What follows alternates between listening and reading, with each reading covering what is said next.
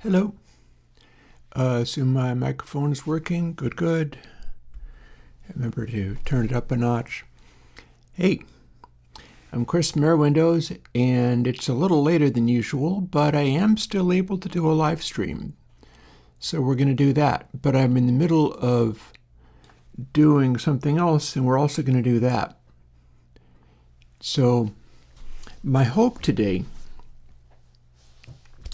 is that I'm going to take a little moment and do some updates to Console X3, which I am in the middle of working on.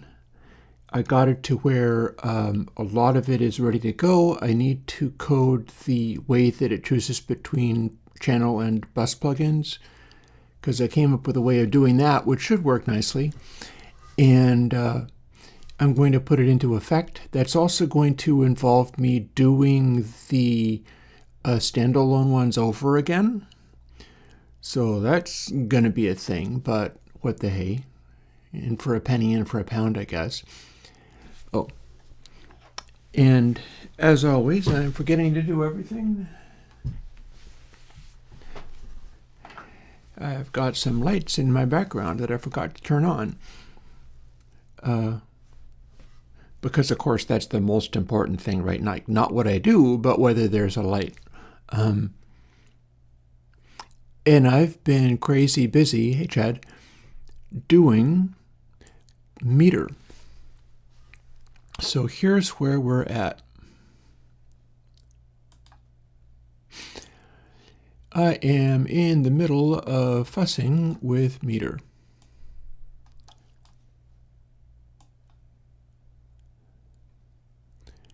And I can scooch this in here so that when I open up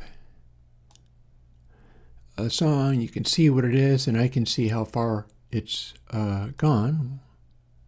Fill up the screen nicely that way. But this isn't going to be a listening to music stream, because normally that's not how I roll with this anyway. What I'm doing is going through and measuring some stuff.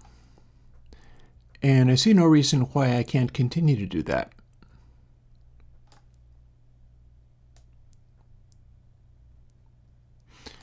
And it's just what we're going to do, and then we're going to go and do small updates to Console X3. I don't know whether I'm going to get that quite finished, but it's fine. So let me see.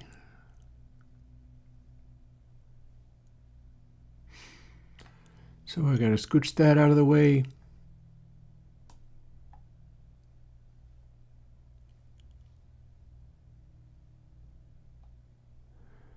We'll make that fit on the screen and scooch that over into that little corner. And here's how I've been spending my morning while doing other coding. I'm going to be doing lots of this. I am basically just quietly running songs through meter and then writing down the score they got to. Right now, we're looking at a track from Depeche Mode, Personal Jesus, and it is sourced off of a CD, not even a vinyl record. The stuff is designed so that the vinyl records produce results commensurate with the amount they sold back in the day. But technically, you don't have to.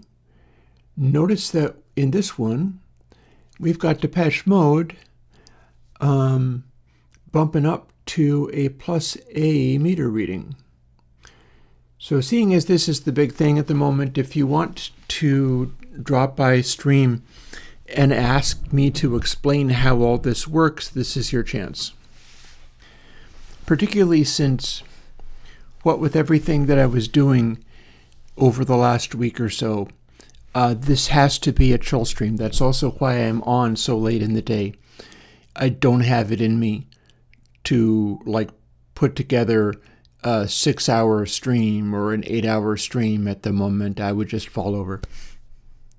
I have not had a chance to listen to the latest Devin Townsend album. No.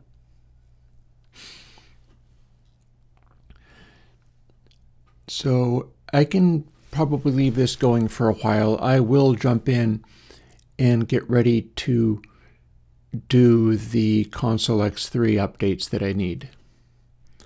That's not going to happen right away. Maybe I'll bounce over to it momentarily.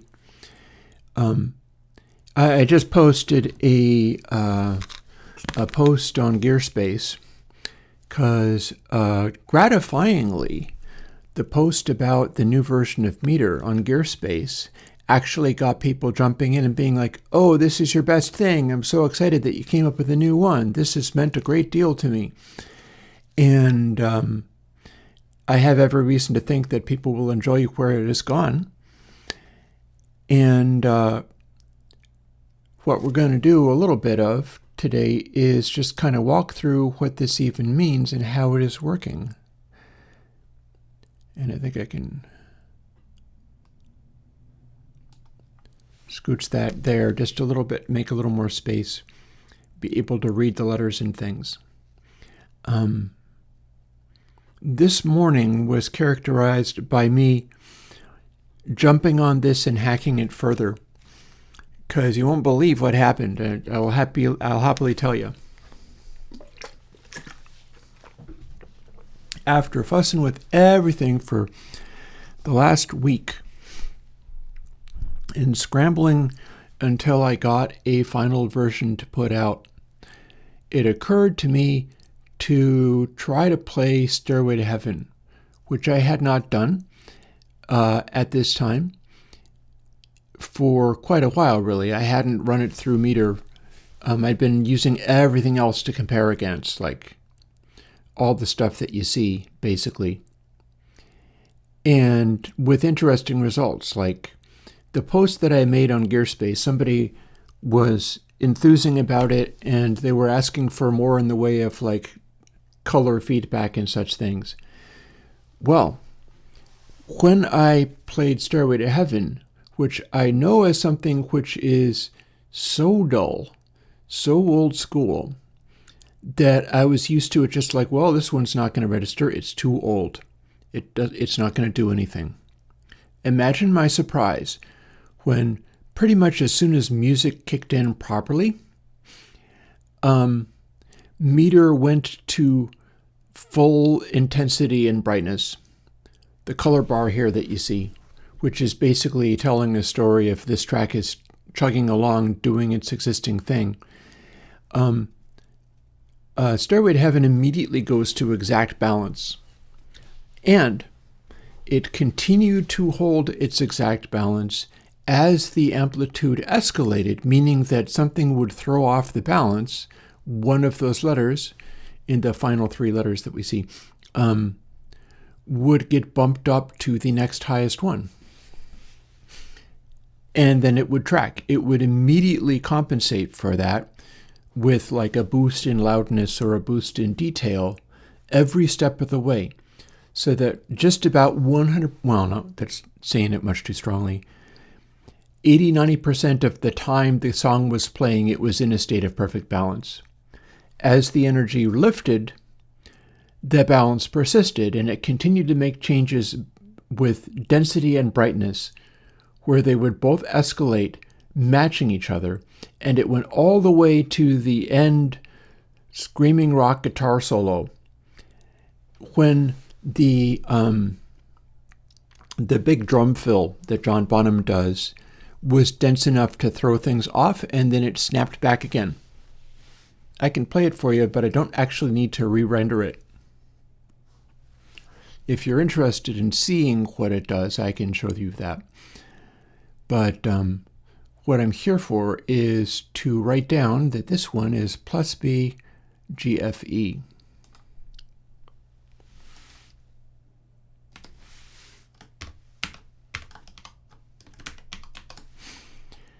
Because I'm rating these, I'm rating them by both letter grade, but also the presence or absence of that plus. That plus means they're in perfect balance, and I've widened the range of it slightly. Like here, I should be able to do this one, and it will not land a plus,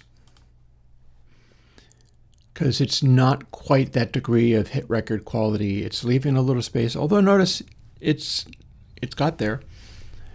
See, this is what you get. If all the factors are balanced absolutely perfectly, you get that color. If it, and we probably will see it went right back. This is Deadmau5 we're talking about. He's very good at engineering. When it says rock there, that means your loudness is larger than your detail. If it says disco, that'll mean your detail is bigger than your loudness. And then if they perfectly match, we call that hit. So as you can see, it's bumping around quite a bit. And every time there is a change, that meant something in the letters on the end. They only go up.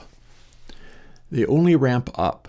So the idea is this song is probably like if you did a song that was perfect and then it just sat quietly for 5 minutes, technically that would be a thing where it would hold on to a perfect score.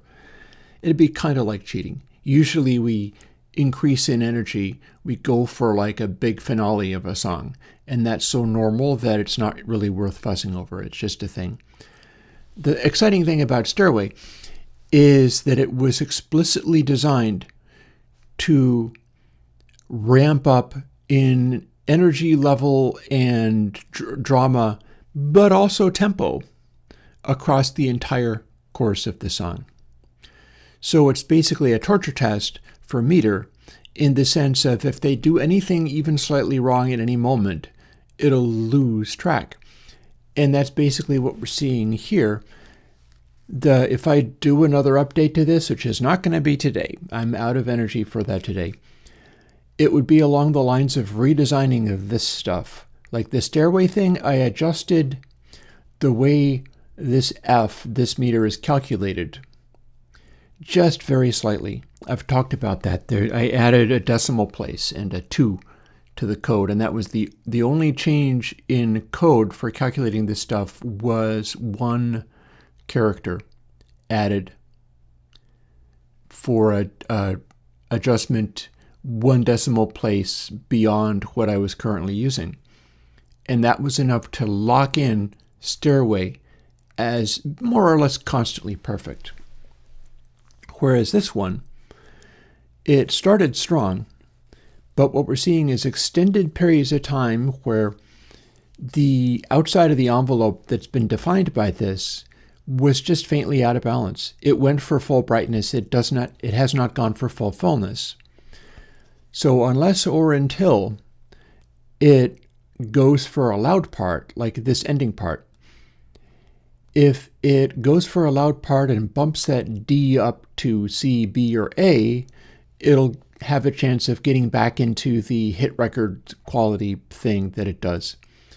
Or some of the middle stuff might have been slightly less bright or slightly less detailed or slightly less high frequency events happening, because what happened with it was there was a little too much going on. And that made that middle letter having to do with the detail / slew go up too high. And at this point, nothing is going to reverse that. You can't dial any of these back. So what's the story with this song is it does not end up getting a massive hit record score as in this is the hottest thing since Stairway to Heaven, because it started really strong. And then events happened where the detail got a little bit too heavy and it wasn't balanced with as much happening in terms of loudness. Instead, it sat there being like too sparkly or too bright. And the density can go anywhere, but it's also not that deep, not that full. You would be able to get it to an A if the density matched, the fullness matched the A of the brightness, or if the brightness got dialed down a little bit. And let's see. So B, D, A, E.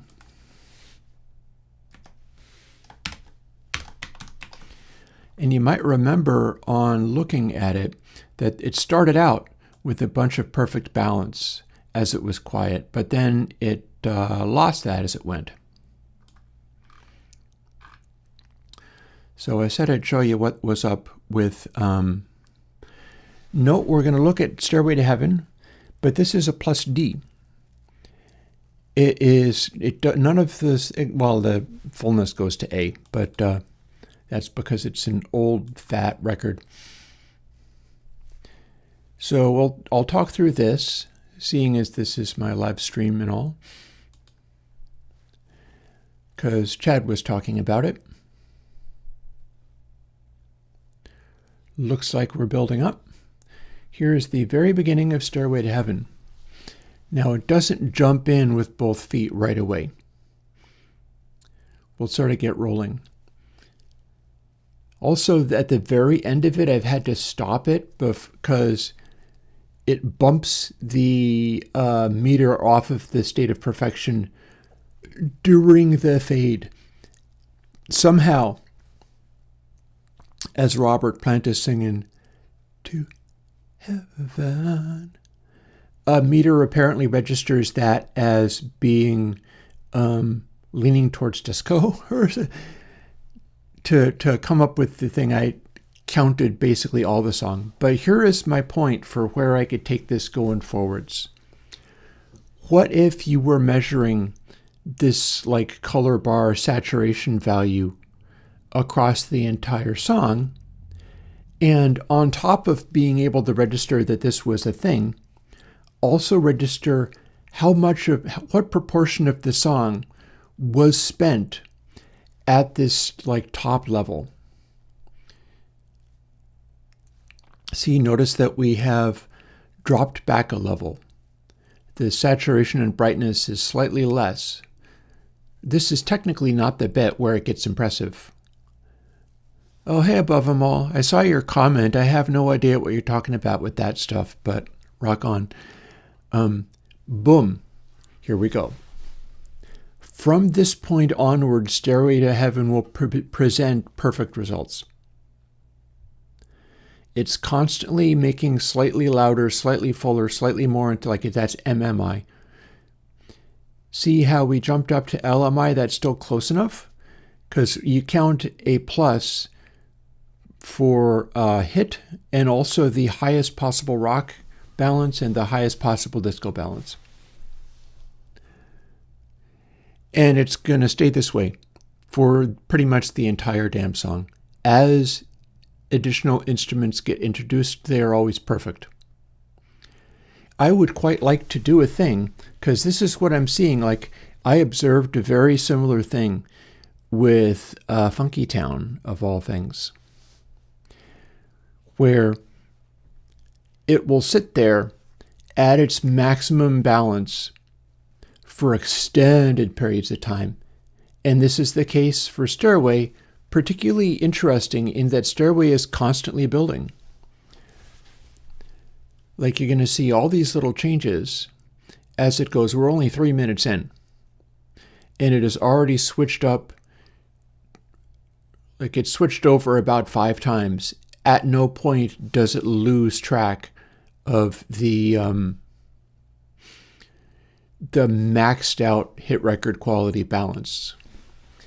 Everything new that happens, whether it be, see here we've got that, as we keep adding fullness, the color changes and stays as bright as it can. Boom. Here we go. More fullness. We drifted into the green region, which means incredible balance, and yet the fullness is coming and becoming increasingly intense. This is the same picture as you get with like Friend of the Devil by the Grateful Dead. Does a similar thing. It's very quiet, it's very spacious, it's very full, so it has a vivid green color, and is a super, it's constantly building up like a stairway. And this is what we see here. It's going to continue building. Any given moment, anytime a new thing happens, energy bumps, it stays on target. Watch this. Pretty sure this is a point where I see dots. We have added fullness. And it's still locked on target. The dots changed. The evaluation of how well that stuff balanced. Look, you can even see up here in peaks, there's stuff going on.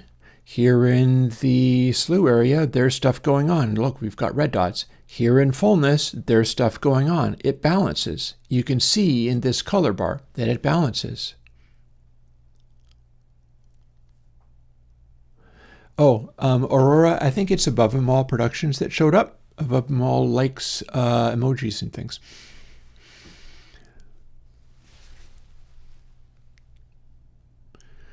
So you can say, oh dear, if you want.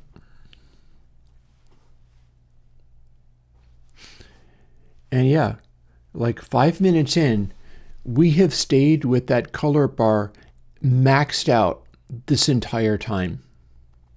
And you'll see what it does when it goes into the solo. Again, the loudness and the high frequency energy ramps up across the entire course of this song.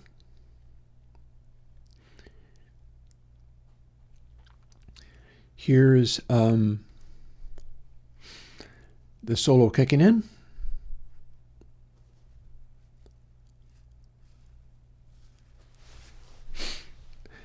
We're still at perfect balance, by the way. I added a thing to meter where if you're slightly off, it'll still let you have a plus. It'll just flag it as you're towards the rock side of things, i.e.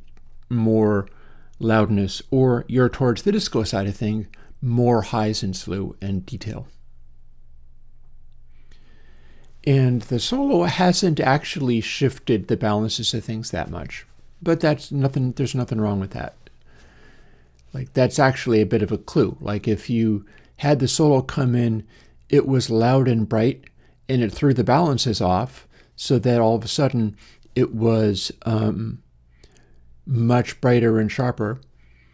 That might be a bad thing. It might sound unpleasant to people. And also note that our intensity and slew are still just J. Something modern like deadmau5 is likely to have those things pumped up to A. And you can go beyond to where you don't see anything anymore because you overloudinated. But this is not like that. This is a very limited envelope. Everything can be louder than this. Everything can be brighter than this. But it is balanced perfectly. See, we just had a shift in energy. And that bumped this final one to A. We slightly wander off, and then back we go again. And the final output of it is still, that plus there, is still absolutely maxed out.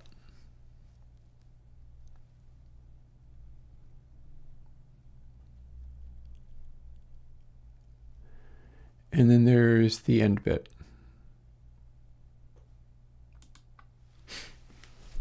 Stairway to Heaven. So what I'm thinking now today, and I'm not going to do this today, but it might be coming, is continuing to revise that stuff. So it needs to be able to show like disco and whatever.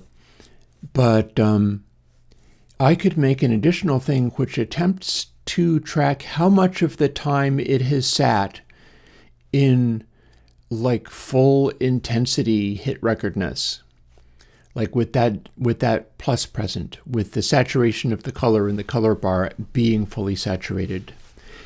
I feel like if I measure that by the amount of intensity present, which again for Stairway to Heaven is just about the whole entire damn song, the whole time it's been sitting like that. And so if you divided that by the duration of the song, you'd end up with a proportion where it would be like, okay, so hit record score maxed out like this over 90% of the time means this is probably a humongous hit record, because look at how long it has spent in this condition. And it'll balance against other stuff where they're able to end on that, but didn't necessarily spend the entire time that way. For instance, just before going online, I ran this one. Deadmau5 the Welt. This has been a favorite of mine. It does not spend its entire time at full bloom there. But watch what happens when I play it. You got some, it says disco H, disco I. That's because we have a lot of fullness, and it's just dark synthesizer sounds. But then when the music kicks in, it's still being very full, being very sort of muted. No previous version of meter would register this properly. Watch what we got. As the Welt kicks in and starts doing its thing,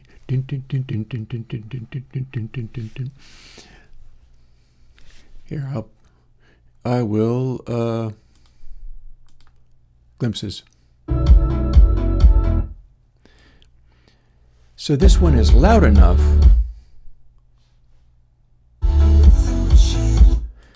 that it doesn't really compare to like my other songs. It feels loudinated. It feels like it doesn't sit with things like Stairway to Heaven off of original vinyl. And yet, look at the readings I'm getting. It is able to go and for this particular section, the section that I'm used to maybe having to turn it down on the stereo if it comes on, because I'm playing it next to other stuff that is classic vinyl or whatever, and it'll be like, okay, that's loud, and yet I still want to listen to it. This would be why. It's the degree of balance that this is able to do and how long it's able to hang on to it. It hangs on to it for a pretty extended period of time. I want to look at some of these other Deadmau5 tracks. If I can find the buggers, let's see. So scooch that out of the way, scan up and down until I find them. This is the new version of measuring the stuff. Got a Beauty Pill album to check. Several. I got Burial to check. That'll be amusing.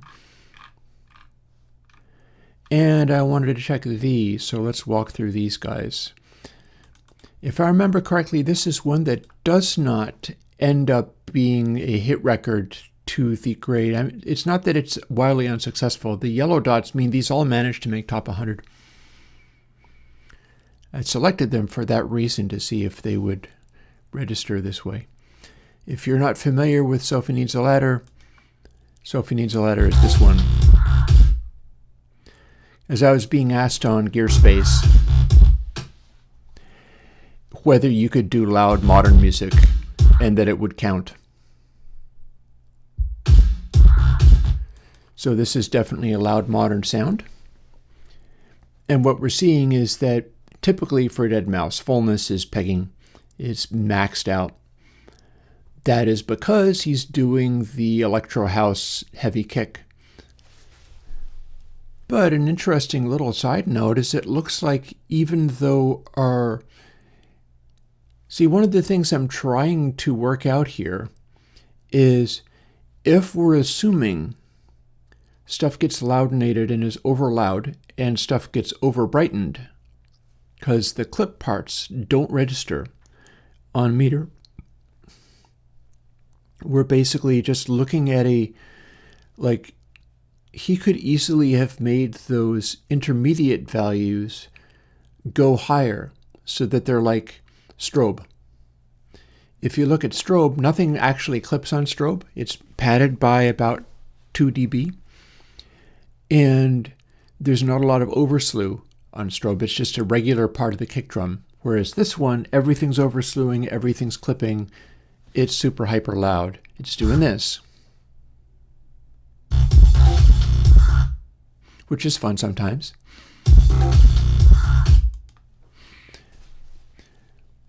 But even though we are stuck in a realm where it's not really registering, he's got that stuff balanced out well enough that it is still hitting that perfect balance, which is astonishing, really. It might not hang on to it. Yeah, it has not hung on to it. The trouble when you're pushing things that hard is that it can be thrown off quite easily. So what's happened is we've gone into an intermediate section, this breakdown section, and that is quieter, but it's just a lot of brightness. So it's thrown it out the window. Something like strobe, all of the aspects balance and they're not going into crazy loudination. They're just that intense for the start. And it's consistent. It hangs on to its score that way. Whereas this one is almost certainly going to stay dim and out of balance until the end of the song. And this is what I was trying to check. This is what I was observing and being asked about on GearSpace. I was being asked, if you throw modern hyper-loudinated music at it, is it returning anything valid? And I would have to say, yes, it kind of is, but you're also hurting yourself by pushing the loudness that hard. We've got extremely loudinated stuff here.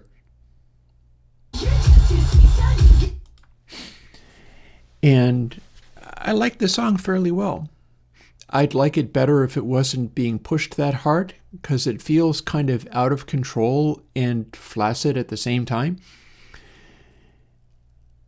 And I react to it like I'm hearing what I see here. Like I'm hearing nothing but a unvarying splat, and the highs are nothing but an unvarying like overslew. It's just a constant blast of too loud and too bright all at the same time. But the fullness is doing its job. You see that going on there. And yeah, I would not rate this as equally lasting to, say, Strobe or Gosen stuff, which both perform a little better along this line. I have a personal favorite in this era. I think this is the same era. Bad Selection. Actually, no, Bad Selection is earlier. So I might have a look at that.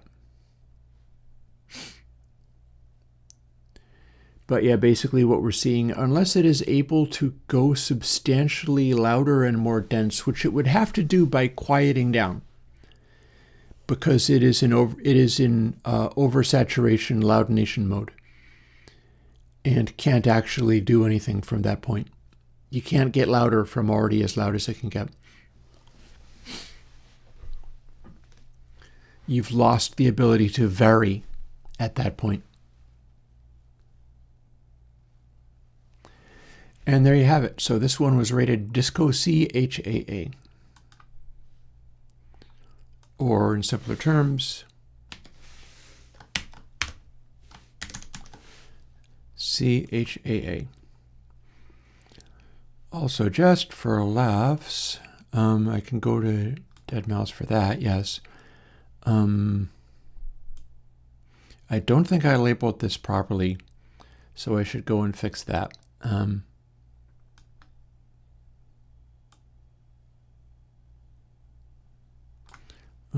Let's alphabetical can go this way now. R.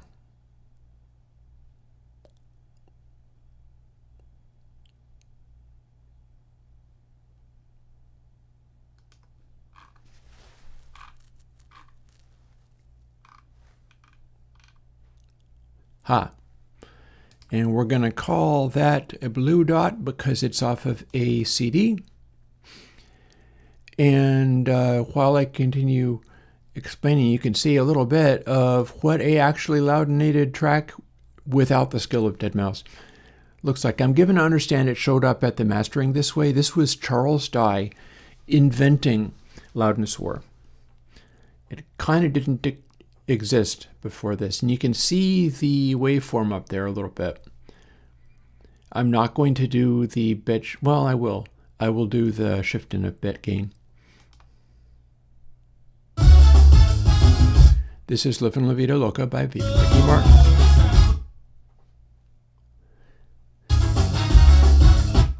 You see, we're trying to get up a start.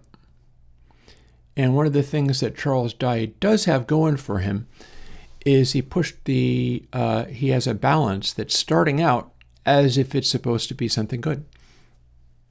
I mean, this was a hit record. I am forgetting whether it is a #1 hit record. It might have been. But like, you can go from something like that, and the idea is, can you continue? Can you continue the point where it sounds basically okay? And what we're going to see is, no, it cannot. Because that was essentially just the intro. It was supposed to be the chilled out part. But then we get this.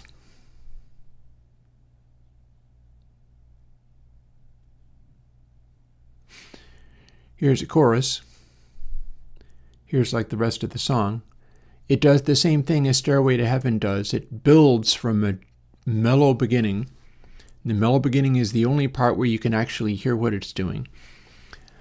And it's just going to continue. Oh, and look, we've got a quiet moment. It's in New York City. And it pegged itself to a hit record quality. But I think it's going to lose that once more. Wouldn't it be interesting if it doesn't? Wouldn't it be interesting if Charles Dye's behavior here led to this song sitting and telegraphing, guess what, I'm a hit record, even though I don't think it deserves to be sitting alongside the other ones like that.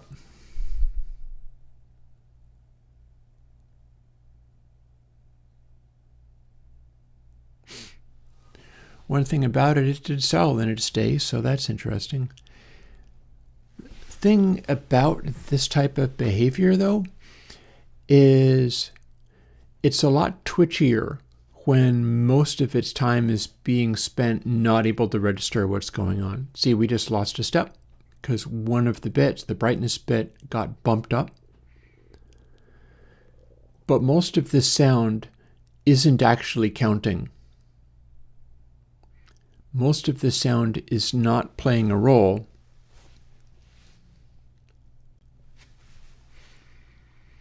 And I don't want to leave it as, oh, hey, this is just as good as Stairway to Heaven sound-wise, but it's fascinating to me that it's doing this particular thing.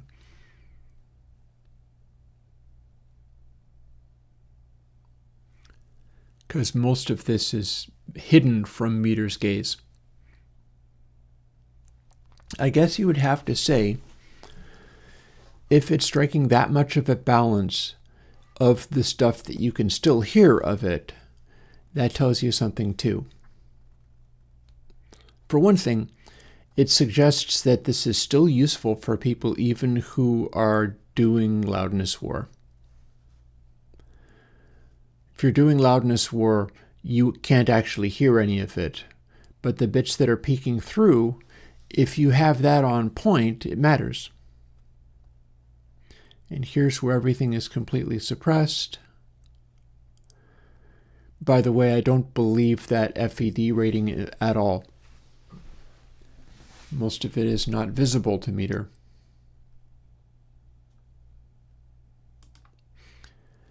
And I guess there you have it. I'm not going to count this.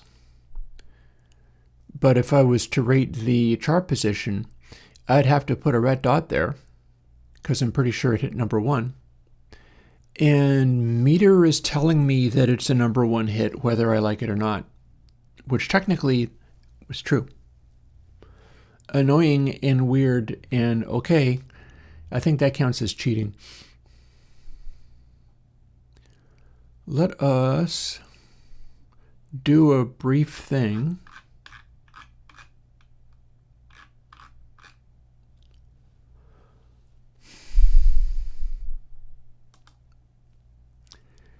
I'm thinking of updating this plugin a little bit.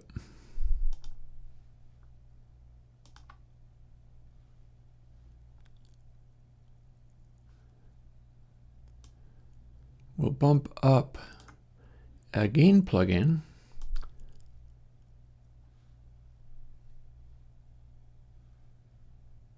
Oh, have we not played? There we go. Come on.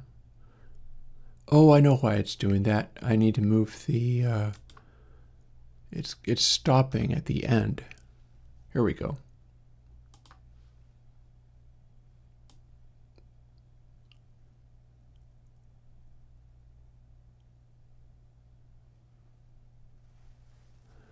Okay, that got it unclipped, but it didn't get it unslewed. So now it's claiming a high rock score, but that's because it can't see all of its slews. So let's continue padding it until we can see what's happening in the slew region. That's going to take some doing. All right. That appears to be my max slewage. So we're going to start it over.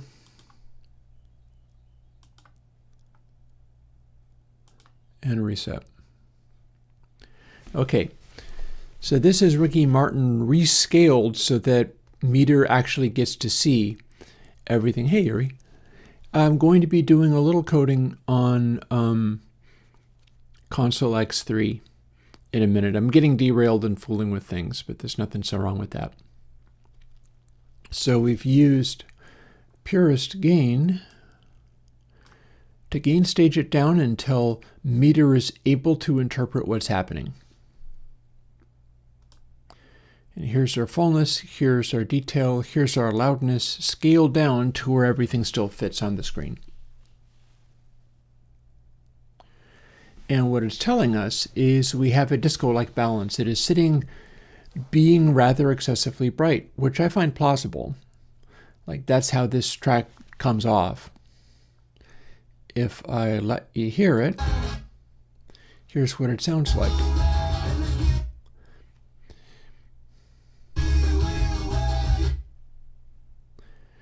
So that's what you get. We've got the brightness is maxed out, absolutely pegged. And then the intensity, amplitude, and fullness aren't able to go any bigger than that. So if you were going to fix this, you'd have to do it by padding the highs a little bit, letting it have a little more fullness, hopefully letting it have more dynamics, because then you would have, rather than a narrow little cloud here, it would be able to fill in more space. This is a classic loudness war example, and it's not going to register any higher than this. The performance it has is really quite poor this way. But in order to see it, you have to be able to pad it until the slew is able to register. So that's interesting. People who are using this meter to try to get louder music but addressing the overslew situation will have an easier time getting good sounds. This is an early DAW mix, which has sort of all of the most unpleasant characteristics of DAW mixes.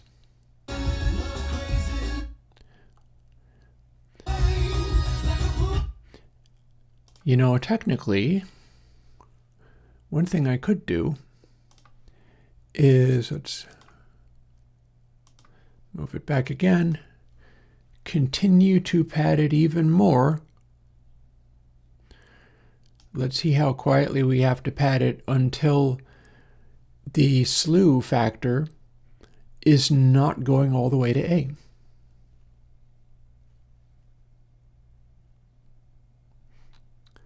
I should be able to set it up so that the slew measurement only goes up to something, and that'll give me a more accurate reading of what's actually in this. You can always take input and just pad it down enormously to get a full sense of what the balance is. So maybe I can give it a little more.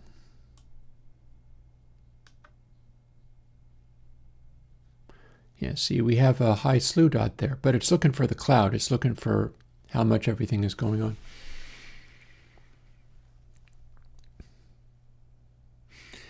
And then there's no real point listening to it, because what we're hearing is just Living La Vida Loca at different volume levels. We already know what that is.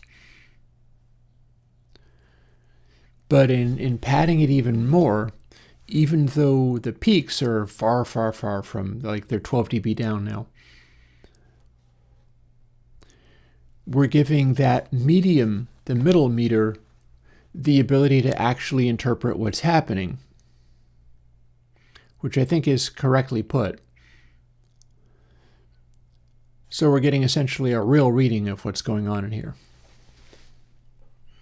And that's still D is its highest reading.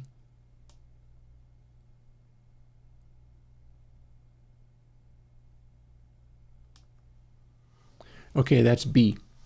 That's A. So this is essentially a D rating track, simply because you have to pad it so low in order to get each of these to not blow off the top of the meter, that this is what it takes to show you how unbalanced it is. And yeah, the color saturation color bar here for whether it's good or not is now claiming it is doing the absolute worst, which is pretty accurate, really.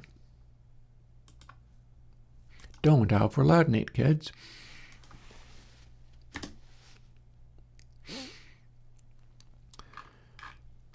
So not to do any more of that.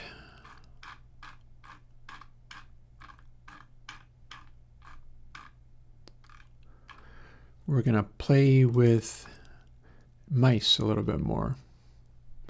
This time without fooling with it like that, because this I am legitimately measuring.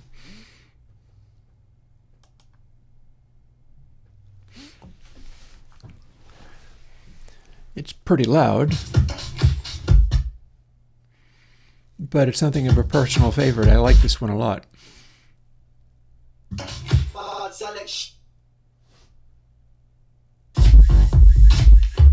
I think it's really catchy. But you'll notice, unlike Charles Dye, look at where all those dots are in the top meter. It's not going into hard clipping. And the low part of the meter, we've immediately maxed out its ability to push bass. Like, fullness is off the charts.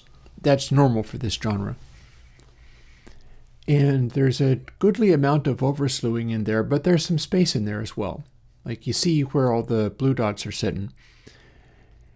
And in fact, even though it's pushing the limits very, very hard, look at what we've got. We've got a plus in there. It is perfectly balanced between what you can hear of the loudness and what you can hear of the brightness.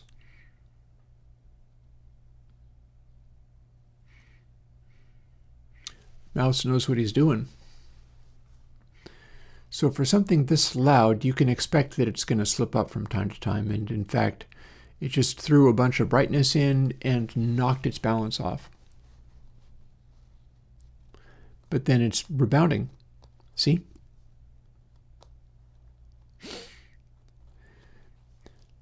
So this is what a song can do as it sort of goes, is you introduce new things, you add more energy, other instruments and things come in, and then in so doing, it changes the balances of the song, and when new stuff comes in, you want it to continue to balance. You want it to not go all to being loud or go all to being bright or something. And it's the balances we're talking about are sort of the edge of the envelope as the song continues to unfold. So what we'd be seeing if I invented the new thing for keeping track of how much time is spent in each of these modes, we wouldn't be caring what the color is as long as it was a really bright color. Bright red is sort of maxed out. Bright green means it's semi-maxed out, and the proportion of time spent at that state is the part that matters. And this dark area would count against the high score to some extent. And see, boop, then we are right back to, similarly to Stairway to Heaven, which is not something anybody ever said about bad selection in their entire lives. But bad selection, like Stairway to Heaven, is hanging on to that extreme brightness very successfully. So these shifts in color there, you're not seeing the letters change, but the shifts in color are because the color is keyed off of an earlier evaluation of these same numbers, these same figures, where shifts in the input data coming in are able to shift that behavior around.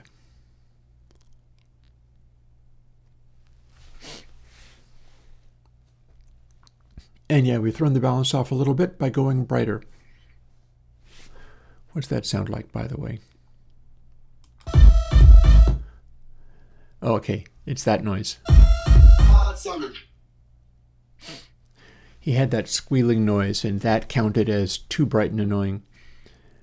And then when we said bad selection, it went full bright, and it has not gone full loud. Loudness is still sitting at D rather than going to A. If in the final bits of the song it's capable of doing that, that will be instructive and amusing.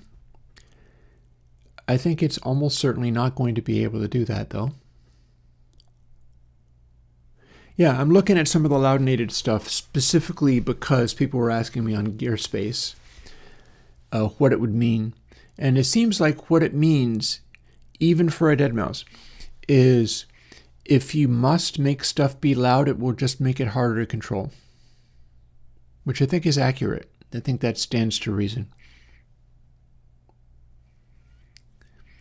And I would be shocked if it's able to change the rating, but it has still managed to get up to an A rating, which what I'm doing here is I'm trying to see whether these things have anything to do with A, what the actual score of the song is, but also B, whether they're good, like whether you like them better when they end up getting to higher scores. So that's A, D, A, A.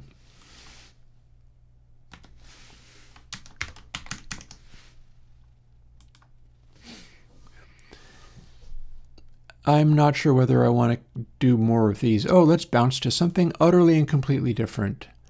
I'm not entirely sure what we're going to see here. I think what's going to end up is this isn't a hit on the scale of Stairway to Heaven, but we're going to see little splashes of high score here.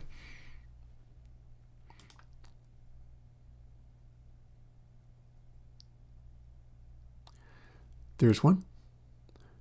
There's one.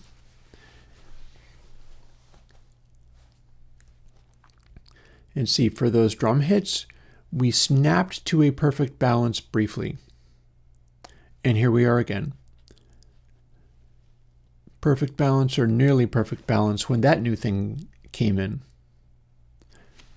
So the question is, does Muttlange's production for Def Leppard here manage to hit and keep these perfect balances? Because in a lot of ways, this is what he's trying to do. He has a very controlled sound, this guy.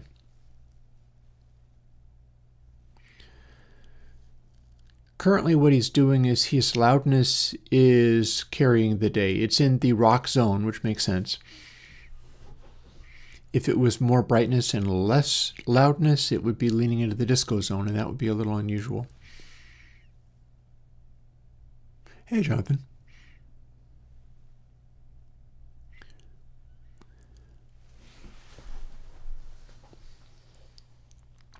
And yeah, I am going to do some coding today. What we're currently seeing is that although Photograph has extremely intense moments as far as new thing happening gets your attention and you immediately go, oh, that's perfect, it sounds amazing. But it looks like he keeps trying to throw loudness. What the meters are telling me is loudness has peaked out an F, brightness only peaks out as an H, and fullness only peaks out as a G. And we can see all of these dots behaving appropriately, like the lows are going down below 60 hertz, filling up space. You can see where the kick drum is. A lot of this stuff is on point. It's just that it could use a little more balance, which weirdly, even though this is Def Leppard and we know what the sound of this is like, will be as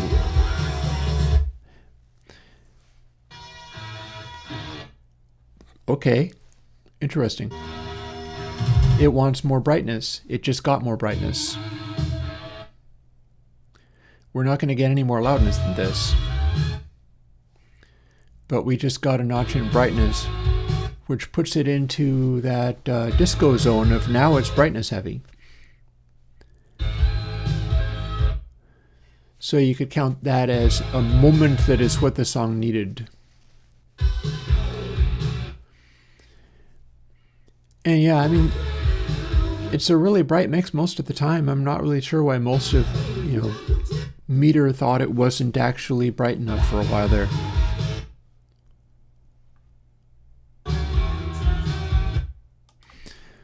Bearing in mind, of course, we're comparing stuff with brightness here, but this is still not digital era brightness.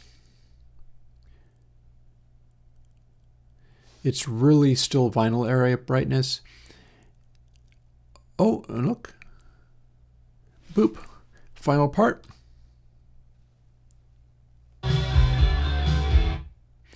Outro. One of the things I used to say back in the original days of Meter was that people like this, and this is also why I would like to be able to measure how much time is spent in this state. But a guy like Mutt Lange here, he's going to want to have, oh, and look, it lost a step at the very end. I might want to, well, I guess I don't have to. It's still close enough. It lost a step. It bumped to plus B, which is probably legit. I'll keep it. But in the fade, it was knocked off balance, which is interesting. We'll keep it, though. Somebody like Mutt Lange is going to want to actively try to produce this result. The intensity built up over the entire song. Towards the final bit, intensity is kind of maxed out, and then for this end, the outro, he wants to kick it up a notch again, and has done so, according to Meter. Meter says this went up one final notch and completed there. So plus B, D, E, G this is a mechanical measurement of all of this stuff.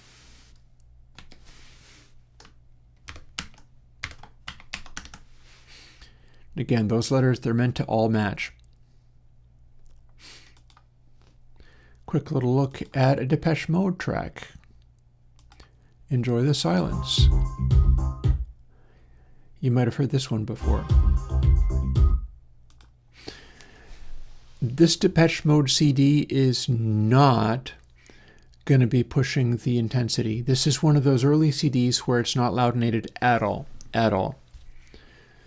So it's really got a whole bunch of space in it. It's also probably going to lean in the disco side of things because the CDs of this era tended to push towards bright.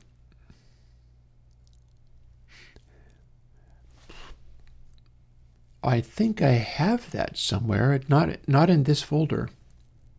I know I have it in my car. I've been known to listen to everywhere at the end of time.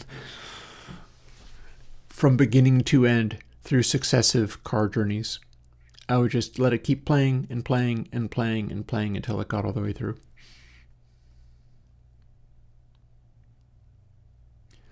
But this is neat. This is being interpreted by Meter as a hit record score. So what you'd be doing if you were trying to get an overall reading of like how much time has this spent at its maximum effectiveness, you'd be tracking how much time is spent with like a maximum brightness like this. You'd be using the saturation control here, which is able to make it be darker or brighter. This is a color which is a yellow color that is a lot less saturated. And it would be tracking that along the length of the song and making a sort of running tally. And I'd want to leave out moments that were just silence at the beginning of the song. I would want to only count the parts where something was actually happening. Seems like it should be possible to do that. And then end up being able to rank songs based on not only what's my maximum saturation time, but also how long has this song spent being maximally ear-catching. And that would be a final update on how to get this to perform. See, right now we've got it at its maximum point is it's doing quite well for itself, honestly. It's fine. It's like a chorus moment.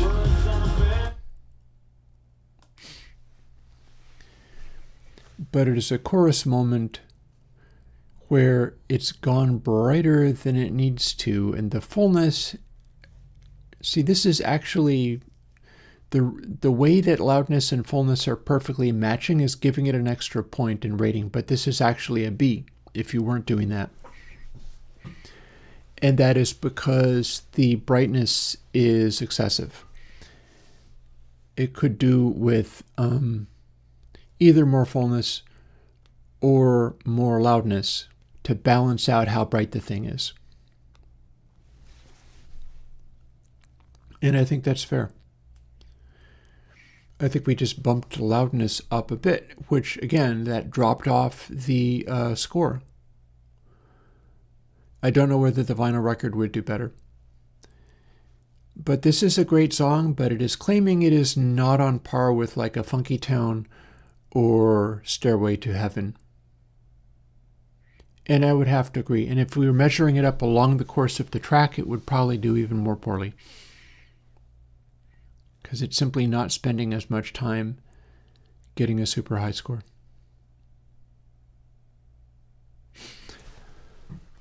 I'll let it continue to play just in case this final outro bit does anything. Mind you, I've got, and you say ambient music, and there we are. It did not change the measurements in the slightest. BECF, we're going to call that.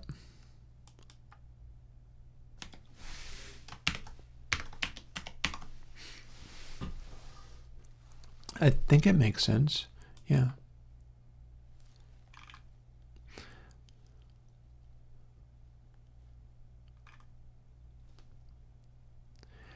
Let's quickly look at a Dead Kennedy song. I'm going to be measuring all these things in due time. I just can only do them so fast. So this is a song, all of the songs off of Fresh Fruit and Rotting Vegetables are extremely loud. So earlier versions of Meter were like, oh yeah, this is top A rated. Oh, I don't have that degree of old, but we can go and look one up. I'll go and look one up for you. This is fast. This is like a 2-minute song, so we'll burn this one right through. And here is more or less what I expected. Oh, that's just an intro. Never mind. This is more or less what I expected. It is just being loud. That's the Dead Kennedys Fresh Fruit for Rotting Vegetables. Although, isn't that interesting? The brightness is balancing pretty well. There's no fullness to this at all. Like, this is what it sounds like to be this far off as far as fullness is concerned.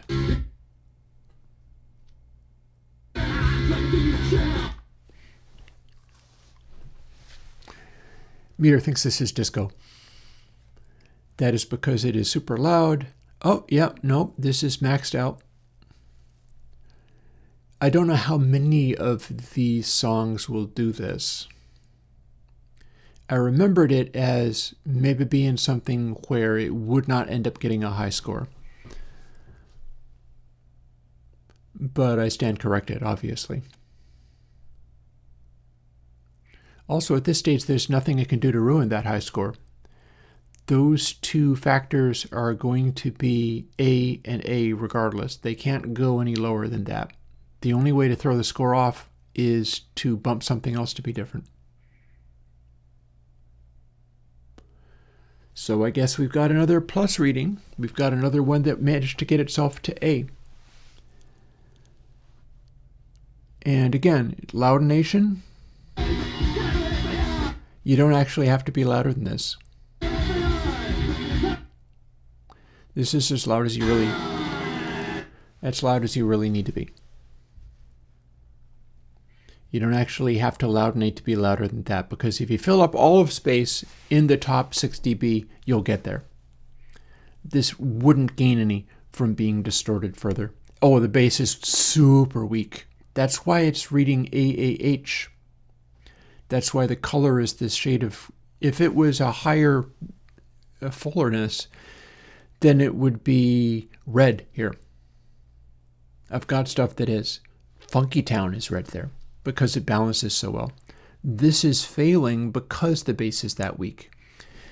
If either the bass is incredibly weak when loudness and slew are maxing out the scale like this is, or if loudness and slew are very quiet, but the bass is incredibly full and loudness and slew are perfectly balanced, it'll come across as a green color, meaning, yeah, it is a plus C, or, it can be even worse than that. I've seen more extreme variations on that. I could do Friend of the Devil next, and we'll see that. Plus C and AAH are, which is appropriate, super appropriate.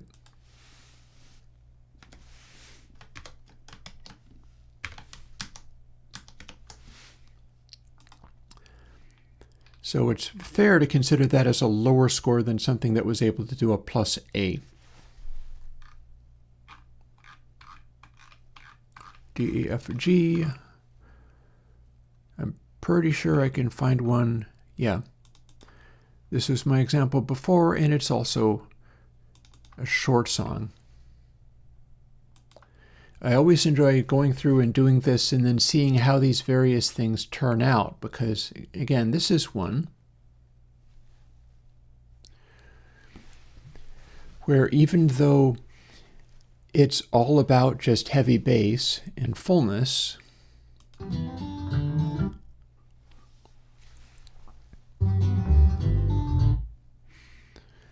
it immediately goes to the deepest green you could imagine. It might actually make it over to blue. And yet hangs on to a high score throughout.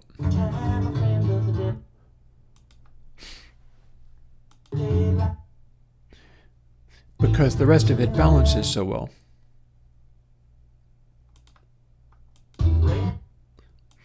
Yeah, so hear how loud it is? Pretty much all bass happening. So mostly you just hear the bass, and it's all about fullness. It's doing a similar thing to Dead Kennedys, which is not something anybody ever said about Friend of the Devil before. Because it's going to a similarly extreme shade of green, similarly extreme, it gets to count as a plus because it balances that well. But the fullness aspect is completely off the charts different. In this case, it's because the bass is bigger. In the Dead Kennedys case, it was because the bass was smaller. But either way, oh, and look at that. boom, everything updated, and it updated to KKA. It's doing that same thing of keeping perfectly balanced. And Friend of the Devil is a timeless Grateful Dead song. It never went out of style. It never stopped being played in their concerts. It's always a massive hit. And because remember, we're not actually tracking purely loudness, like how loud the maximum peak is. We're tracking the density of the cloud. The new version of Meter, I got much better at being able to do that. Like we're taking a little area in here and counting how many dots are there and how big they are. And then we're taking a little area in here and we're counting how many dots there are and how big they are. And it seems like the magic is having those things match very perfectly. So it's not simply an amplitude factor. Oh, and look at there, it did it again. Now we're at JJA.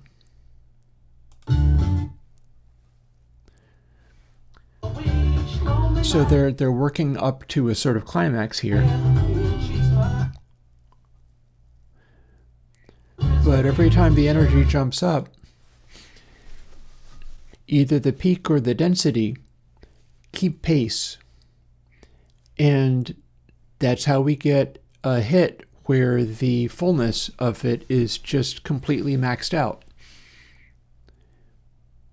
And yet it's hanging on to its hit record score.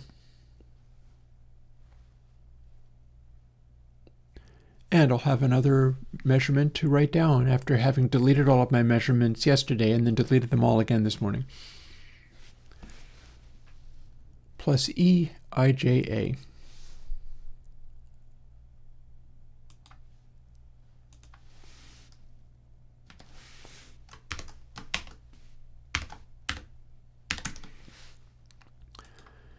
So when I do enough of this, I can start evaluating like what a hit song even is. But Jonathan asked about Beatles tracks. So let's pick something out that's early. Or you don't have to. I mean, if you want something specific.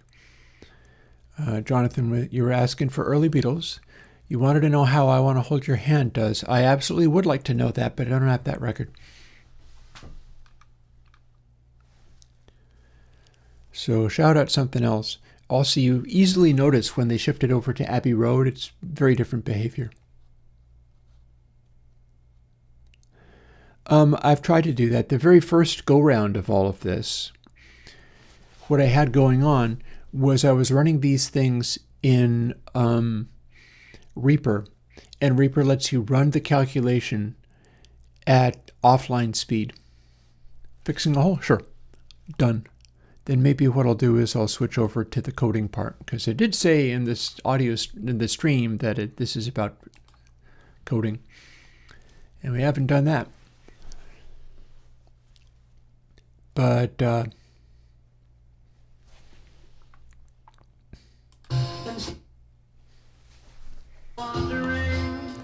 expected. This is what I thought would happen. Especially for Pepper.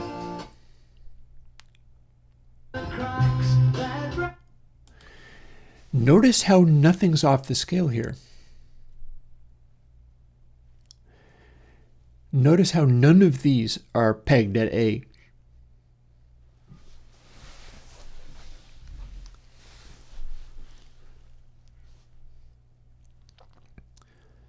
So yeah, this is the kind of thing that you'll get. I think that's probably going to hang on to its high score through the end of the track. Can't be absolutely certain of that. Oh, no, it went back. It's wandering a little bit. See, when it switches over from hit to rock, that means the heaviness, this area up here, kicked in. So if we wanted to balance that, what we want to do is see a brightness area come in as well. Instead, what happened was a density area came in. And we just got louder and lost the balance. I don't know if it's going to stay lost, but I'm going to count that.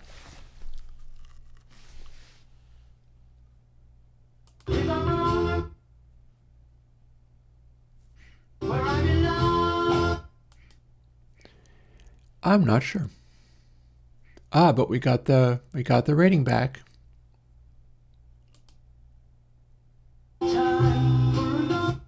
Yeah, I don't think we have a solo at this point. But we got back the saturation. We got back the balance. It switched over to FGH, which that's alphabetical, that is. And if you're able to hang on to a grouping of intensities that close, that is earning a high score.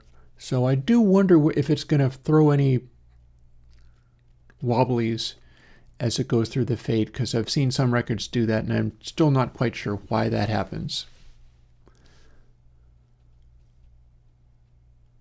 In this case, it appears not to have, which is good. And there you have it. Classic Beatles off of Sgt. Pepper counts as plus B FGH.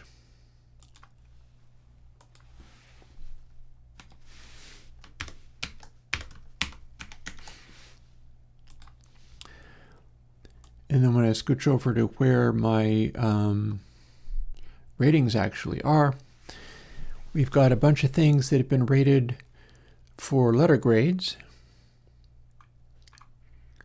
I tended to pick out a bunch of hits regardless. Ooh, Will Kaiser. Well, shucks, you got my attention there.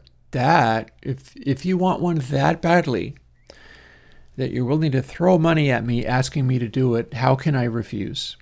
I mean, I still don't even have all of my bills paid off, so it's appreciated. Let's go and do that. And then again, here's our top meters, top measurements. So now, name a burial track. I think I have got just about everything. All the most popular ones. And with good reason, I bought them off of Bandcamp. You can go and buy Burial, and he gets the money.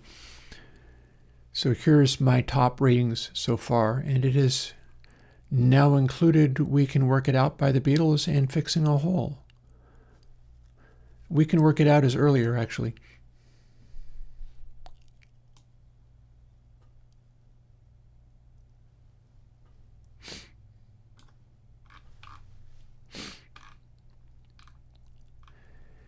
Technically, that might not be literally everything, but request, name one.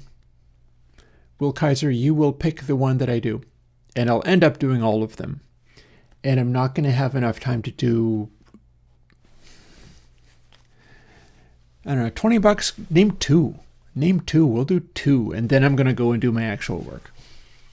This does still count as actual work, but I have my heart set on doing some updates to Console X3 so that I can keep that moving rather than just getting completely hung up on metering as much as I like. But yeah, and you're definitely... Will, if you threw $20 at me to do that and then left, I'm shocked. That doesn't seem like something somebody would do.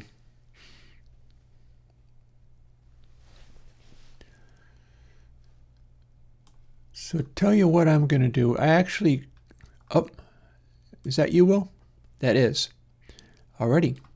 Yep, got one.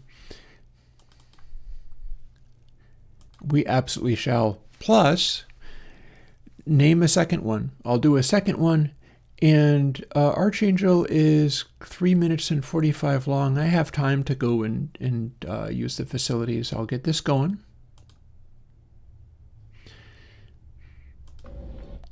I'll even throw on glimpses of it. And then I'll come back and see what it did.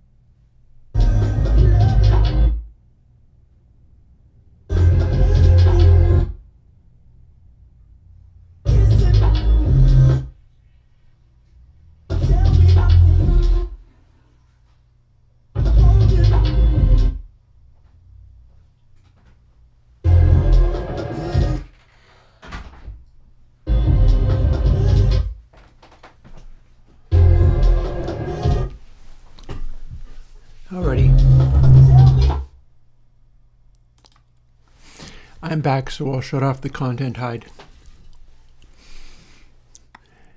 Okay. So we're doing a fullness heavy track. And we're also doing a track that is more brightness heavy than loudness heavy. That's what we're getting out of there. So Archangel, really strong. And in fact, I am kind of enjoying the way the color reminds me of how this track feels. The color is giving me a sense of burial. It's giving me a sense of like, hanging out in a warm bath of bass.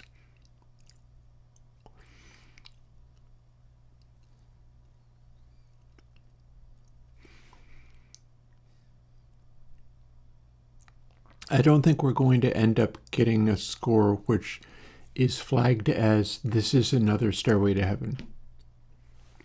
Although for some folks it really does kind of count like that. Okay. Will Kaiser, second request if you're there.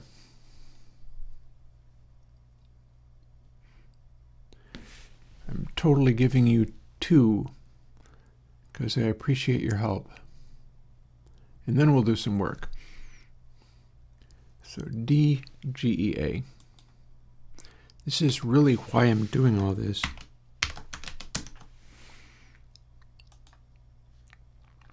Show a light. Absolutely. We're on it. These are pretty timeless classic burial hits too. So this is the first I've ever seen any of these with the current code for meter.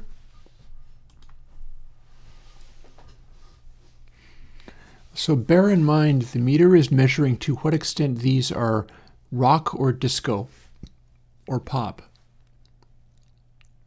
So it's worth noting, see, a little moment of ear-catching attention there. It's worth noting this isn't mainstream exactly.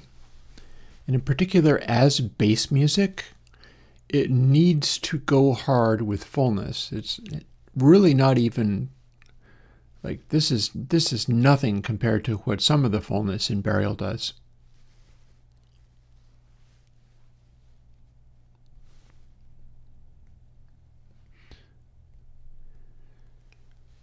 So I guess one thing about this is if this is your jam, you can aim for matching colors with your target music. You could aim for matching colors with this.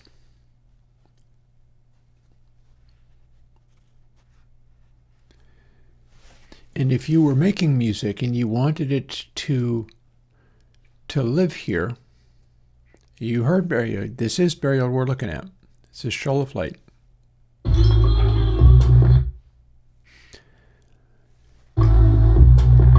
You could aim for trying to get this color rather than pretty. Oh, hang on though.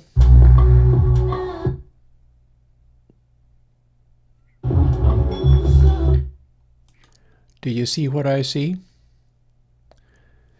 If this persists, I might have a new record for how out of balance a track can be and still have that hit record plus come on. I hope it keeps that one. I think it would be really interesting to see that show up.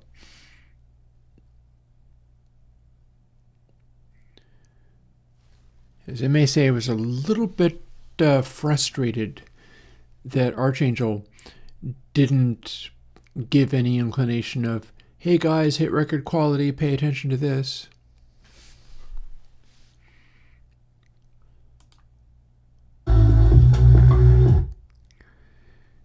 And the idea,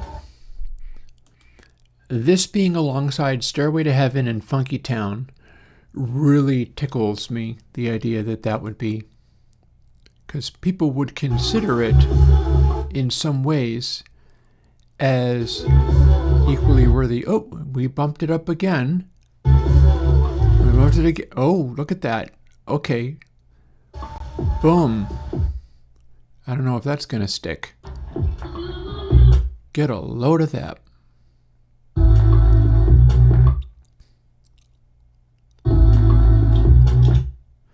So final bit of Shell of Light.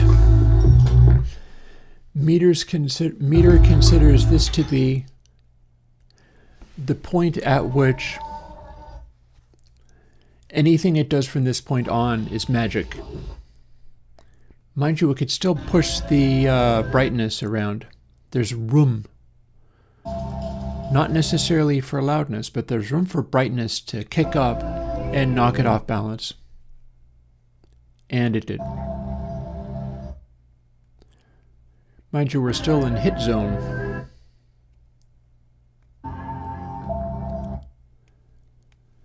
Okay, let's wait on tenterhooks to see if it ruins its perfect score.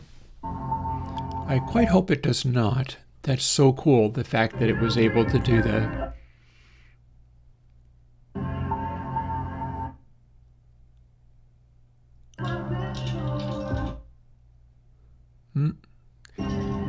Easy with those rattling noises, Burial. You don't know what could happen.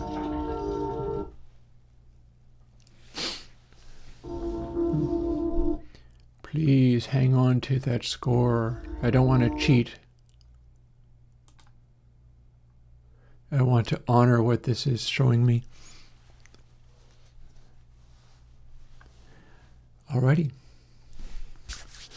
We have our first Burial track showing up on my ultra mega hit record list alongside many others. It was very close to being like the darkest, bassiest thing ever to hit such a result. And let's see, what was that score? Plus FKJA.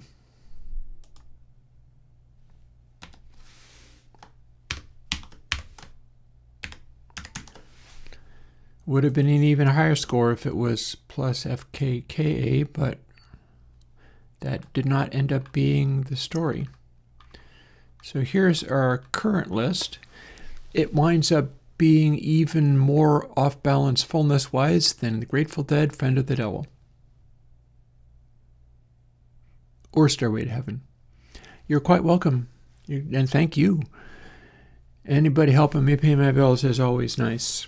I work real hard to try to earn my place in the world, and these days, and this is one of the reasons why I produce stuff like this and put it out for free, is there's lots of people worth having tools like this who aren't able to come up with anything money-wise. Nice when people who do throw it around, but then that is why I also give money to people on Patreon. There's like the Godot engine, or is it that? Yeah, I think they are. Blender, various artists. The artist that did Box Dog, I've been on their Patreon forever.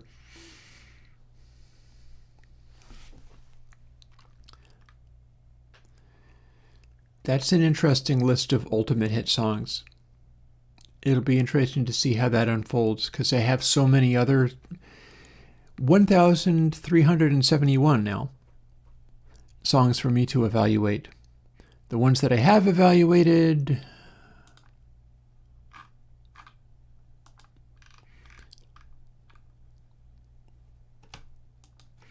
I have evaluated 32 out of 1,371. So I got a ways to go.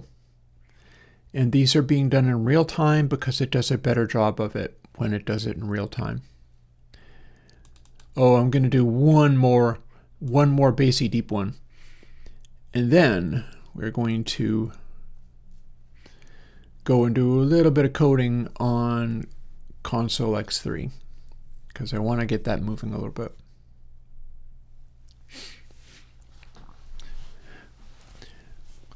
Lagrange is one of my favorite ZZ Top songs. And it's notable for just having so much bassy heaviness, it's beyond belief. There's like no brightness. There isn't that much in terms of loudness and density. It's just nothing but heaviness. And it starts off with that bit, which might actually be a riff off of a Rolling Stone song. I don't know what I expected to see, but there you go. There you go right there. Hello, Yep, it's doing its job. Meter is doing its job. There it goes back again. Meter considers that this song is just perfect. The fact that it has no highs doesn't matter in the least. Oh. Okay. Well, I mean, all right, you don't have to, honestly. We're fine. We're doing fine. You know, funnily enough, there's something else that I can show. Excuse me, I gotta fuss with something for a moment.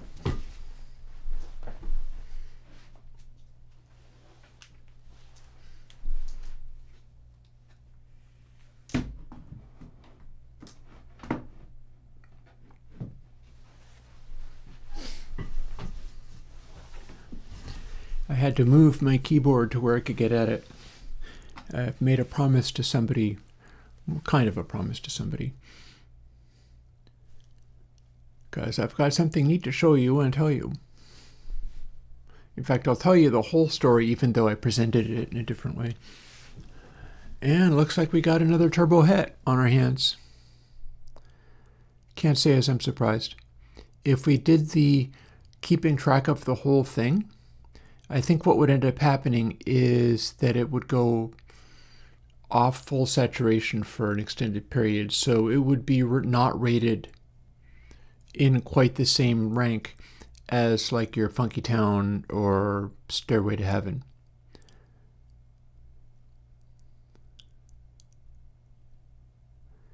But unless it goes to a burst of unexpected loudness in the end, it's going to hang on to that plus. I don't anticipate anything further happening to change that. It's these tracks off of vinyl have a very contained envelope of sound. You're not going to get sudden bursts of high frequency brightness off of it or whatever. Probably not getting sudden bursts of excessive loudness even. So I think it's going to be able to hold on to that score.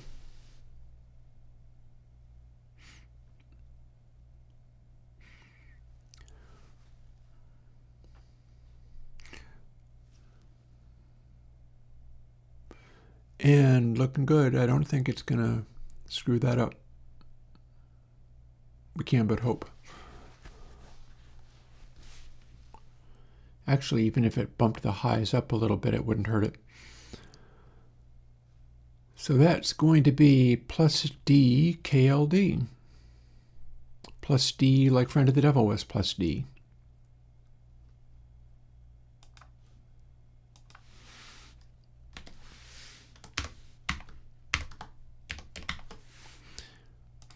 And what fascinates me about this stuff is the way I'm kind of setting it up like, oh, plus E for Friend of the Devil.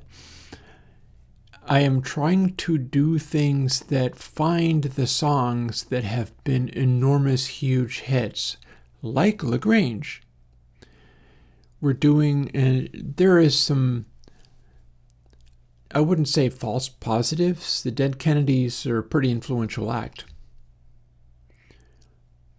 But the same thing, which is able to identify Shell of Light, Funky Town, Born in the Bayou, Strobe, and, I don't know, Personal Jesus, Stairway to Heaven, identifying all of these things as massive turbo hits, no matter how different they sound. LaGrange and Funky Town sound so different, but they have this thing in common, and I'm working on trying to dial that in. And it'll become just a question of, like, with this current arrangement, if I start looking for songs that aren't as good, are they going to come off as negatives? And I'm not sure where to look for songs that are overtly like, okay, that's not as good. Typically, the songs I have recorded for listening to are good. I could go for a song that's annoying. Let's take a brief moment for a number one hit that I'm not going to put on the speaker, so you don't have to hear it. But we're going to take a moment, run through this, and first of all, we're going to see some moments where it's pegging the top of the meter. it's clearly going to get its groove going and be giving me a nice high score. Otherwise, why would it have been a hit? But I think it's not going to sustain that. And it's possible it just simply won't make it. Again, this is me looking to a one-hit wonder for an example of something that's not going to be rated one of the most powerful, important hits of all time. I'm looking for something which, with a bit of luck, won't give me the unbearably high score. Because if everything gives me the unbearably high score, it's useless. And I haven't measured all 1,371 songs yet, so it's hard for me to tell. This is kind of why I have limited excitement for checking various awesome tracks and seeing Meter rate them as a super high score. It's like if it rates everything as a high score, that's meaningless. I need to be able to do things like, I'm honestly looking forward to settling in on this.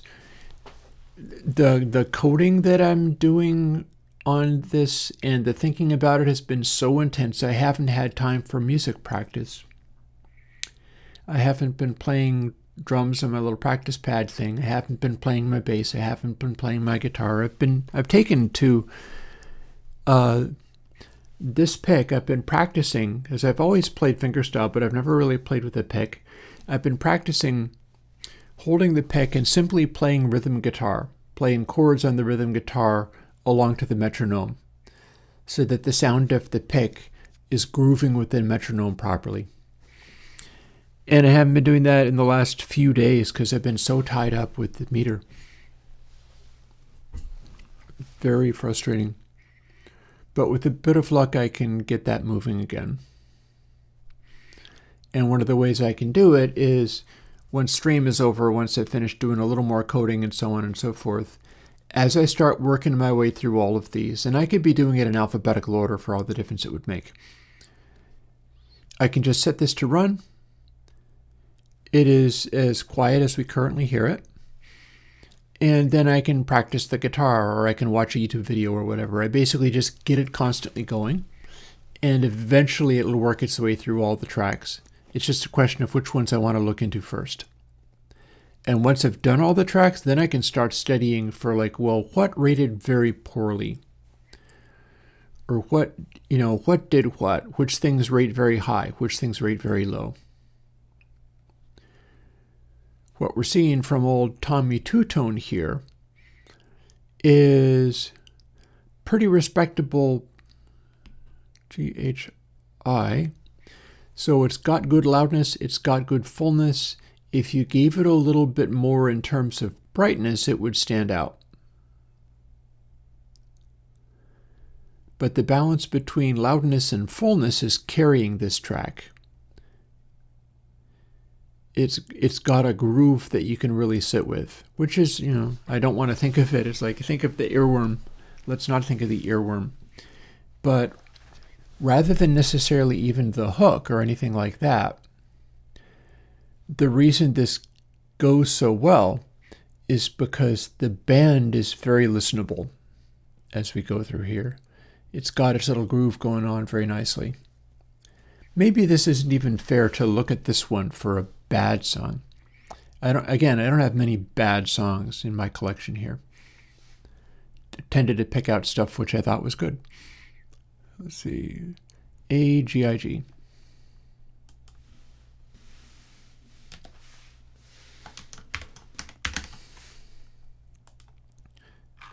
Okay, now that we've done that,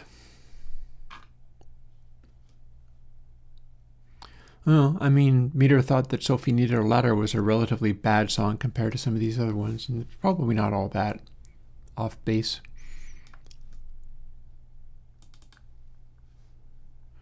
Time to load up Juice Windows. Also, I get to see what my stream delay looks like now that I have a infinite tunnel of Chris's in there. It will continue to make smaller and smaller Chris's as it goes. I'm not sure that I need to play with that. That's fine. Oh, although I can get a little frisky by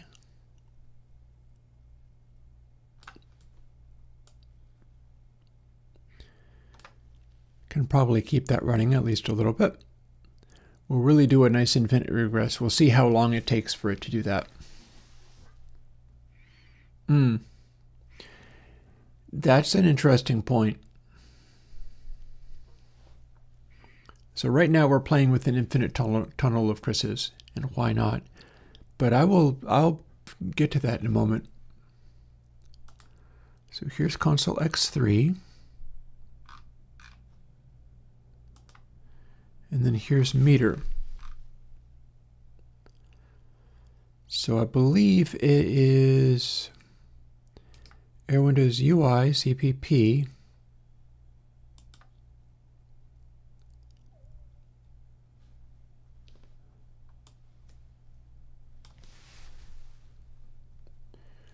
Where, yep, the adding decimal place. I've got a little bit of little lines of text in here where that should show me what I need to see.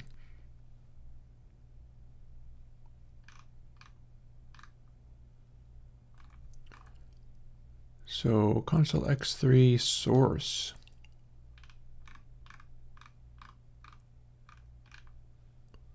Believe that's it.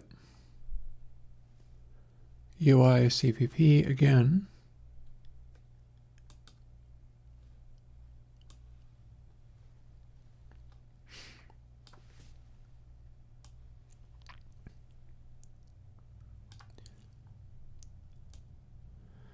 So, and I'm still playing with the screen. It amuses me to do this infinite regress. So I'm looking for the area where the bins fall off, because that exists in the new console X3 version as well. And I believe it's not going to be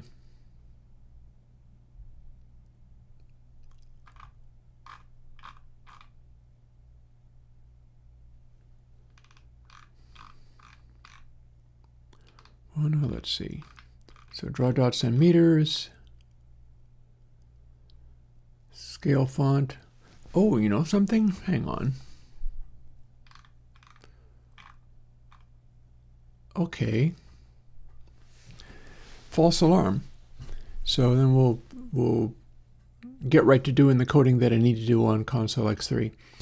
I thought I needed to update this in such a way that it would use the same code, like this max peak bin, max slew bin, max base bin, and I had changed that. I had made a change in it where this morning, I'll stop doing that in a moment. It amuses me is all. I can probably make it be even sillier, but not easily. Would be even funnier if you could hear them, but we're not going to go there because that would be deeply annoying. This bit that I'm looking at, max peak bin, max slew bin, max main base bin, this is making a kind of audio tracking thing. And I thought for a moment there, since I took peak track bin scale equals fmax peak track bin scale minus max peak bin times 0.012, I added that 2 to dial in the adjustment to where, say, Stairway to Heaven reads as perfect from beginning to end, or just about. And since I did that, I was like, oh, I have to go and update console X3 now. But that's actually not true, because looky here. If we peak is clipping. Here's a section. You can't actually see mine because it's underneath my face there, unfortunately. It says draw dots and meters are and draw dots and meters are. All of this stuff here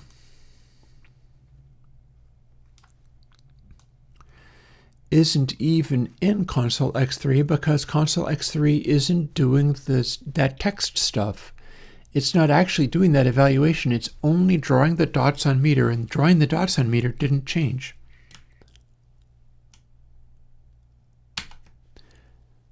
So hey.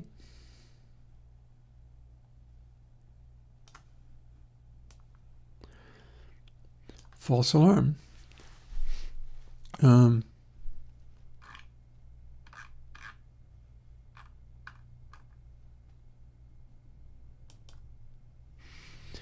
Meter gets to be done. Let's go have a quick look at console X3 and where that one's at.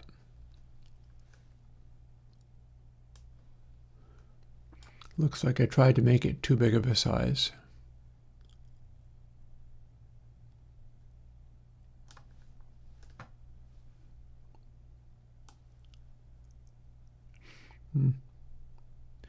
We're fine. It's fine. So where are we at?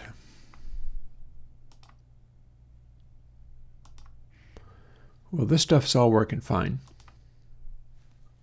Here's where we draw things. I can think of two things I wanted to do very, very much. So it seems like a fine idea to try to do either one or both of them.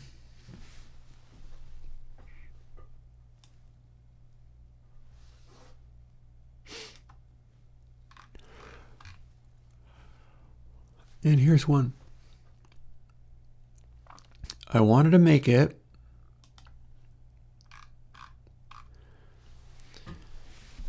so that we could engage the form of plugin based on what it is. See, it's mode, engage plugin mode, double plugin mode, parameters, knob mode, get. That gives me a 0 to 1 control.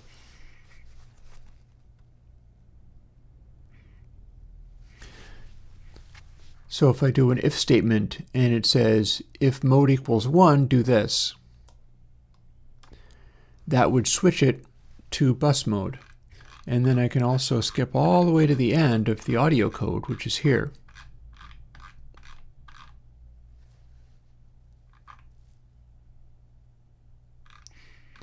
And in fact, we're all the way to the end before we get to this point, which is like right after, like right before we're ready to do the dither, because these things, the bar display stuff runs outside the console summing. Like you're on bus, you're doing measurements of the end result of the entire system. So that doesn't live inside console. The metering is always outside console, which happens between the end of channel and the very beginning of bus. And here's where we would do plugin mode from 0.5, from 0 to 0.5.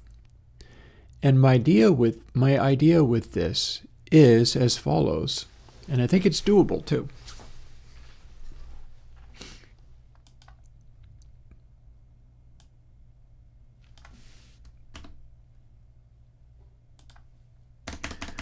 We're going to do something kind of like this.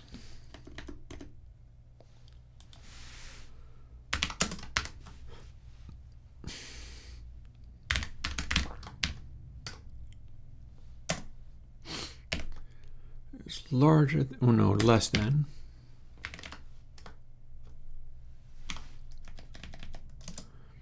Because plugin mode goes from 0 to 1.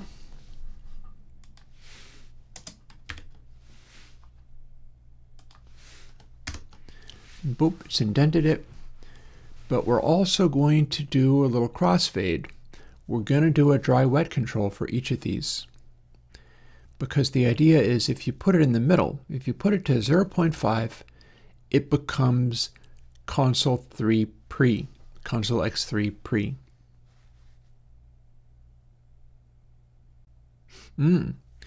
Nice job, Jonathan.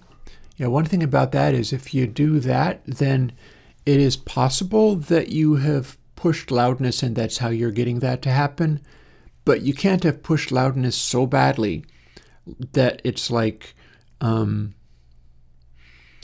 living la vida loca, because when you saturate that badly, you start dropping again. And yeah, if you're going for a classic style of production rather than modern production, it's very likely that maybe you're simply going for AAA each time because you're going for as loud as possible and all that kind of stuff. If you're going for classic production, you might actively seek to be like, I want to do plus A CCC, or I want to get results and my meters are going to say DDD. And if you went about doing that, you would be effectively reproducing classic hits with lots of headroom. You'd be doing like 70s sounds. And it should work. It's harder. If you're going for like, let's do a timeless classic, but I want it to be a little more dynamic than just maxed out modern type stuff. You could intentionally target, let's do a plus A BBB. Have everything be right up to the point where it's maxed out, but not quite there in any of the parameters. That would produce something that was probably pretty solid sounding, but it would not be anywhere near Loud Nation.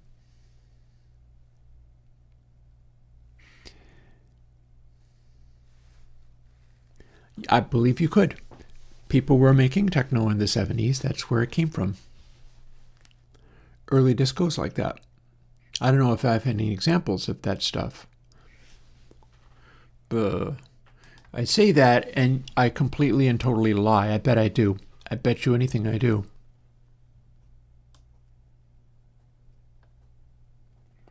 Let's see.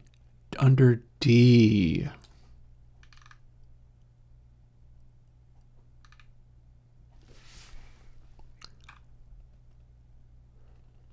Where is it?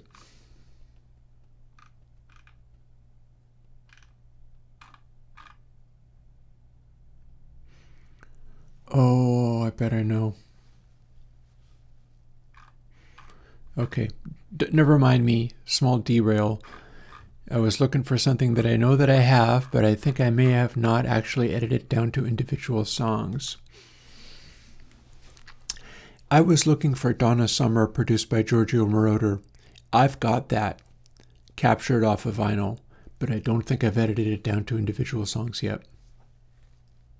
Oh no. Well, I'm sorry to hear that, Aurora.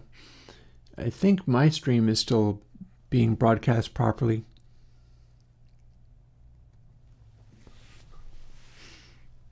Good call, Jonathan, on the renoise. Renoise is very cool.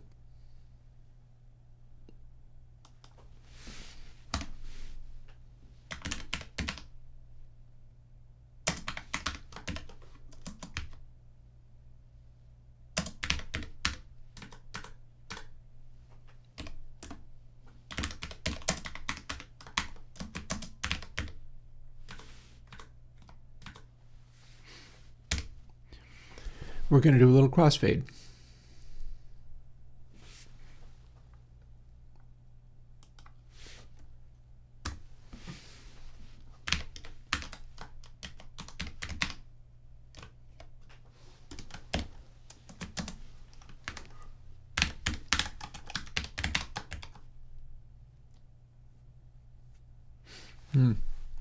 Actually, we can do another refinement.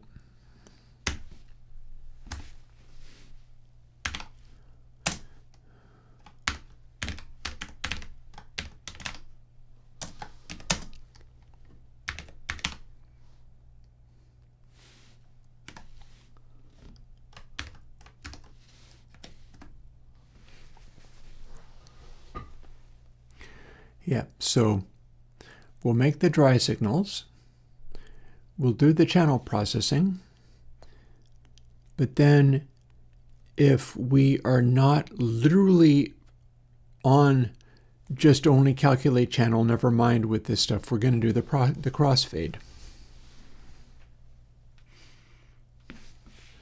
So let's see.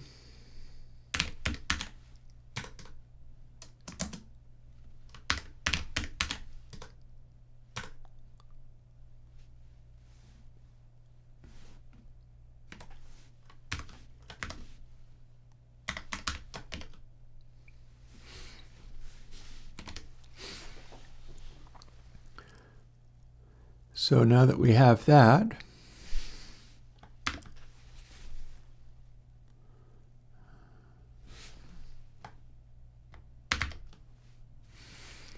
do something like this and something like this. It's been such a crazy death march over a meter that it's okay with me if I have a hard time thinking my way through this stuff. It's the basicest, most primitive stuff in the world, but I am tired. And I'll do my best.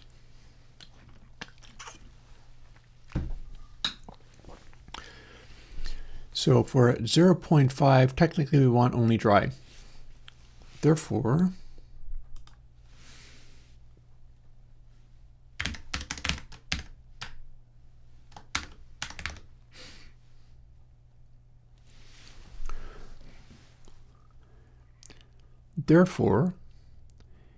if plugin mode is, technically it's going to be the same for the bus, so it's fine.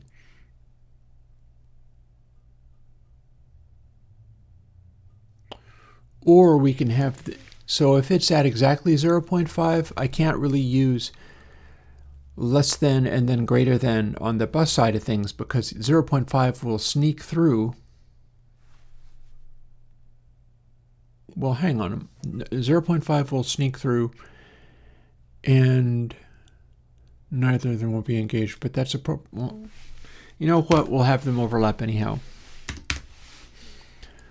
Equal 0.5 means we get to use this. It will run this, but then it will use dry L times 1. Plugin mode will be 0.5 times 2 means equal to 1. Also, why am I'm getting caught up in the way that I usually do things in Godot or whatever the hell it is. Or I think it's actually juice code where it's doing floats all the time and it wants me to use floats for these comparisons. Anywho. This part requires something similar to this.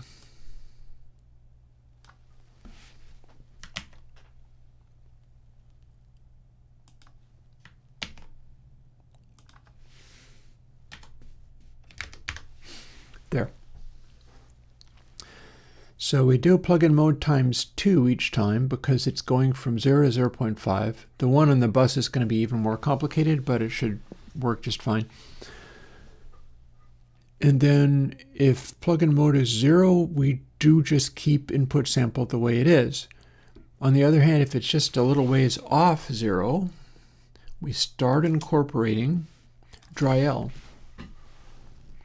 And by the time we get to 0.5, we don't have any input sample L left because it's 1 minus 1, and it's all dry. So we crossfade from, we do a dry wet on channel where dry is the middle of the control. Having done that, we can just do the right version of it with a copy and paste and edit.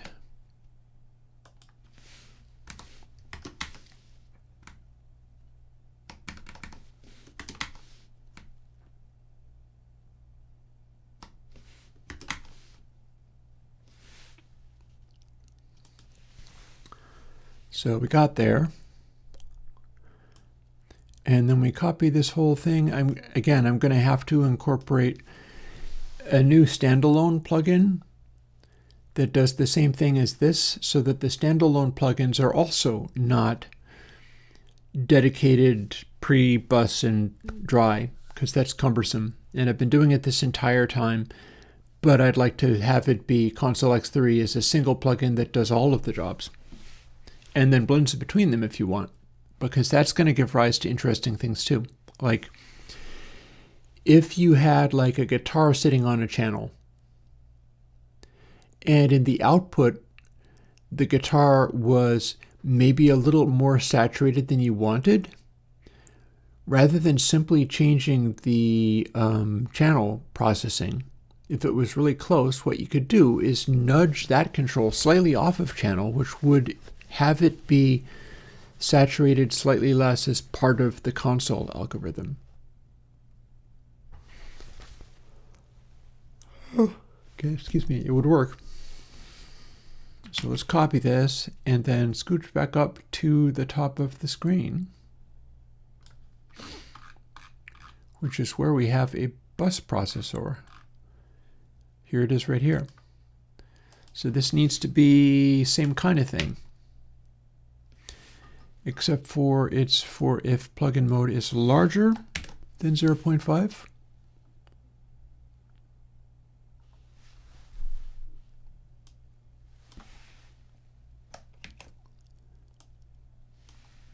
But less than 1. If it's cranked out, we don't try to do the crossfade. And then we replace the channel information, the channel encode, with the bus decode.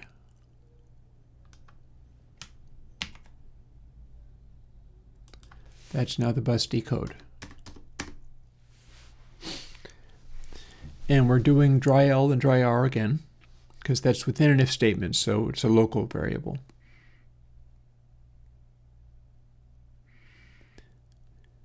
And then what we're going to do is edit how plugin mode works.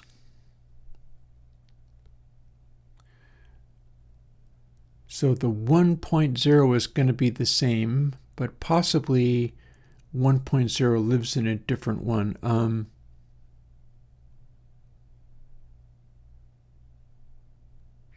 Yeah, so what we can do is, since it's always going to be larger than 0.5, we still probably want to do times 0 in here, but we're going to make even more parentheses and have it be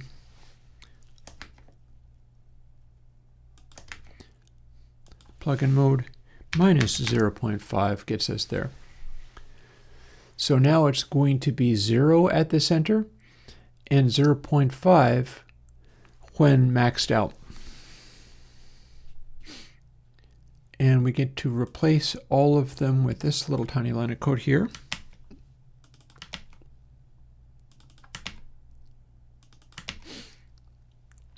And now we have a thing where that factor is going from 0 to 1 as if it was a normal wet dry.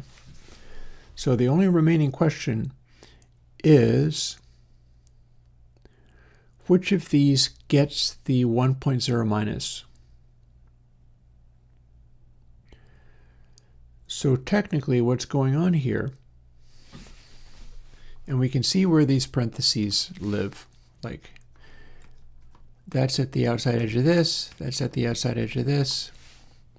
We've also got this one on the very end.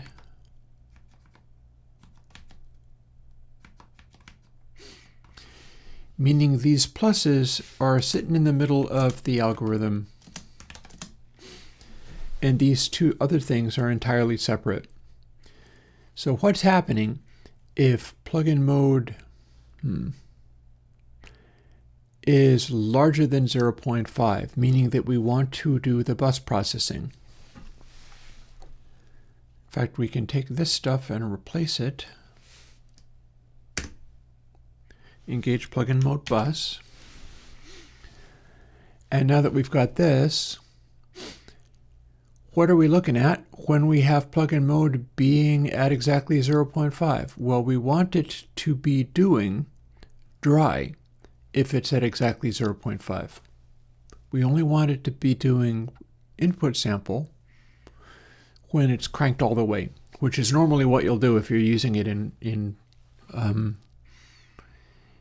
console.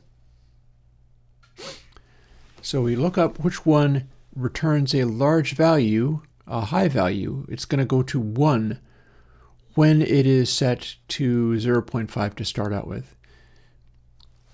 So 0.5 to start out with. Minus 0.5 gives us 0. Times 2, this is still going to be 0.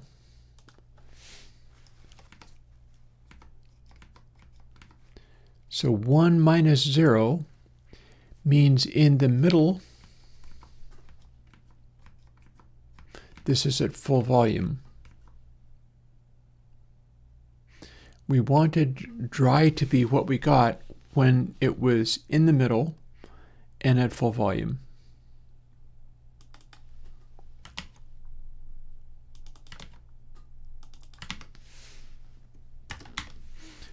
So we want that. But what about this other circumstance? Well,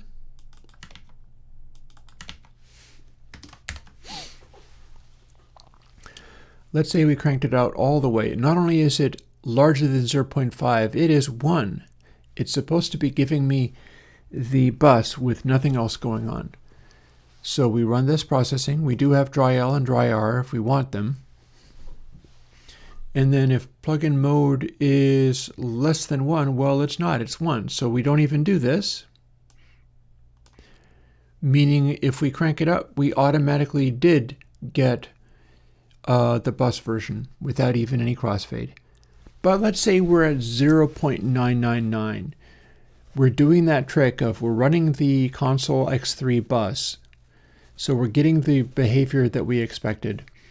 But then we also want to dial it back a little bit so we have a slightly more saturated effect, which is what will happen if you use this control the way that it's designed to work. Plugin mode is 999 minus 0.5, so it's about 0.499. Times 2 makes it be fairly large again.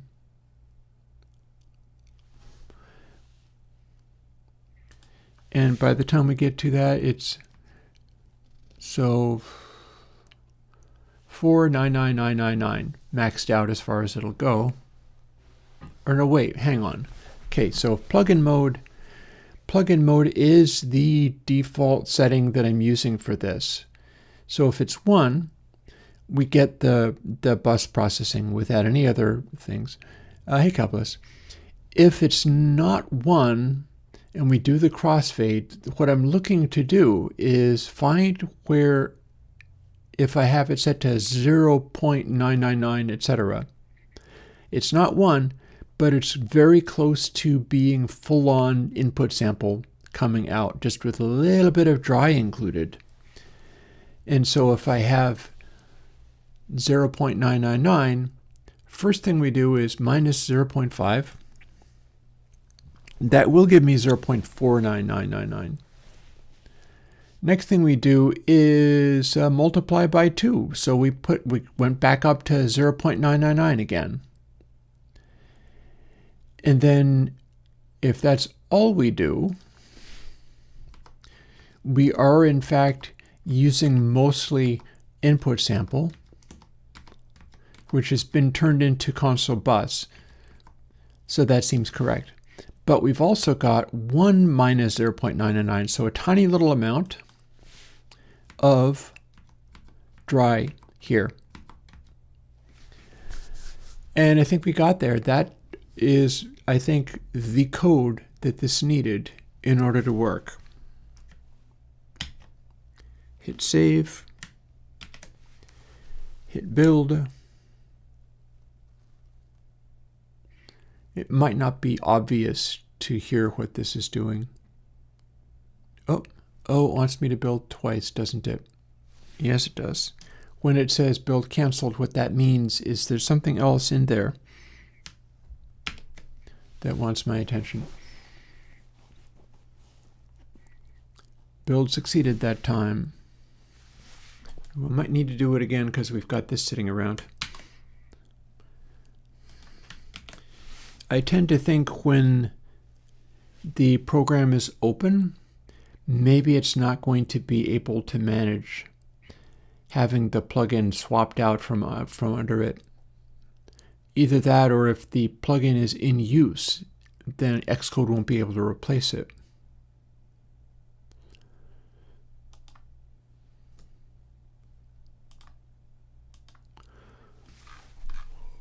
Oh, don't mind me. I'm going to get some good sleep tonight, I tell you. After all that work previously, it was a lot.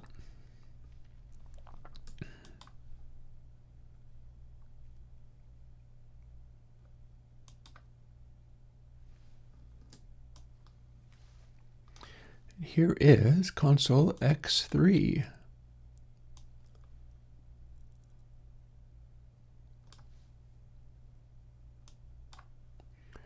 And here is a channel bus.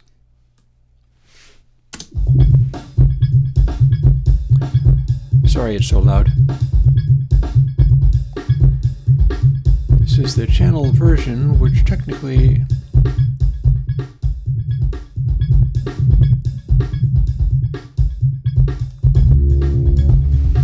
so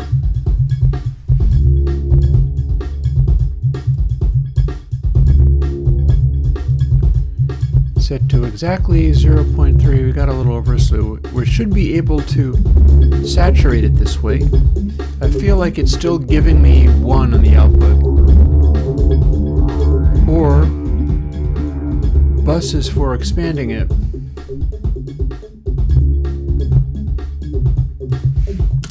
So this is confusing me, but that's fine. That's nothing to what I'm going to do next. But with a bit of luck, I can do something to at least try to make sense of it. So let's do this. Let's make an effect stack that's going to be console X3. And we'll try all of the things. Firstly, a version of console X3. Oh. Twisted wave is a little bit more twisted than it should be as far as manipulating these things. Then a version of console X3. Because this one is the decode. Then something handy like meter for really studying what it's doing.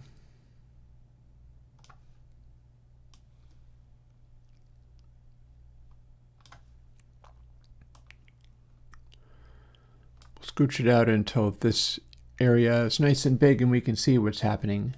And we can technically see a little bit of that end result over there. This meter will also probably show me something useful. And then we hit play.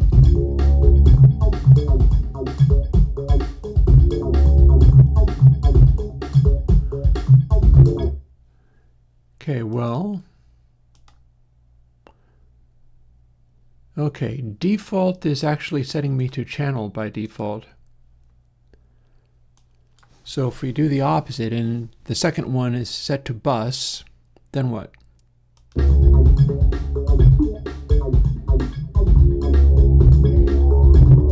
Okay, lovely. That looks very similar to what the end result is if we weren't running these at all. See the peaks, it's going to about 0.24. That's summing a little harder, and then we do the second one and we're back. So this does restore things the way that I wanted.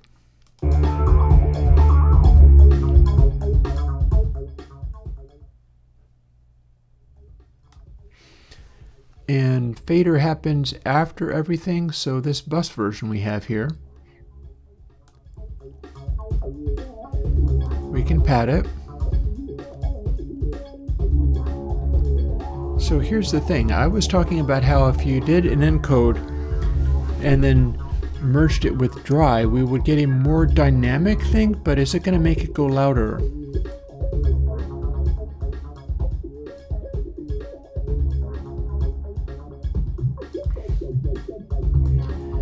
So encoding the channel encoding less will make it go more dynamic.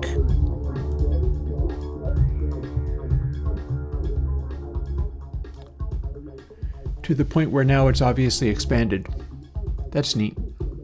And this is without using the Dynamics 3, mind you. So channel plugin, you're supposed to be able to do it like this. I'll let it continue. I'll let it get to its continue.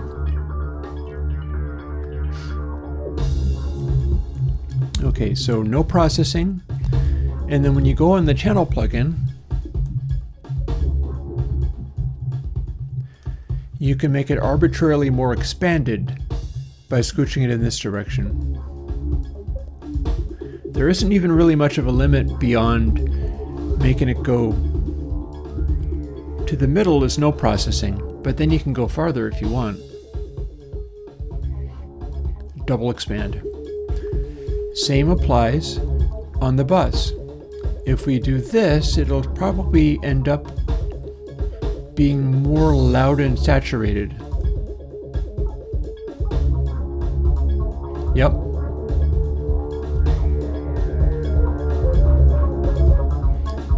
And now it's so obviously saturated that it's crazy. I had to pat it quite a bit.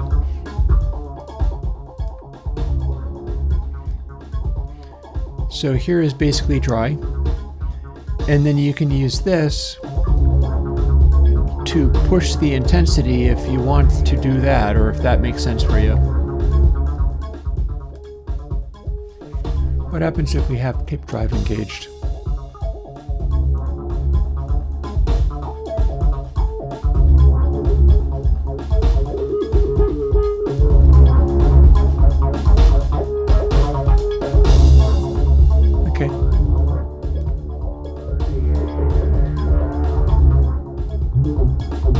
Interesting.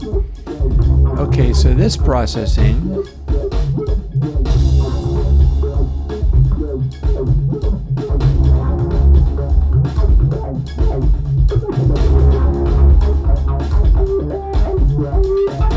gets gnarly.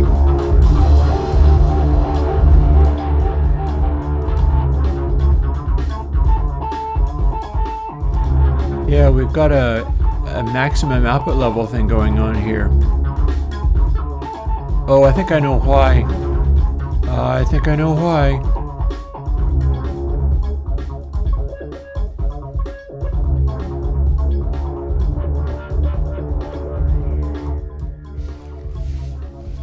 So, here's the thing. If we're doing the tape drive or whatever, or if we're just trying to figure this stuff out, the reason it continues to get louder as we stop doing the bus processing and switch over to channel processing is we've changed the position in the circuit where that's being applied.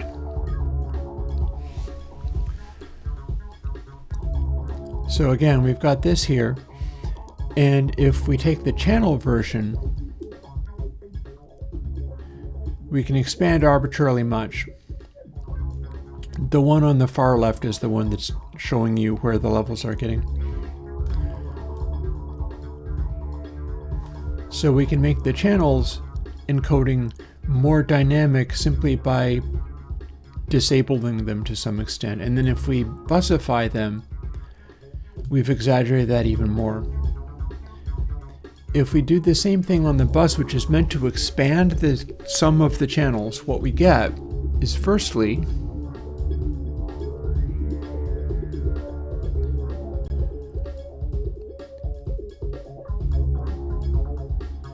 it's going for more density by not doing that expanding. So we're just getting the raw digital audio workstation sum of things. But then when we do this, what we're getting, and we've padded it in fader, even if we have tape drive engaged,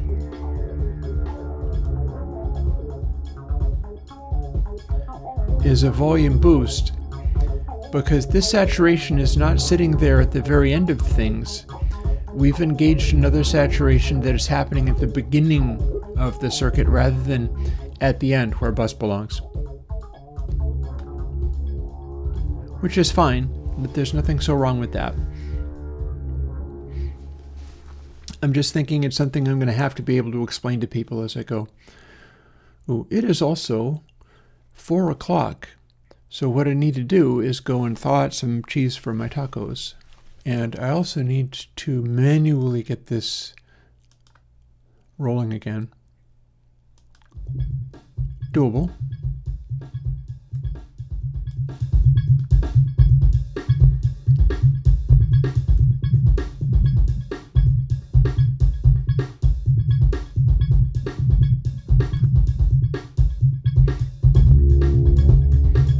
Meanwhile, we're going to briefly play with these machines and see what we got.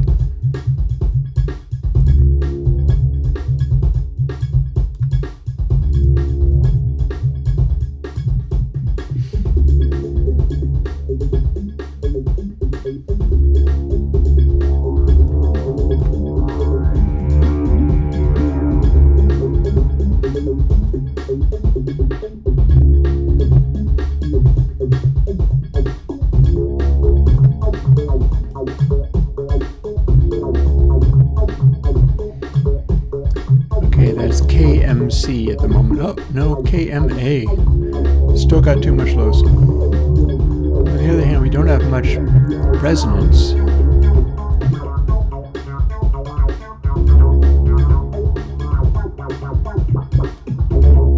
Reset that again.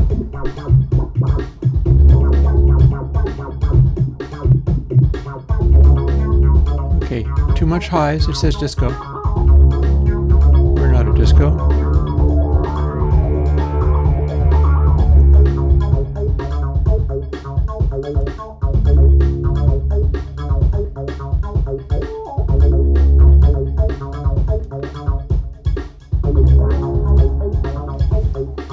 Let's see where we're at now.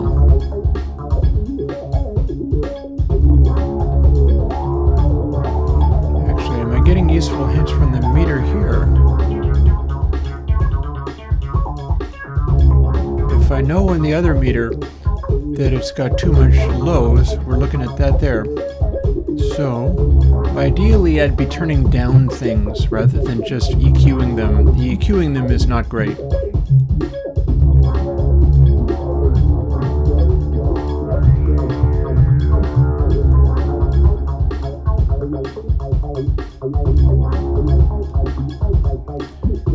Okay, that reined it back quite a lot.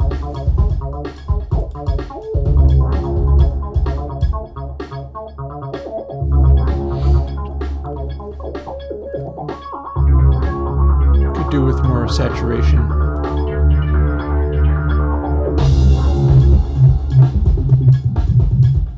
JKL, still more bass than we need.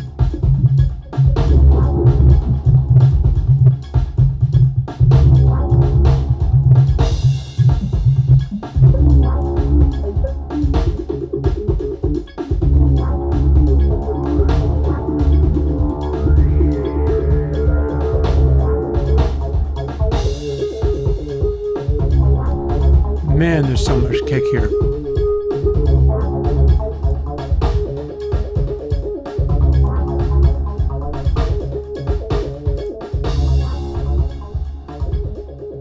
Let's use the fader to dial this whole stinking thing down. Or better yet, the input.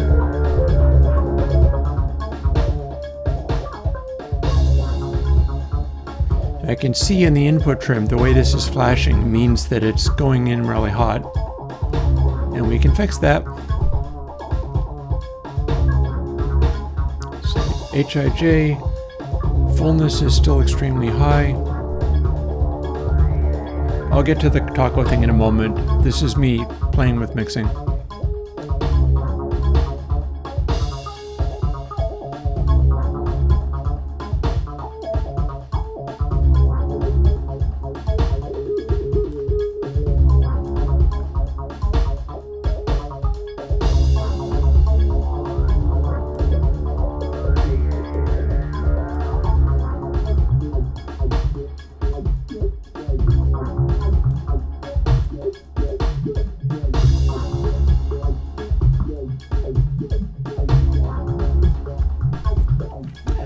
Bearing in mind, you can't see it properly, but now you can. So this is going by density, not just the bigness of the lowest dots.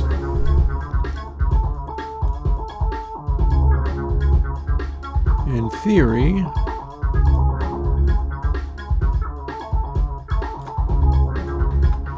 if I set it up just right, We have an Alien Kittens remix. Okay, looks like my highs and loudness are balancing out nicely now.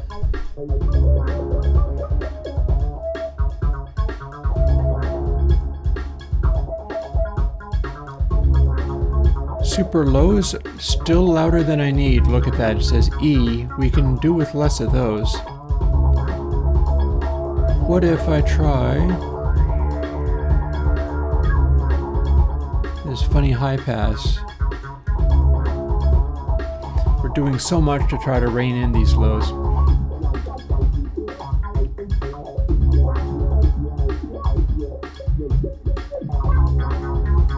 You know what? Good enough.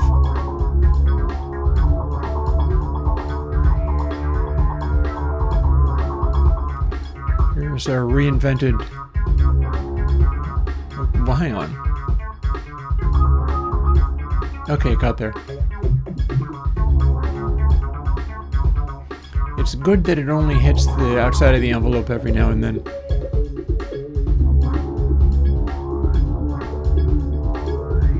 And let's start the track over again. Now I'm going to go and thaw out my cheese for my tacos. And when I come back, we're going to play with meters and colors and lights.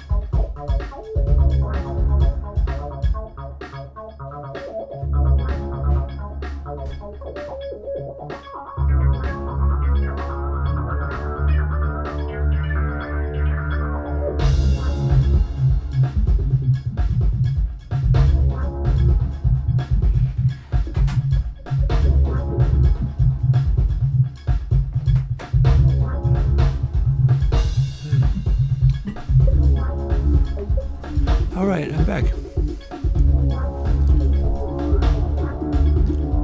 It looks to me, and it kind of sounds to me from the other room, like this is doing a pretty good job of sounding better than the raw audio. Again, here's my metering of what it's like when I've done this stuff with it in Console X. And then if I take it out, here, we'll let it keep going like that.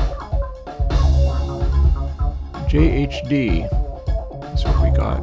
So that's not perfect, but here's what we started with.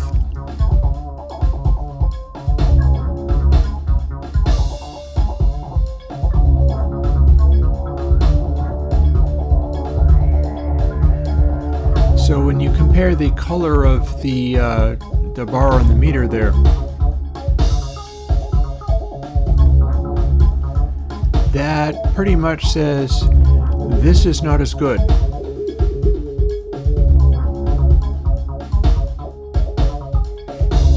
It's kind of gone off.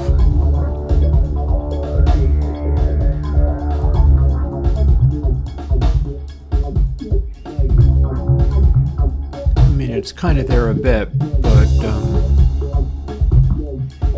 not that great. Whereas, here's our reinvented.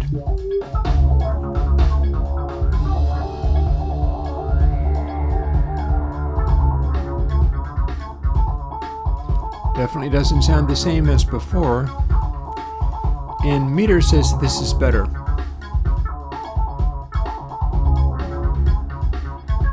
Put it back.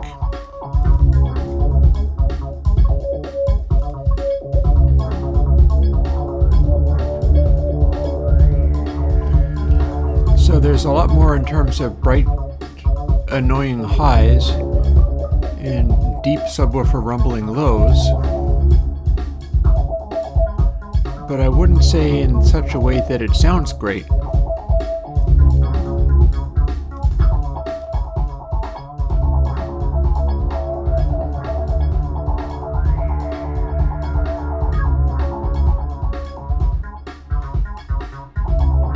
The highs and things sound a little bit better here,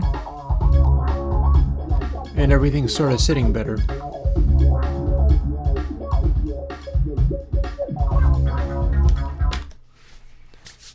So there you have it. We did a thing. That would be more along the lines of what I would get if I was mixing that in meter. I appear to have successfully done the plug-in mode for bus and channel appropriately, and learned that on the channels you can slide it all the way over to bus if you want things more expanded, but on bus you can't actually slide it all the way over to channel unless you want to just go really loud. It's not really quite gonna do what you think if you do that, and that is partly because I don't have a post clipper here. This is designed to just be able to put out gain for either safety clipping or loudination as you see fit, but it's not going to have that built in.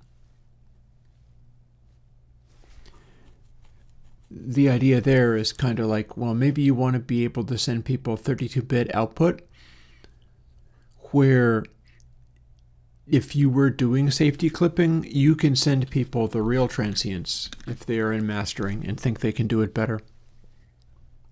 Which would probably work even if you were sending it to me and I was to take whatever you had and try to do it better. It'd probably do better if I was allowed to have the real transients.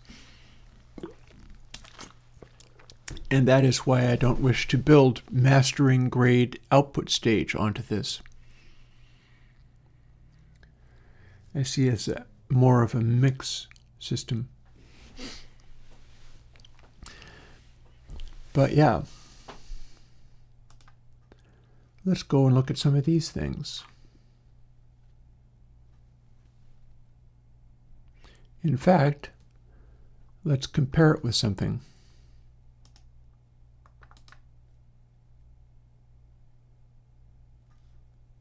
Oh, you're not going to show me, are you? Well, I know where you can. You can show me if I go to Open Recent. I can look at the two most recently used Airwindows UI CPP and see the one that is meter.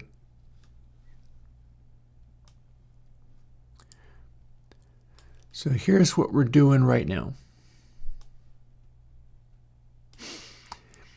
I propose to take the color bar thing, but not really, but kind of take the color bar thing and instead make it be an RGB light built into meter. Oh, 90s Pope, hey, I'm glad that you love it. If you haven't downloaded it in the last 6-7 hours, there's a new version that's even better. And we've been playing with that a little bit today. And we could get back into that momentarily, but I have one more tweak to do on console X3. So we've got similar code here and here. See where right next to each other it says N draw dots on meters R? That's because both of these things have stuff in them for drawing all those dots. It's actively going to draw them if Blinken Display says the right thing. But I think I might just be able to get the information out of it regardless.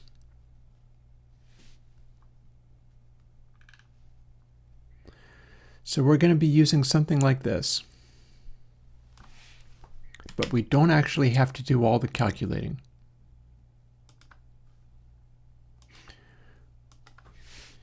We're going to take this and grab it and stick it here.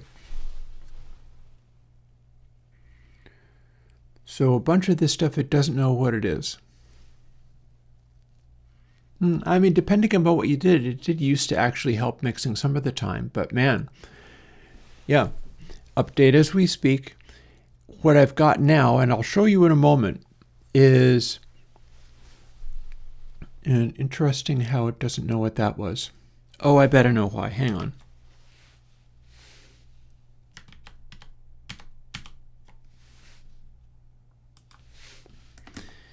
I bet it'll know what those things are now.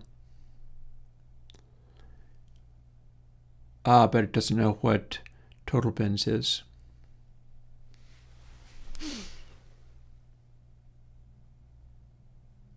But we can cheat and fake it. Watch this. Don't know what total bins is. A.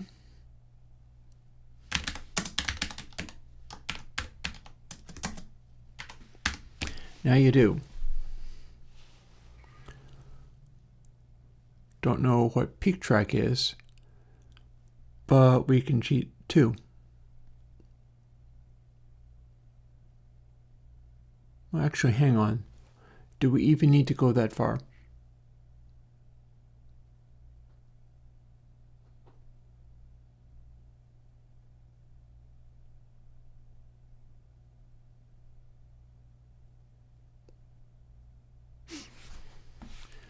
Okay. Let's actually not do that, and we'll do something else. So we got these Blinkens. We use these to set things in the interface, but they're part of Airwindows meter.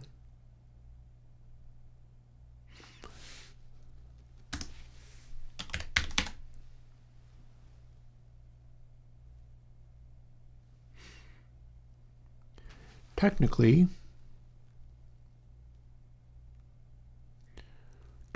it's Blinken output that we are replacing. Blinken output is the fader.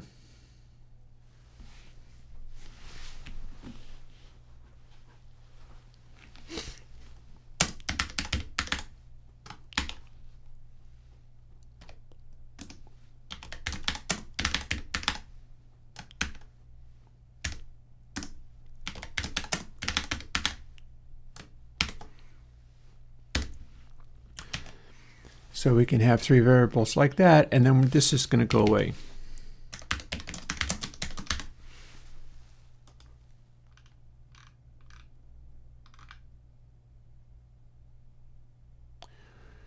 We're not actually going to be doing this.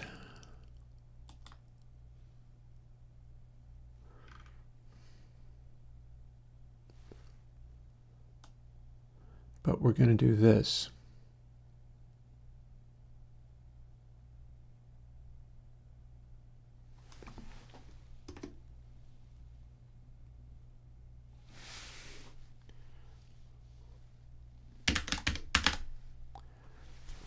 Okay, so loudness. Loudness is going to be red.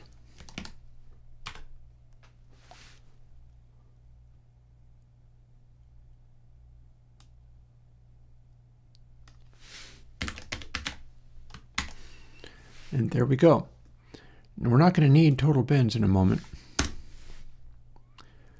We're going to be figuring out how all this works, though.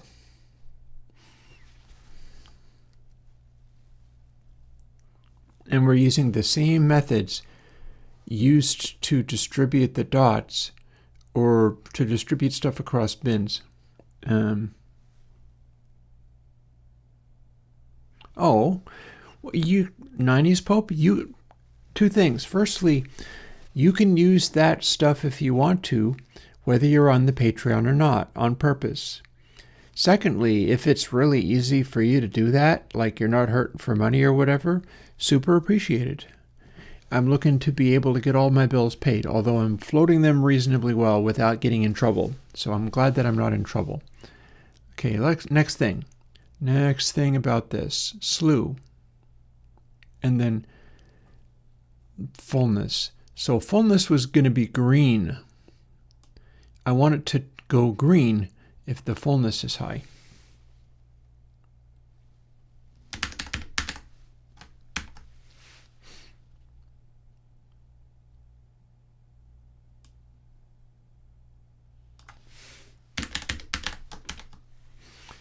Leaving red. It's going to... No, red was loudness. And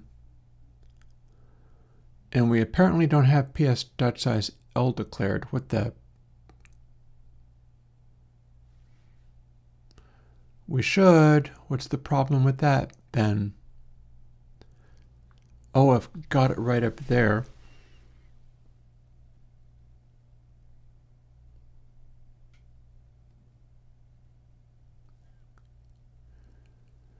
Oh, it's being defined within an if statement. Well, one thing at a time. So output R, output G. That means output B for brightness.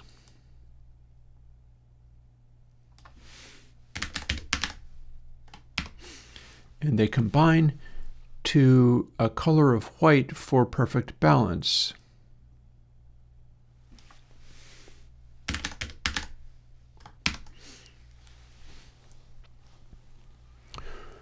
How they get scaled is actually kind of arbitrary. Oh, look, we have problems with all of these things. Maybe what these need to do is get moved into the relevant locations. Let's find out. We don't do text score bins because we're not doing text scores. We're making a light up. And I'll show you more about that in a moment. But for the time being, oh look, and there is literally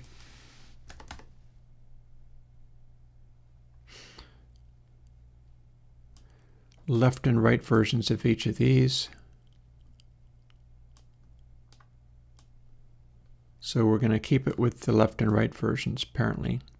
If I can click on a thing, which may or may not be possible at this time of day. We'll see. I know it's a sea of red error, but that's what I wanted to do.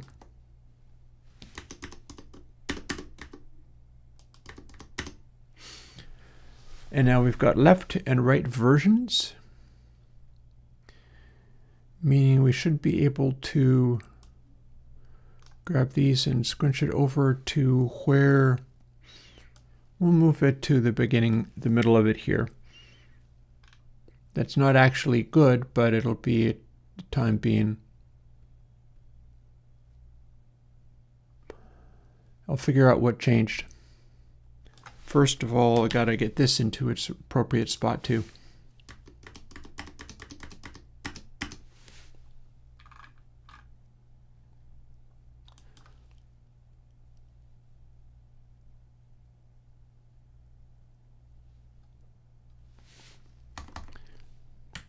So technically, if we're clipping, we lose all that.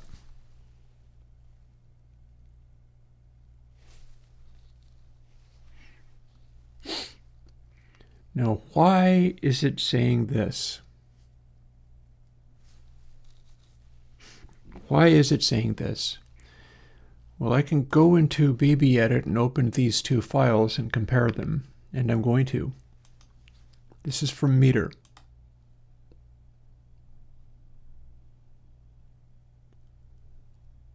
This is from console X3.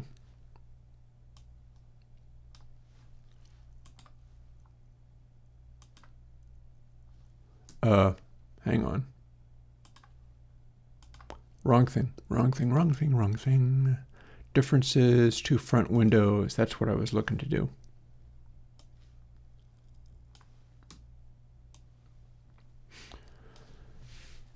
So let's see which bits are actually different here.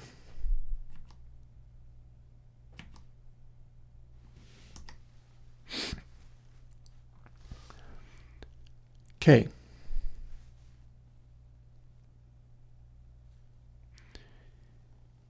Here's sort of where my problems began. I may be able to take some of this literally from the working version of meter, or maybe I'll just re-implement it bit by bit.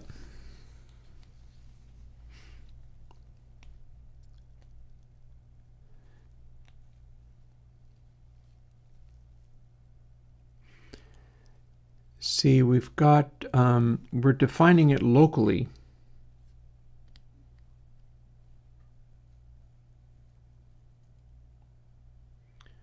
But it wants me to be defining them up at top so that I can manipulate some of these things.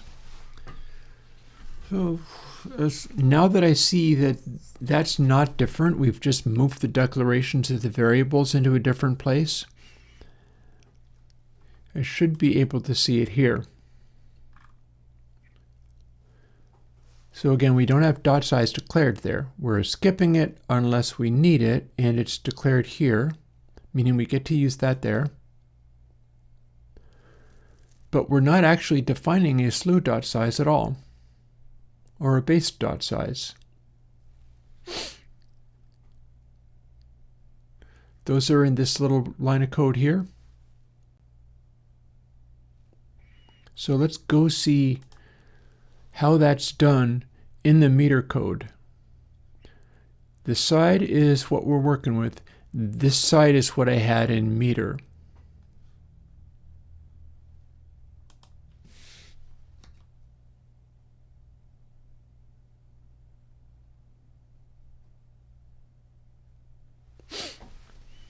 And we're taking that which is just part of the regular code,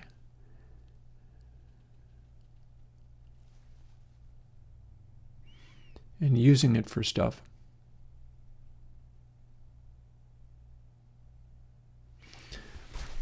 So it's making me wonder how far I would get from just straight copy pasting from the one to the other. I feel like that might not be good. Specifically, what I'm doing in the version in console X3 is I have a control, and the control only draws stuff as needed. It only draws one of the panels rather than trying to draw all three. So I can't just paste across what I've got there. I've got to work out what's going on.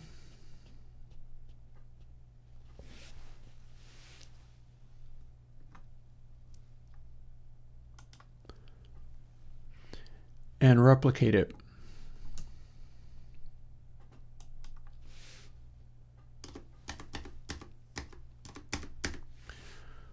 Well, output R is covered.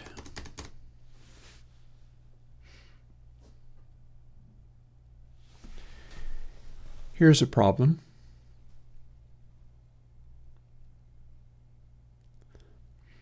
We're doing that, but then we have this if blinking display part that is drawing these things.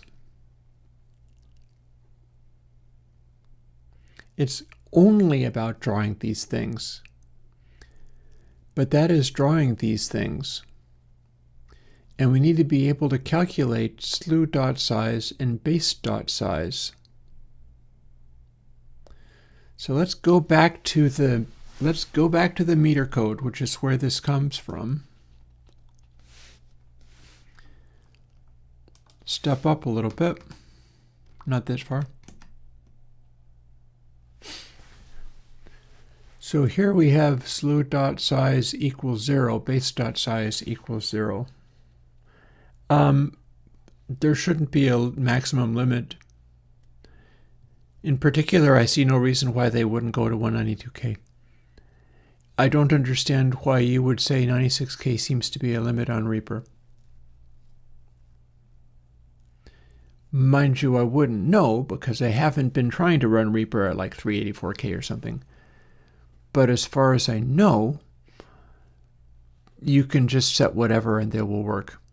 Especially things like the reverbs. Anything with Bezier calculations are only going to get better the higher sample rate you go, because you'll have more granularity with what you can set them at. So let's see.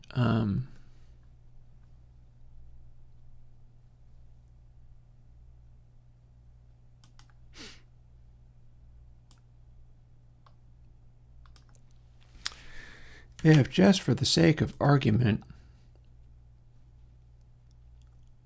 we did this,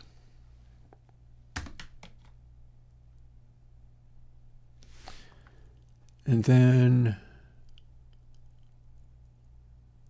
hang on, did it again, but the proper, that's the L, so output R, then we go in here, then we do this, and then we take this away so that it only has the right side ones this time.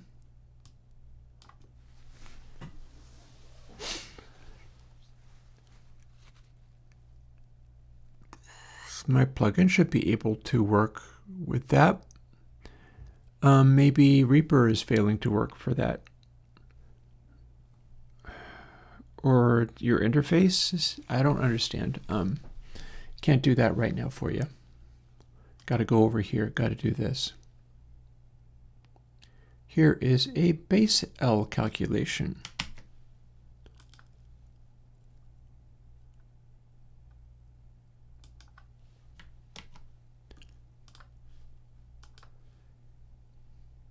Here is a base R calculation. It's not going to get me there, but it's closer. Then it'll stop griping about those things, and the next thing I need to do is actually get the real values in there. So what does that mean?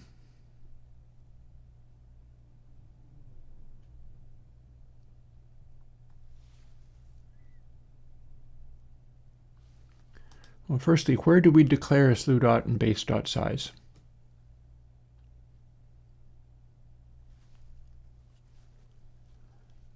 Here we are. So ICU, that's rather ungainly. Might be able to, oh God. Okay, there's a lot there, but okay.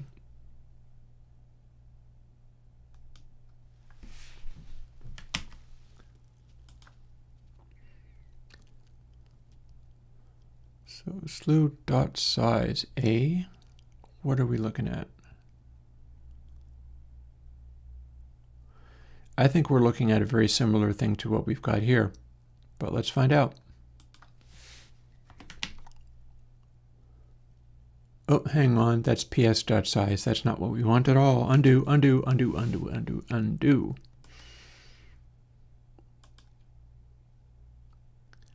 Okay, that seems much more reasonable. I don't know why I was fixating on that. I don't think I need to do it. I think we got there. So if I copy this, then we have slew.size and base.size. Technically, we could even do this.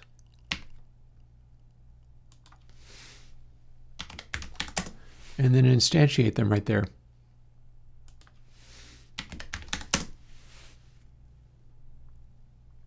Good. And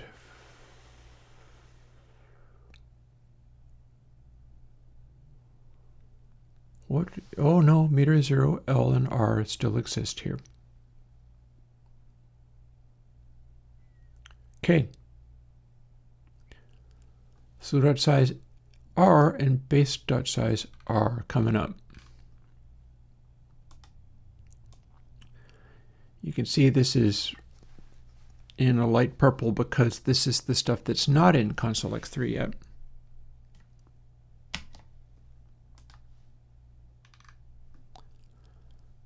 Paste them in here. I said paste them in here and instantiate them.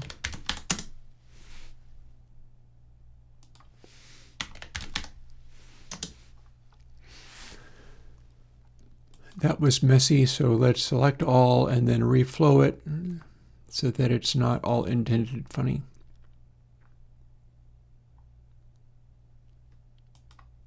Boop.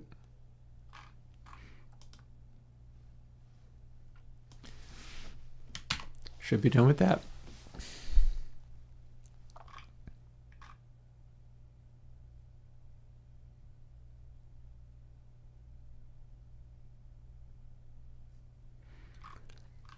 So if we're already doing this, does this mean we get to reuse some of this stuff? Here's this stuff, fmin, and then 199.0 parenthesis. We don't need to recalculate that now.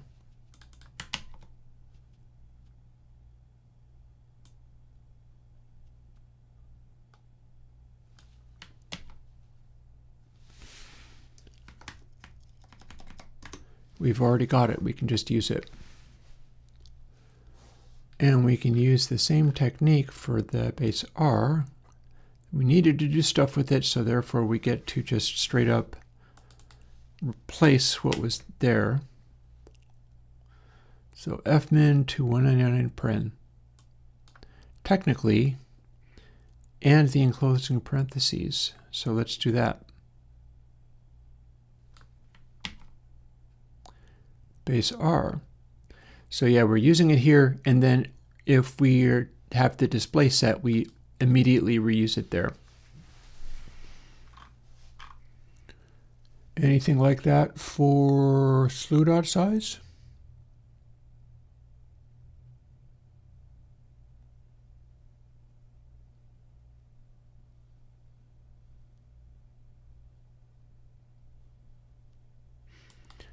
I see a sign 0.1618. Is that in here somewhere? Ah, okay, it's if. Oh, we're using it twice. Look at that. Cool.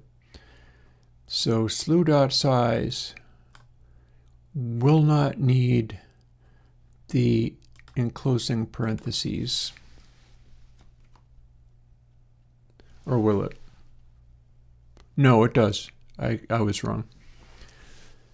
So slew.size replaces paren sign all the way to 0.1618 in this spot.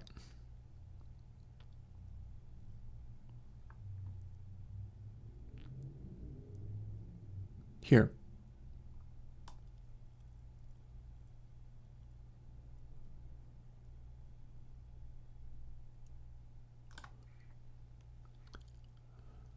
And the enclosing parentheses.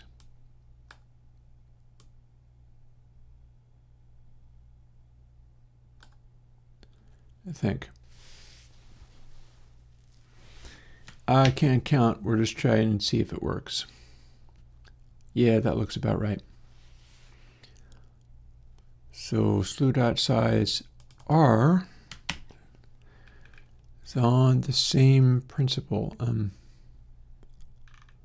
Let's go and find it up. So sign is that one, and then also that one. I don't know whether that would, it doesn't look like it would make sense, and yet, here we are.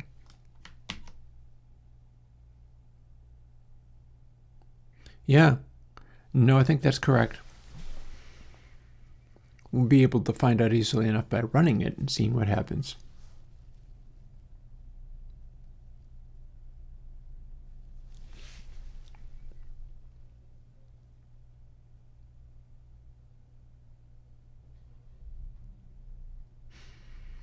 And technically, just to be tidy,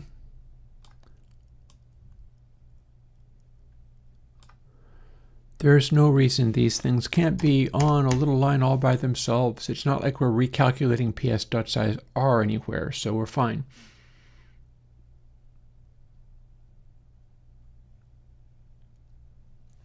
We need to be able to do that, and we are doing that. Actually, let's give the tiniest little bit of spacing around here just for the purpose of clarifying what's going on. I'll even put a comment in. Fancy that. Look at how generous I'm being. I'll put a comment in.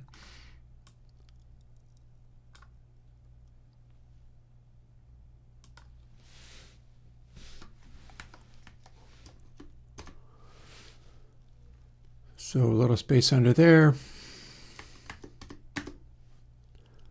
And space after here, and then the comment will say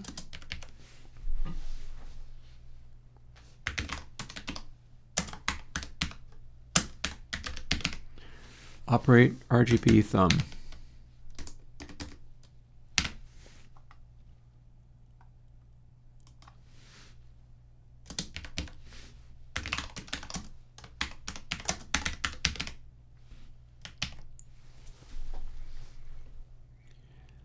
And you might ask, like, how loud does all of this go? Do we need to scale it? And the answer is technically no, we don't. And I'll tell you why. All of output R, B, and G are being added by these things, which are meant to balance if it's all the same level. We'll find out how true that is, mind you, but it's just this one value that keeps getting bumped. It's getting bumped on the left, it's getting bumped on the right. We'll see where it gets to.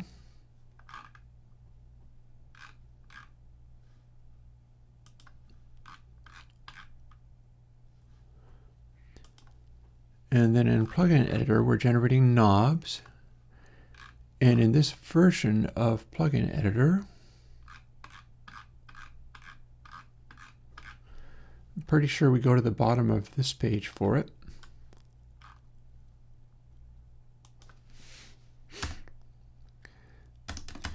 We are setting some knobs here, and then we are setting this.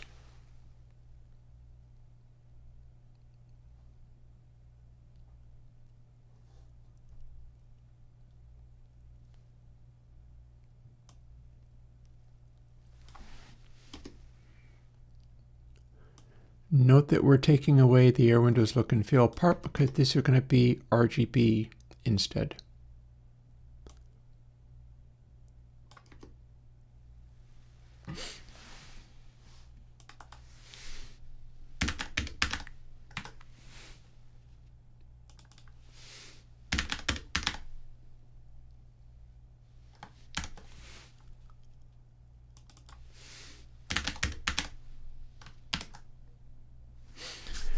Now we have to manage the maximum output of these.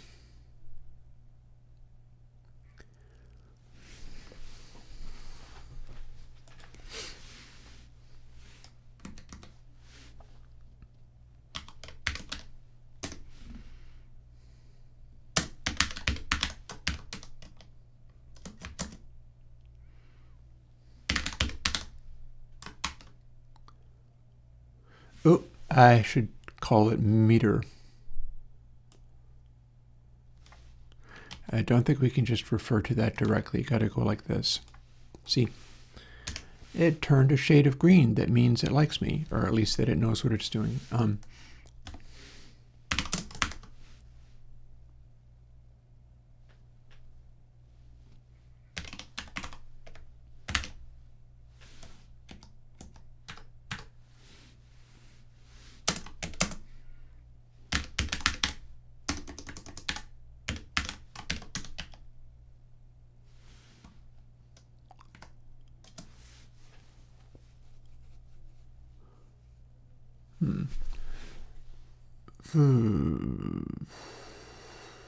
Or do we have a problem doing this within a switch statement? I guess we'll find out in a moment.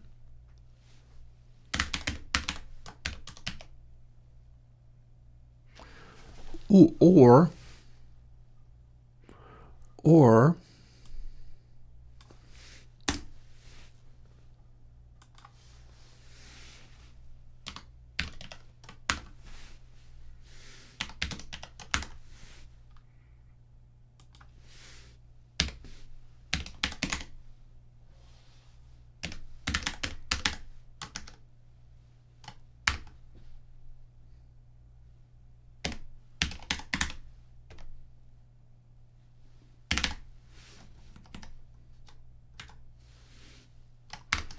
there. One simple thing that is going to return me the largest output.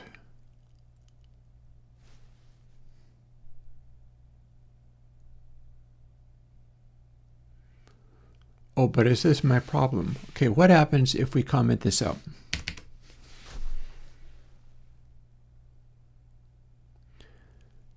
Fair. Turns out you can't declare a variable in there, but I bet we can adjust one.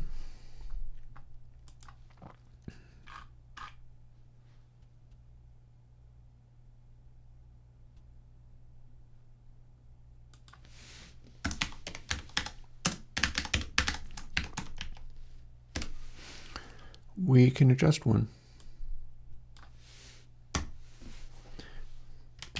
Now there will be another issue from me instantiating that variable that I just took away.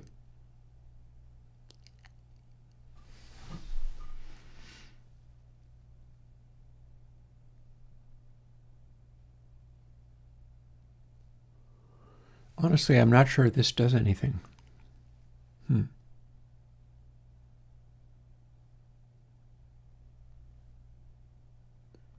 No, I think it does. I think it does. But we don't feed it the energy this way. Not anymore.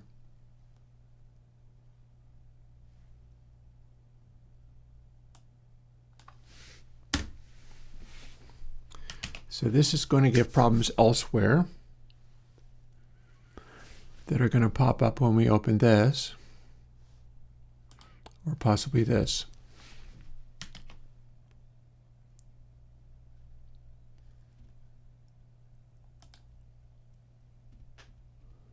Or not. Well, shucks, I know some of this is going to have problems. I just don't understand what it did. It's now generating a variable from this stuff rather than that. Honestly, this might not do a damn thing.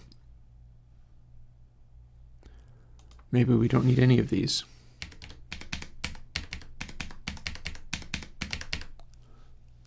I feel like maybe we do.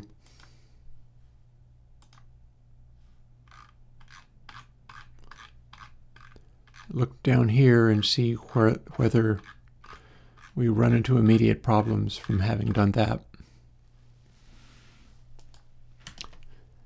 Save, save.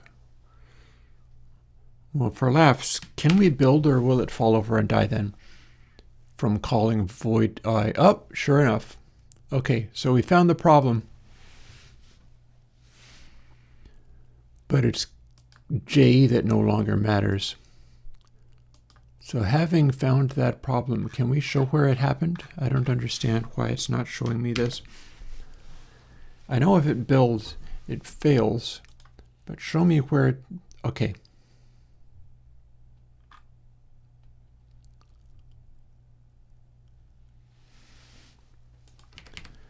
Let's lose this case and put the other ones back.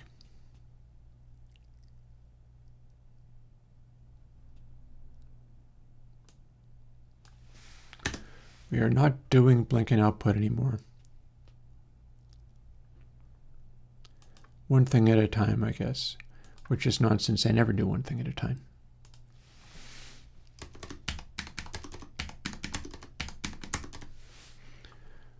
Where does blinking output come from? Is it living in here?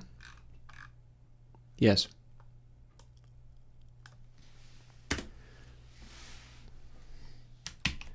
So get rid of that.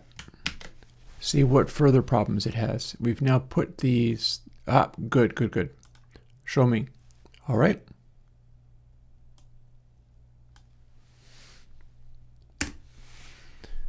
Lose that.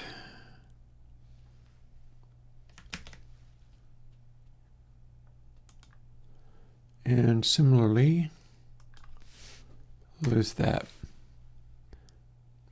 Now we've got a max fade that is not being tracked.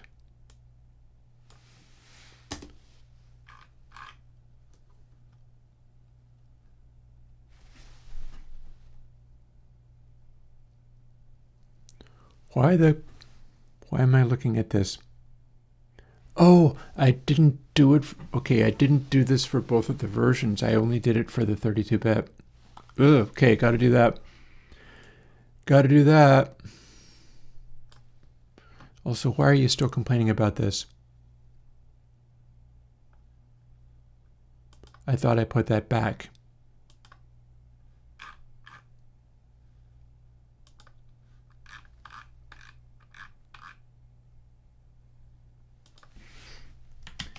I really think I put that back. There you go. Okay. Order of priorities. Oh, and we're still having a fit. What? Order of priorities. Both the float and double precision of this needs to have the new encoding and decoding. Twisted Wave was seeing it because Twisted Wave runs the 32-bit. I have to have the 64-bit. So let's zoom up top to where the 64-bit shows me this. Copy. And down to where I will see nothing but commented out. There it goes.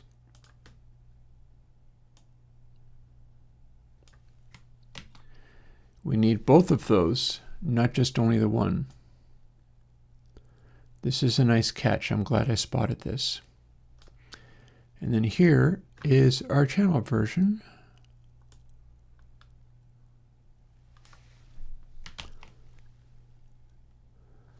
And we're doing this while even forgetting what the other stuff was, because this is more important than getting that other stuff right.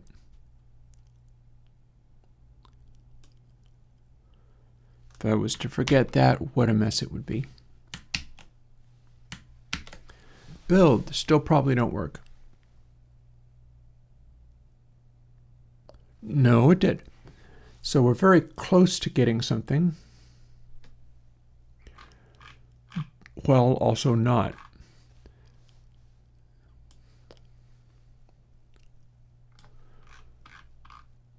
Here's process block.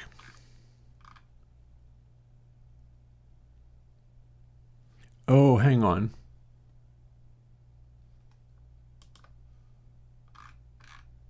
Here's where we declare stuff. Okay. Max fade is the next thing to go. Look at it complaining about. Look at it complaining.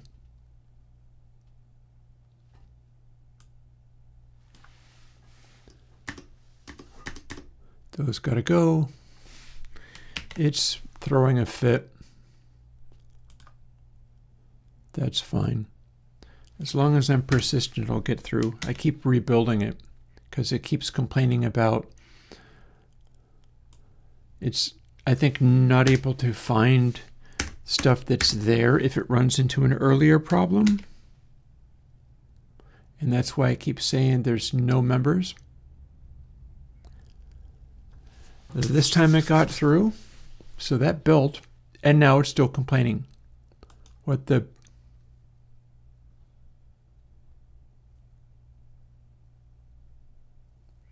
I promise there is. I promise there is.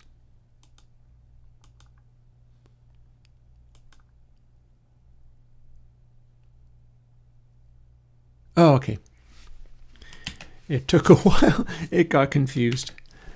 It got confused and upset. It was like, wait, that wasn't there. Oh, now it is. And now we're staring at the part that we need to do in order to finish this and see what it does. 3 minutes to end of stream. Tacos await. We're not defining this variable in here. Therefore, we get to assign it to max. Oh, meter output max, sorry. I stand corrected. Now it's fine. And after we finish doing that, we reset these.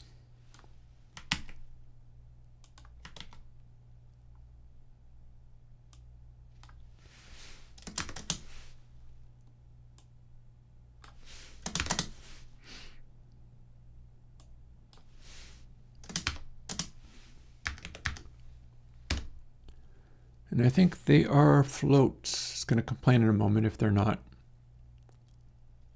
We'll just tell it to be floats. So they start at 0 and they count up. We've just figured out what the largest one of the lot is. Therefore,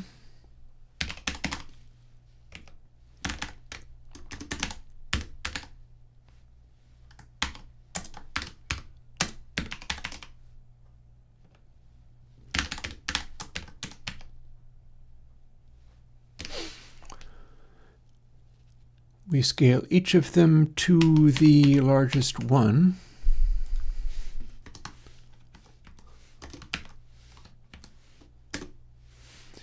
And we set the color to be a RGB. Oh, look.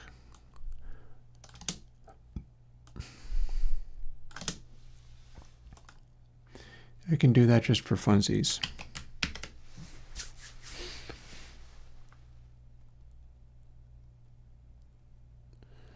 And it's times equal that. So it literally doesn't matter what it is. It wouldn't matter if it was 0. None of it matters. It's just going to make it be like, okay, so 0, and if nothing was added, it would be a dark setting.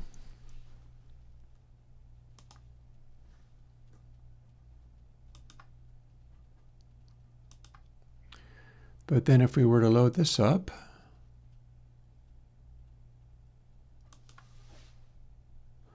and fire up console X3. Make it be a little bit larger, and we don't need to do anything with this. It's fine.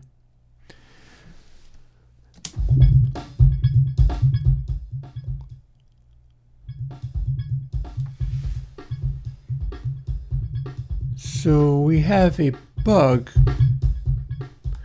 but the purpose of this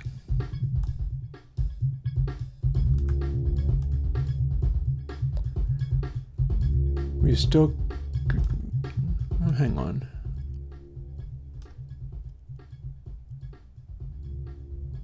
Okay, that's showing the output. So it does have to be cranked for meter mode peaks to work properly. Here's 0 cross. Here's slew. So this is supposed to be going in colors. Why would it be not? Well, we're setting R and G and B to 0. Once we've hit an increment and updated it, it's supposed to be flashing in different colors based on what the display is doing.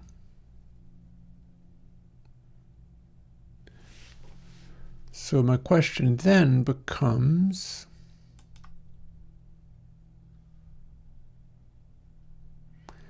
these are meant to be updated.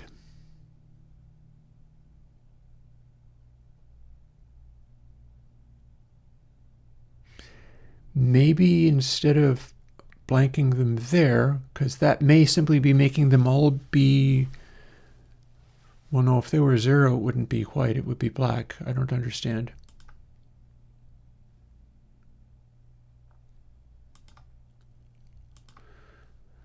So here's where push increment happens.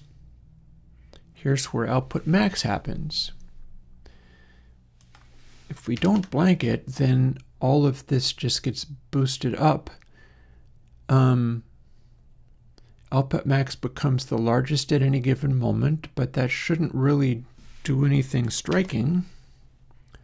Shouldn't do anything too bizarre. I'm over my taco time, but we're going to at least do a little experimenting with this. What this should be doing is allowing these to be set to colors. See RGB and A. This should be scaled to 1, and maybe there's a problem. No, 1 should be the max. Or, rather than rescaling them, hang on.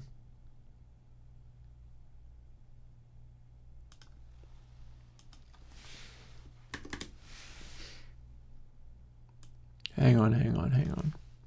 If we got to do this anyway, let's see what we get if we do this.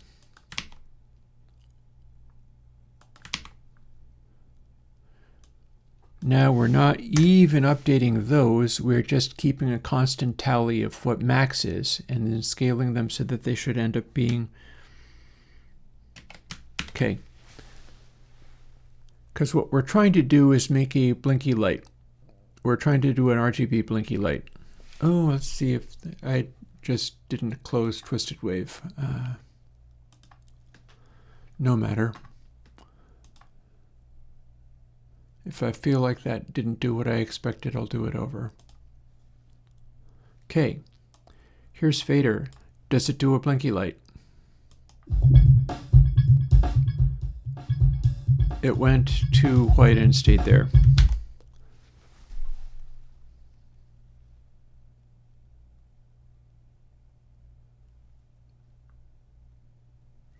I feel like these shouldn't be matching that perfectly.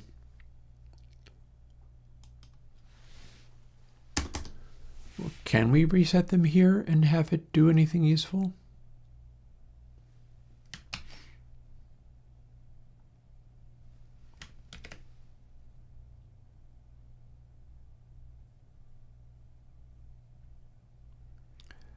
Not all of this updating is the same.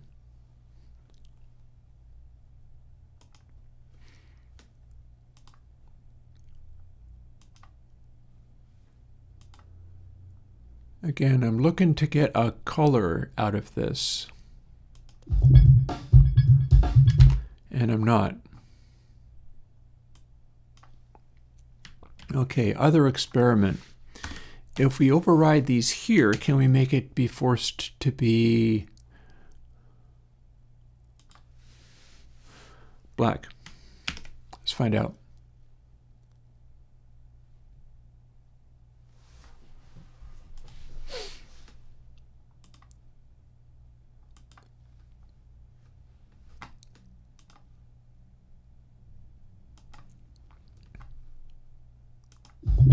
Yep, stayed black. What if, okay, cut out of that entirely. We know that it is able to go to a white color, but all of these seem to be exactly matching. They're not going larger than they need to, but they're not being any different than each other.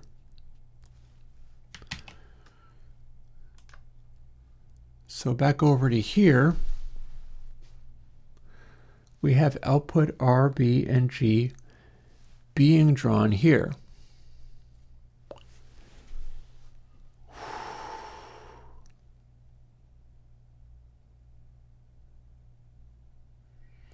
I have an idea.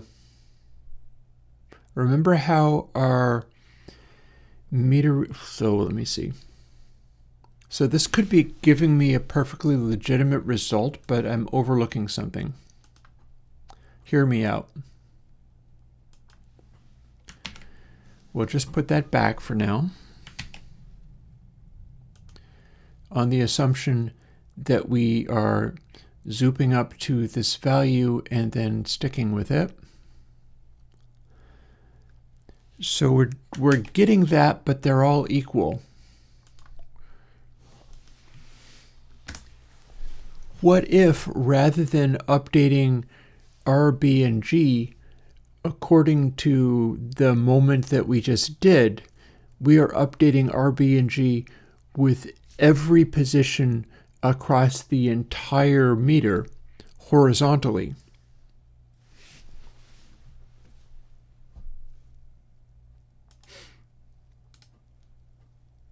Oh, gotta load this from here.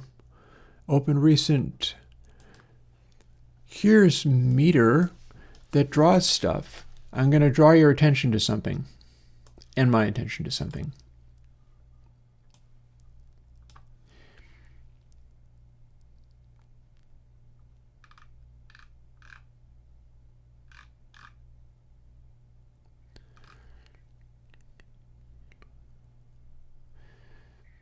So if count equals data position minus 1, this is when we wrap, this is when we recalculate stuff. But look at what I've got up here.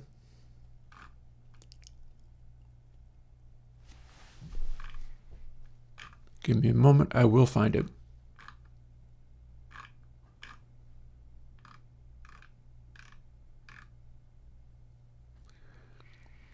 I've got something in here that really mattered and that I needed to get right. And I remember I had it. And it's something a little bit like this. If data position equals int count, this is stuff that only happens when the scan line for drawing all of that display sweeps across the point that we're caring about. There will be a closing bracket. Meaning, for these things, we can and should generate the dot sizes and all that stuff. But then we got to do something like this.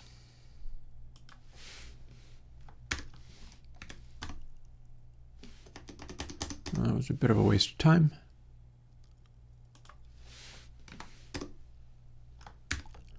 There you go. It needs to compare that with count to work. Also, I don't know why it's complaining about different signs when I'm specifically telling it to use count. I do have count here, don't I? Yes, I do. Oh, actually, for this one, we don't actually have to do that because it's actually already count.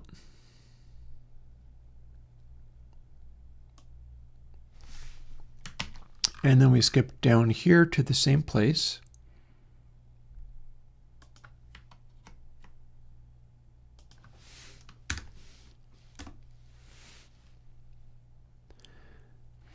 And now we're only operating the RGB thumb in a more localized way, rather than trying to equal out the position, every horizontal position of every dot, which is what it would otherwise be doing. It's amazing it can do so much so fast, but that's what's going on there.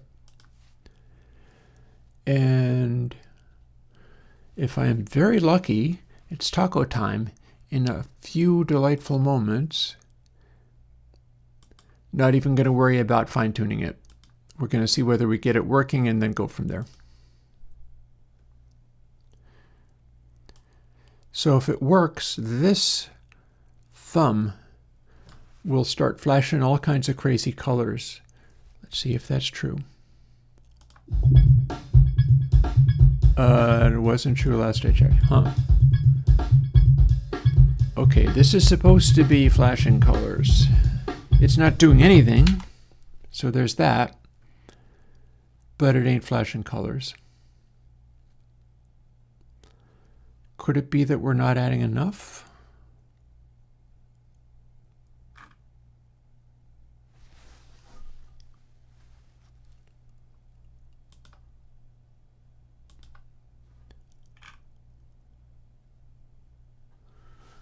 Well, last time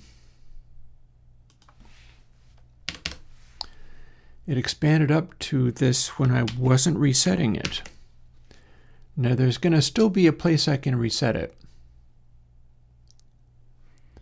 But this will at least show me if anything is able to happen. In theory, it will end up making some kind of effect this way. And something will light up even if I don't know what it is.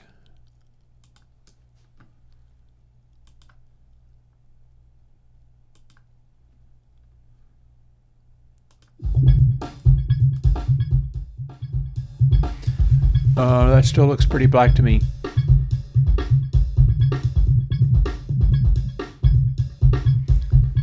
Is it that output max is too big?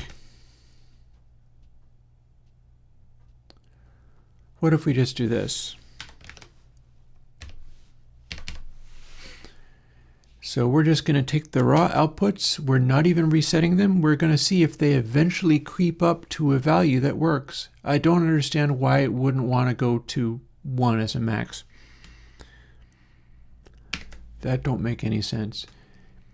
But if this works, these values have nothing to restrain them and they're being added to. So it will creep up to a color and then eventually white and then stay there. It was able to do something like that before. I don't know why it can't. I don't know why I can't get RGB color out of the dumb thing. Let's see what we got this time.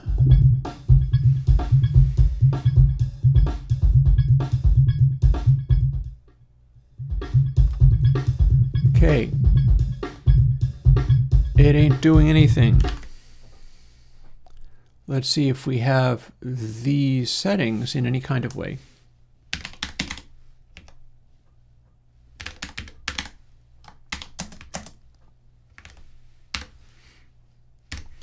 There. It'll be red if this works. Don't care about the implicit conversion. That is a temporary hack. So are we able to forcibly make it be red? Yes.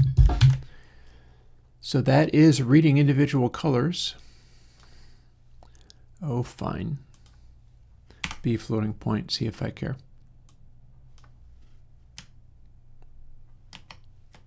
Up. Can you please select nicely for me? I'd really appreciate it. There we go.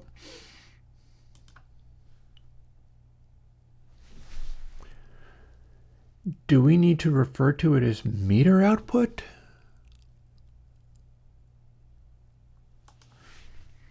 Well, regardless, we can do that. You can call it that. What if I don't?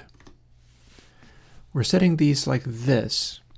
Does this produce some kind of weird local variable that we don't get to use? Let's find out. Here's where we're changing them. Or here's where we think we're changing them.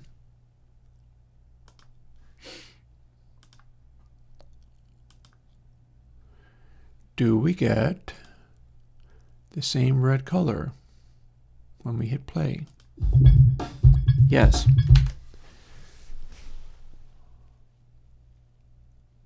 Then what's going on when we okay, so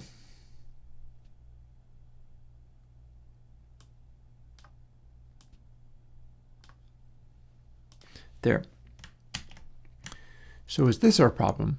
We're supposed to be able to check if data position is equal to count. What if that's never true? This should be able to also turn red unless this is never true. And that would be pretty messed up. I don't understand why it would be there, but all the same, we're going to check it to find out.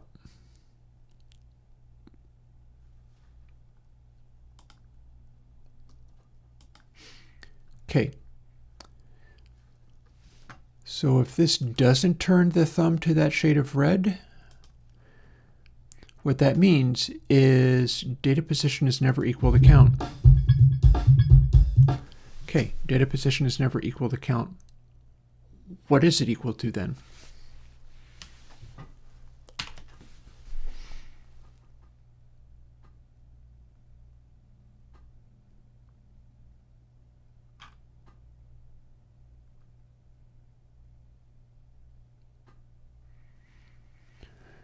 Do we even care?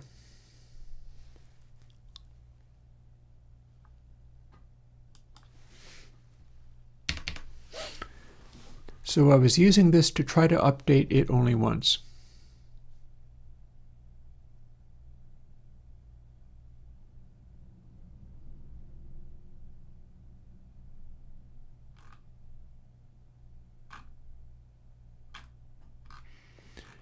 But it looks to me like we're not referring to data position here at all. Maybe that is, well, no, here's where we get all of our dot size stuff, though. That's a problem.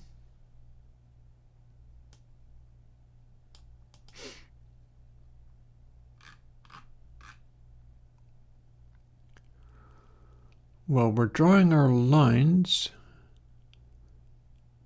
here.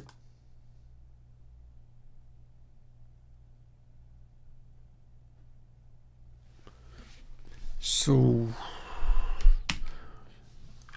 just as a wild notion, what would happen? No, that doesn't work at all, does it?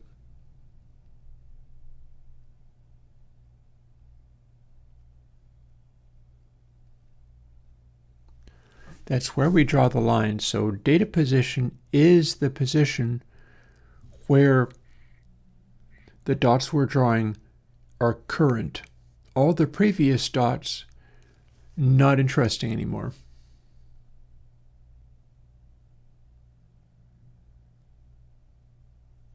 So that's got to be significant. But it's like as we keep scanning through, so what's happening?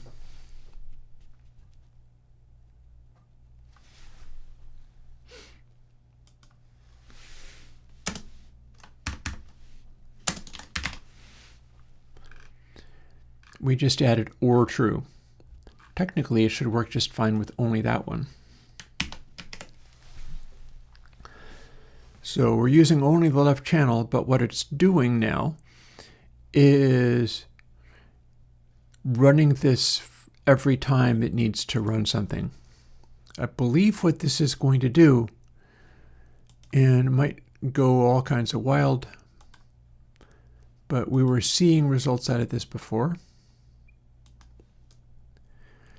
It will go stark white. It went stark white.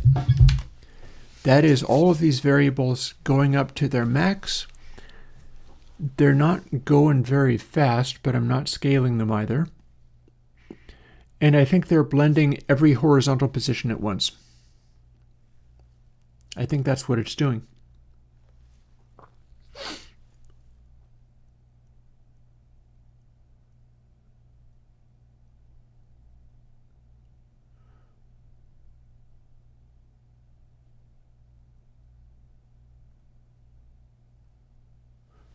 So how do I get to what matters here? Like data position exists, it's down here. We get to use it, we get to draw stuff with it.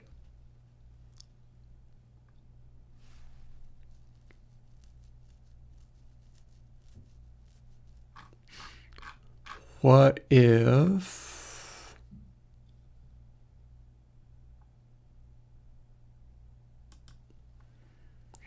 we use the previous? If data position equals count minus 1. Is that valid information now? Was it not registering properly simply because I was drawing one line ahead of what I needed to? Let's find out. We're no longer, oh well, we can do one thing. But before we do the one thing, we're going to quickly have a gander and see if it is actually doing what's desired, or at least doing a different thing. So what we're looking for here is anything that is not purely black or purely white. Ideally, a spattering of colors which may or may not reset themselves. That's purely black. That's not what we're looking for.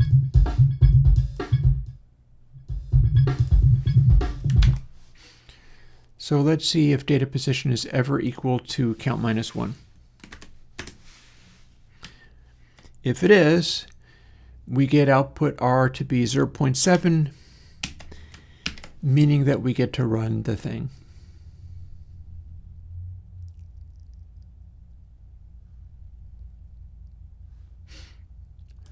Also, knowing that some of this isn't the problem, let's put the scaling back. Oops, that was a mistake.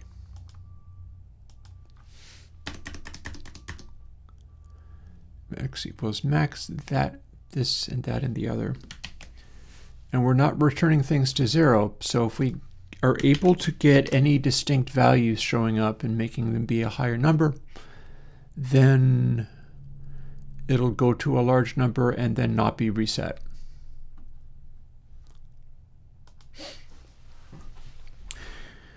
I thought I was going to get more progress than this, but we'll see. Had a feeling I got the important stuff done, including the stuff that I needed to remember. But this is the further experiment where I don't understand why it ain't doing what I wanted it to do.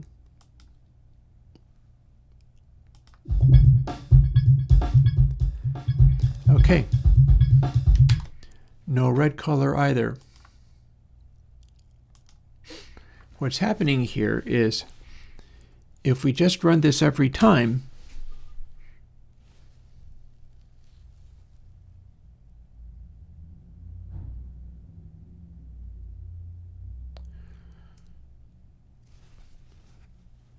so we got all this dot size stuff. All this is actually being drawn, and yet we do not seem to be able to run this in a way where it's true, ever.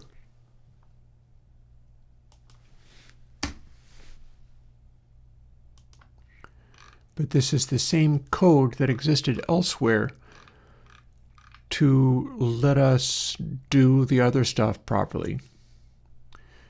And we do have data position. This is a real variable. It does things. It matters. In fact, it indicates where we want some of this stuff to happen.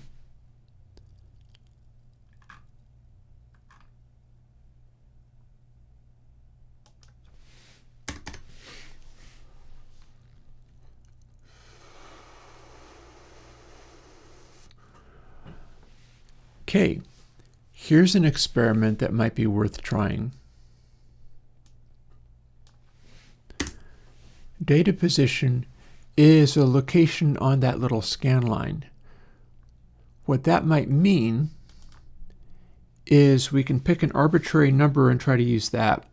If data position equals 30, or no, wait, count. We don't seem to be able to use this, but if count equals exactly 30, then we do this for that one point. If we do that, what do we get? Count should be equal to, oh, hang on. Okay, so peak L has to be larger than 1 if it's not clipping. We are drawing stuff, so this does actually work. We've got blink and display, which is also working, so all of this does do something.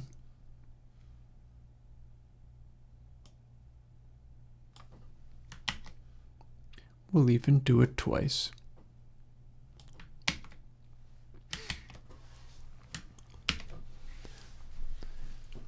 So does this give us something where for an instant it is black, but then it instantly snaps to one color and stays there, and the color is not white? That be the big question right there.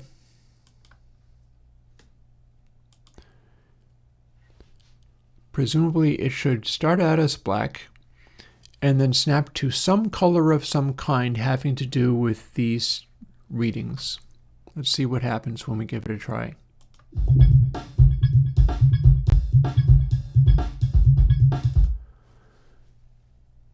Okay, it snapped to white. That's not a color.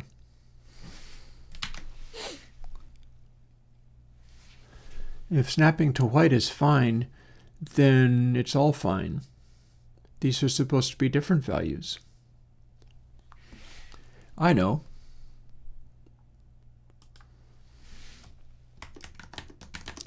Rather than having it be plus, let's just take the most recent version of any of these, and we are going to see whether we can get it to show a color that is not just white with all of these values being the same. There's no business with these values being the same. They should be different values, not the same value.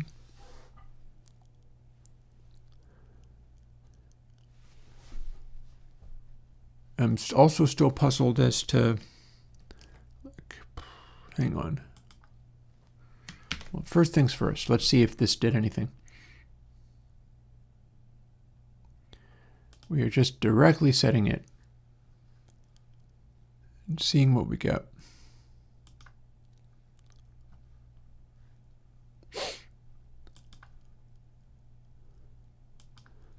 So at position 30, it should do something. Oh, I see something. It changed color.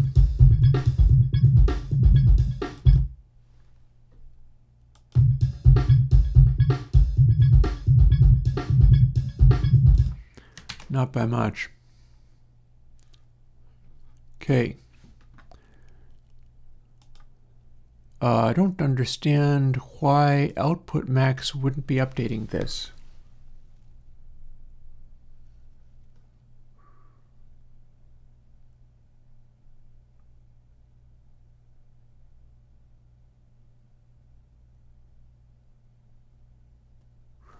Okay, max should give me the maximum of these two, and then the maximum of those two and that one. We just saw something. So what I can do is skip that and just multiply it by this. And then we're going to fool with that even more and see if at any point we can get distinct colors out of this. We're supposed to be able to get distinct colors out of this. We're using from float RGBA, and if we set it to a distinct color, it's able to do it.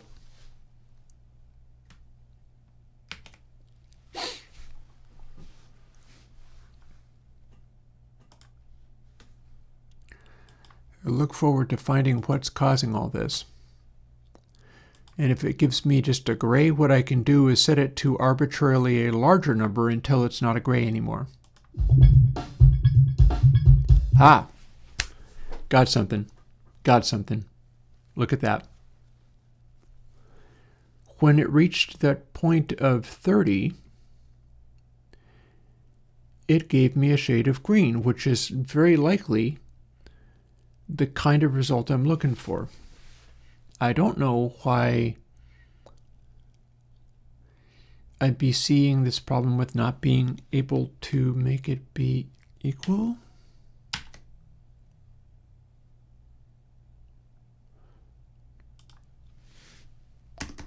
Let's make it be reset. Does it blink in that shade of green briefly?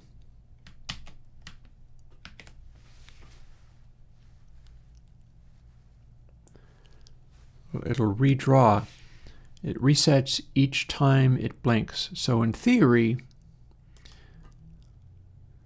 maybe it will briefly blink just once. That's the weird thing, is it set itself to that and then stopped.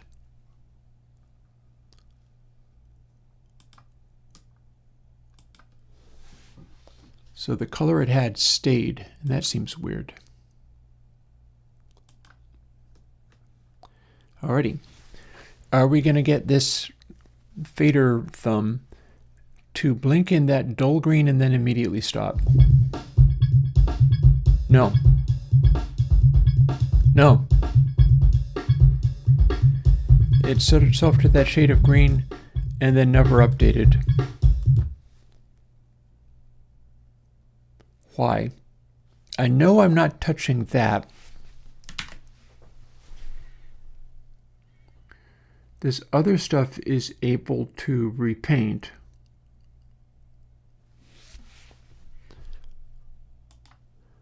And I know if I've set that color, we've set meter to 0, but we're not okay, so here's the remaining. So it does this, and then it set it to 0.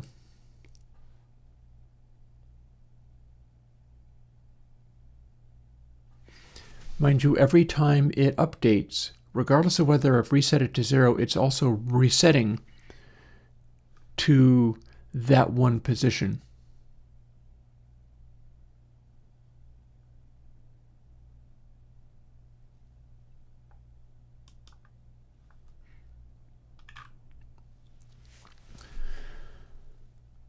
So we're looking at if count equals 30. But that moving line also has significance. And I still feel like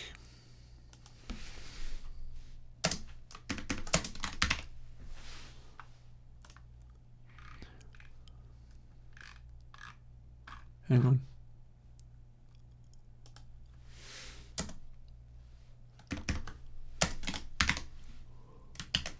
That's logic for or true. So it's always going to run. Now we see whether it just immediately goes to the color white and stays there. What do we got? Like, it's not plus this time. Now it's just directly being assigned. Ah, okay, okay.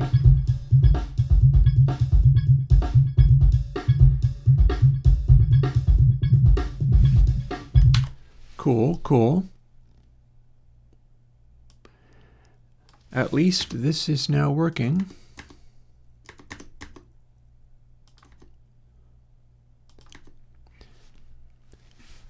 No, there's a problem with this.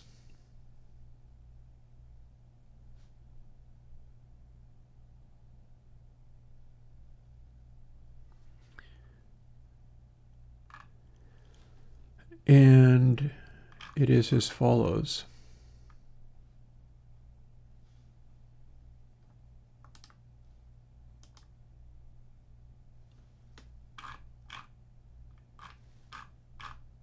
Hang on. Oh, wrong one. Don't mind me. We're just trying to make sense of all this.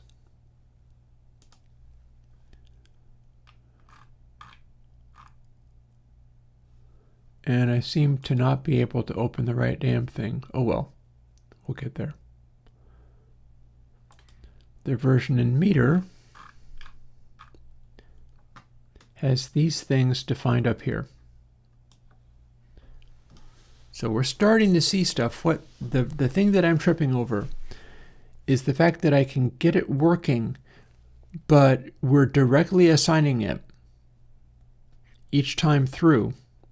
So what I need to be able to do is run this stuff and assign output R, B, and G after it's done all of this randomness, but still inside this loop. Meaning I can't do output R, B, and G plus because it just goes voop and becomes useless. I need to directly assign those things, and then it starts doing what I want. And I can probably even make it track chasing the value. I'm not sure of that, but I think it probably can.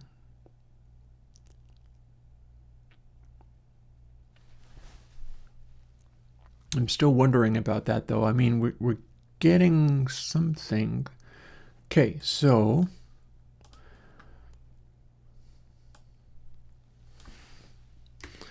operative decision.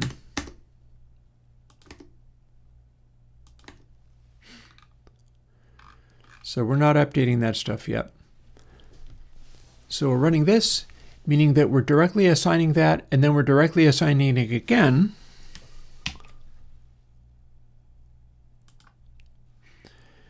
And we're blanking them here.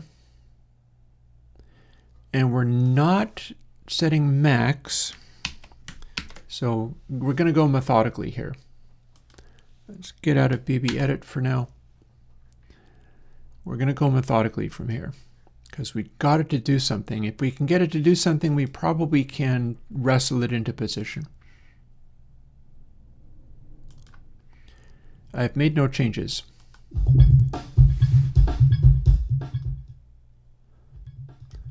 Oh, interesting.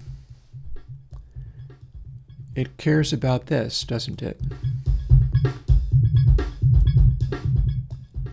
So it's like all these values get much smaller or larger. They're being scaled. That's weird.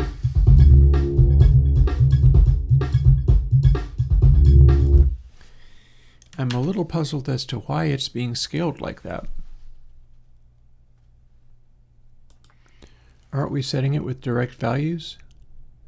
Well, I mean, it is. Okay, so next experiment. We're doing this, and this is the direct values. If instead we do this, are we still getting flashing colors, but are they in fact being updated by what's like, does this make it not fade to black this time? Because now we're scaling it, but we're scaling it by output max. This assumes that the largest value we're trying to get is in fact 1. And if that's not a good assumption, then I don't know what to tell you. We're skipping dinner for this, so it better be good. Okay, flashy lights? Yes. Do they now scale? No. That's supposed to be able to go to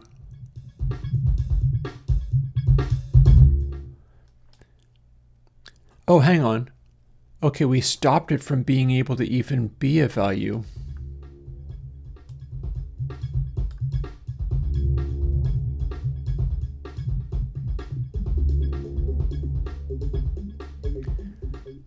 This shouldn't fade, even if we're fading it in the meter.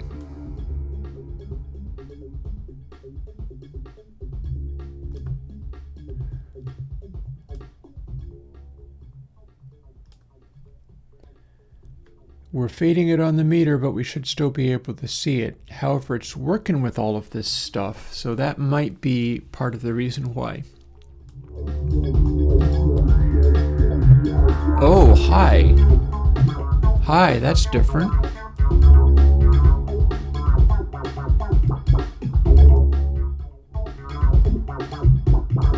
Okay, we killed it. We're not supposed to be able to kill it like that.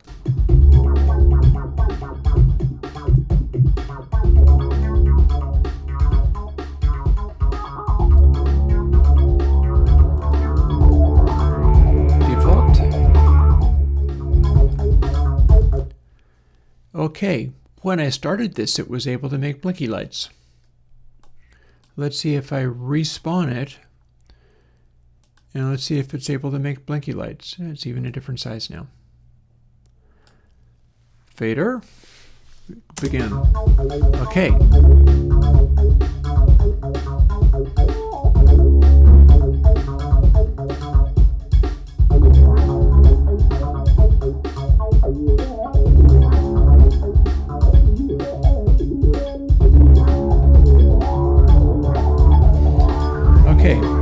It's able to make blinky lights,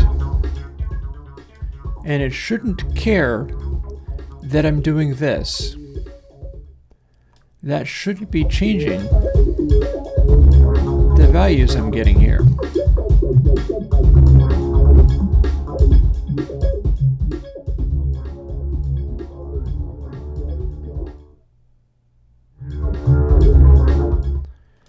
Also, I shouldn't be able to make it permanently stop by doing that.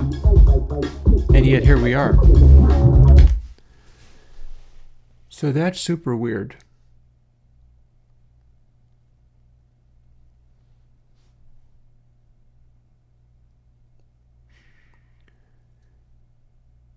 Okay, if meter output max, if we're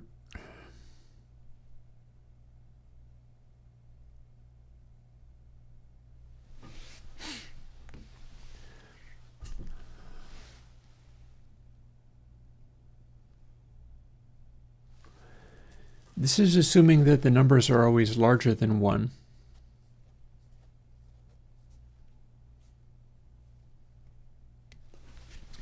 That's not necessarily a safe assumption.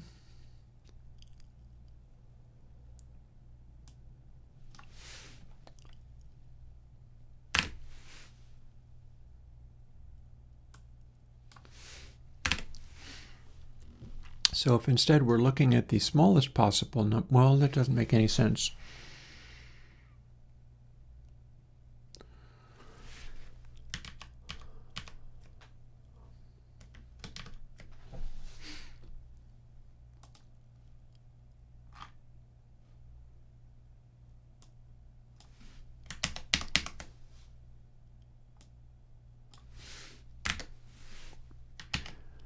We can define an output min.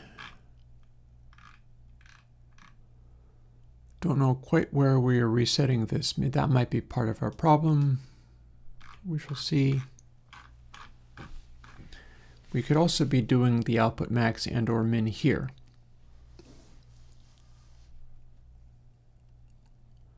Or combining them in some way.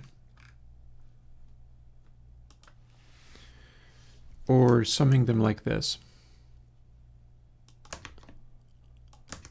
So each time we've got one, but then we add the other channel and run with that.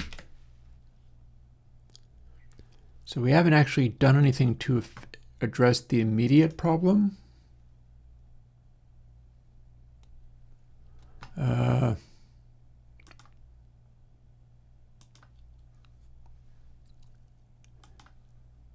Maybe this means I get a result. If I don't turn it down, it'll at least not stop.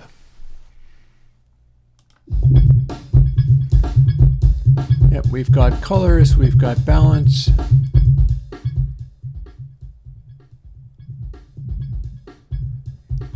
And our level is steadily dropping.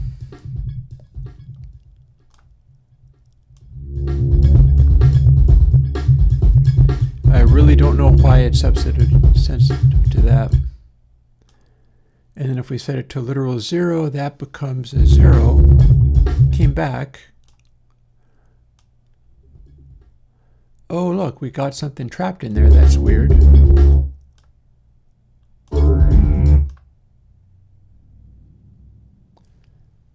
So it's fading to black when we do that. And it can get stuck. Either that or it stops as soon as it scrolls through once.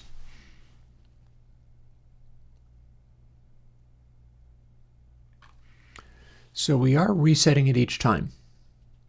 And then we're adding that to it, which is probably good.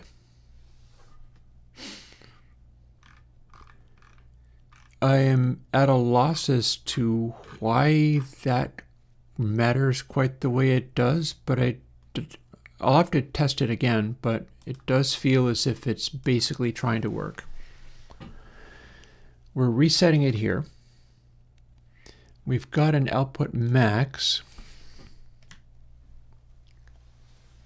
Technically, we can update these things as well.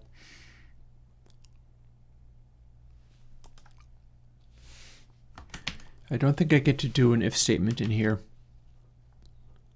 I'm not entirely sure, but... Whoa! Whoa up.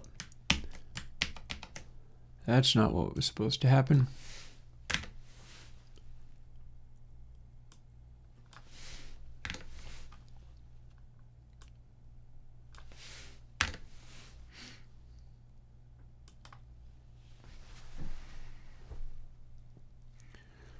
So now this gives me the smaller values.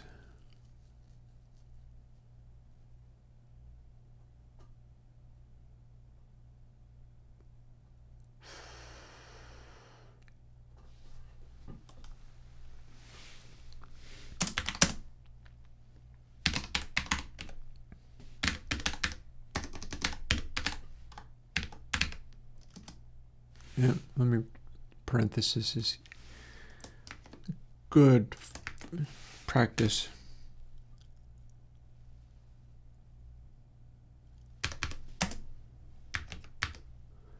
Actually, we're not supposed to compare to zeros.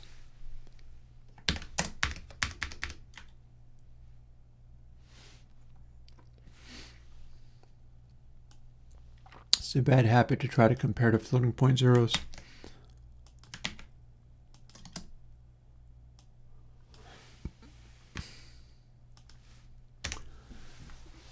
So output max did us no good.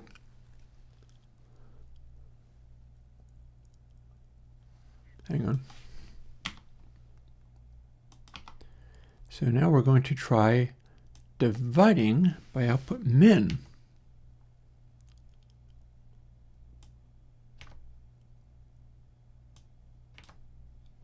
Or wait, hang on. No.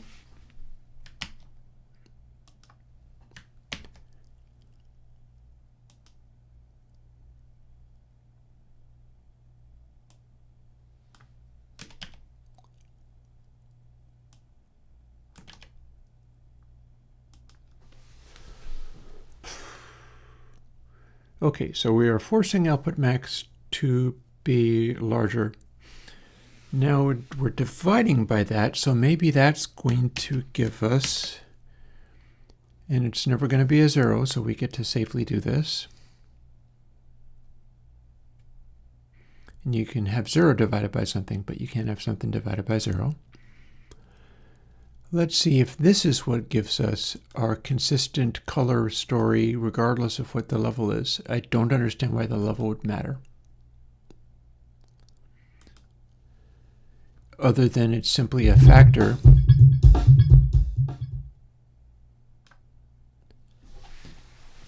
Cool.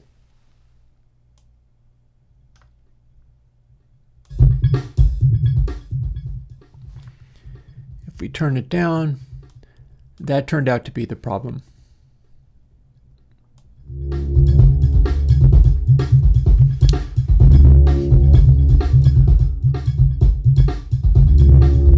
So green means too much bases.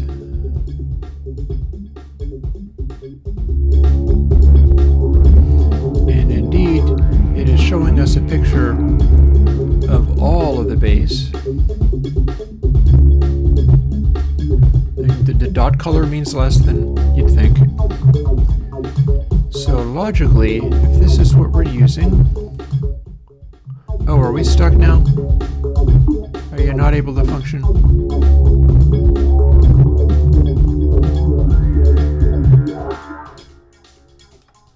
We're supposed to get nothing but red, but instead, we're stuck. It was doing so well.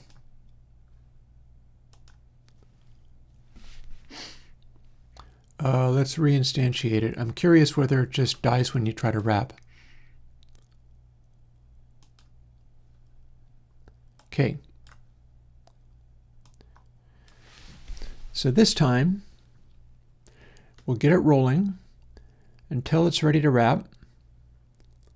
And then we'll use the high pass, which should change all of the frequencies from deep bass frequencies right up into high frequencies that are being represented by red. Does that make the fader thumb turn red? It's all green.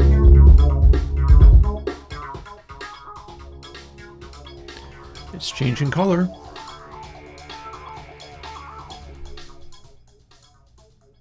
Actually, no, I stand corrected. It's not red that it would be, it's blue. So it made the fader thumb turn blue.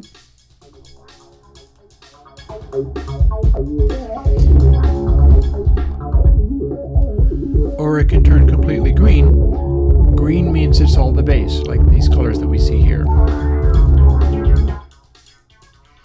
Blue means it is all the highs, and loud only means red. And now we find out what happens when it wraps. It died when it wrapped. So if I can fix that, I'll have it basically going. It's almost 6. Well, no matter. It may be almost 6, but also we don't need output min, do we? We did it all with output max.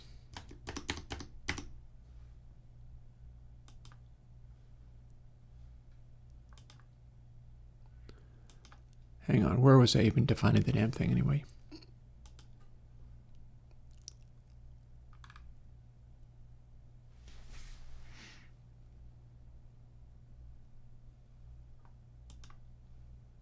Here.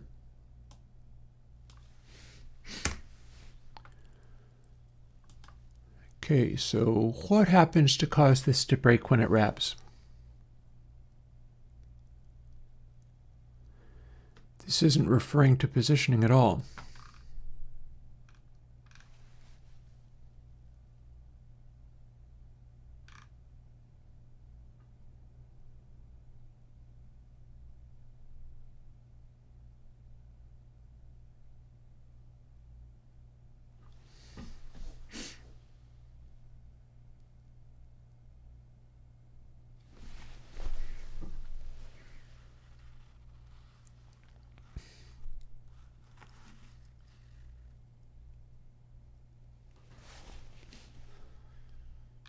I am now confused by what would have happened when this is wrapping out to display width and then count as one larger than display width, even though this doesn't refer to that. We're just setting colors. The other part of it wraps just fine. Why is this having issues?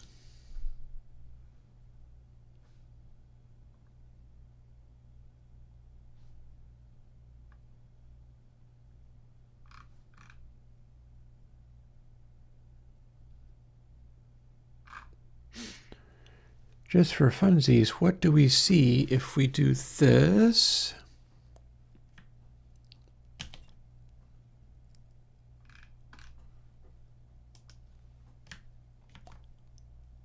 Can we even do it there? No, it'll become upset.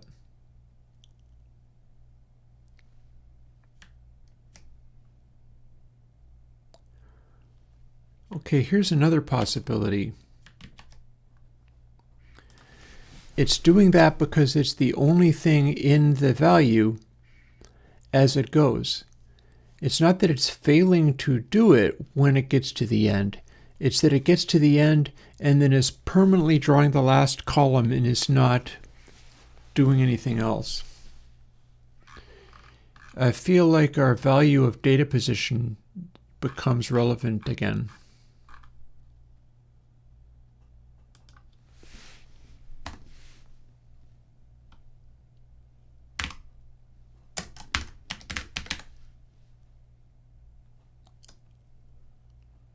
So we can run this slightly more often by doing this.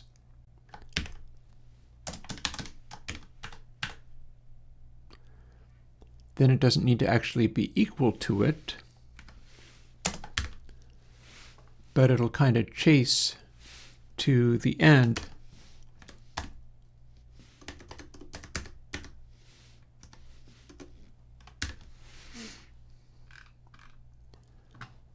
And this is wasteful, but if it works, I can't say as I care that much.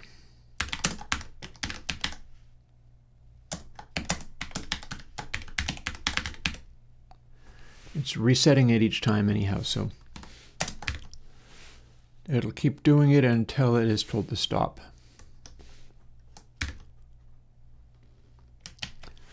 Alrighty. So the theory there is that this part of this is doing its best. We can't compare count to data position for some reason, so we can't just only run it. But what we can do is continue to update this until we hit that position, which in theory will mean it will do its little scan thing until it gets to a valid number. It will use the one that is there, and then it will stop. And that seems messy and dumb, and I don't know why it would need to work that way. But if for some reason we can't do an equality comparison with the one thing,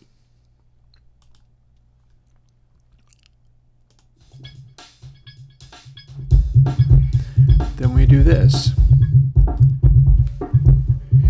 Green means there is only base for the most part. Blue means it's all about the highs for the most part. And in fact, that's where we left off, all highs. And we can make it sort of freeze up when there's no sound. It's being scaled up to the brightest available color, whatever that is. White means you've got a color balance.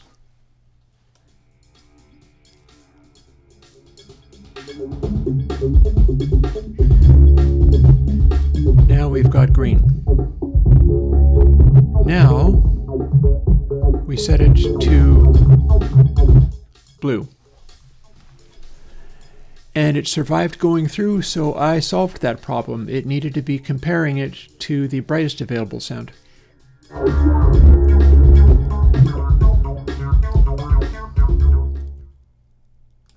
And then if you have silence, it gets stuck on whatever it was. Also, if you're very deeply muted, it seems as if this does affect the colors and things, but that's whatever, it is what it is. So full brightness, these are the colors we have to work with. So we can make this combined color be more blue by adding highs.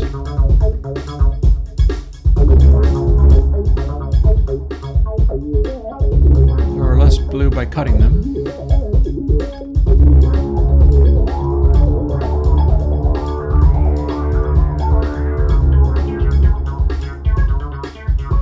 I wonder if I can lean on the brights.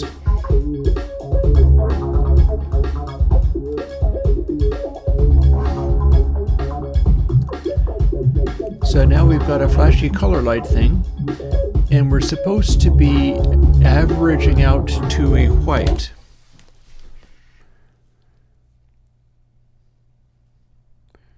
So here's the interesting part. Can I get this to fire only on the moment it's supposed to fire? Because if I can,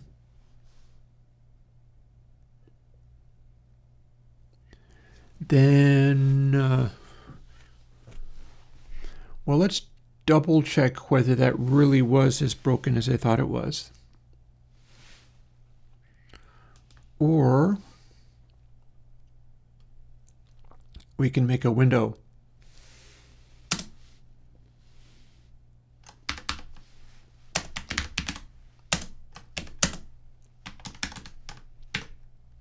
So that'll never be true.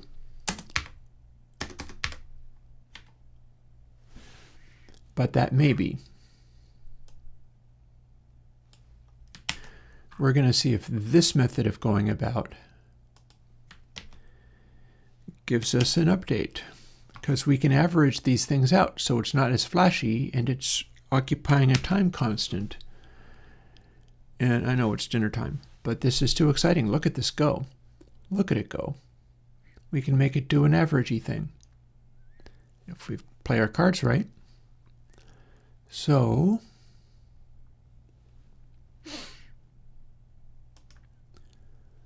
just built. Let's see if it works, because equals equals did not work. And I would have thought they were integer values, but if this doesn't work, then my idea of the window is not successful. my idea of the window is not successful. So if less than data position should give me the result, it did before. But then we got an and. Let's see what happens if it is larger than data position minus 2. Because data position minus 1, that combination was never true. But we should be able to do less than data position and larger than data position minus 2. And that should always work. There's bound to be a moment in there when it is. Because the rest of it was working. It's just that our window isn't big enough. If this works, we get to do a fun thing.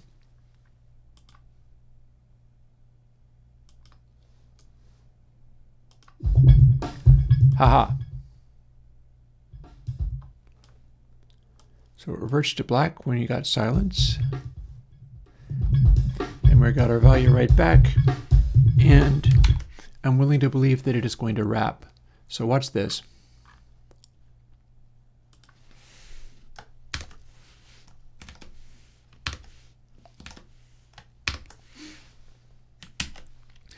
Now we are only adding, and it's updating according to the RMS value, but then it's just keeping a running tally of these things as it goes.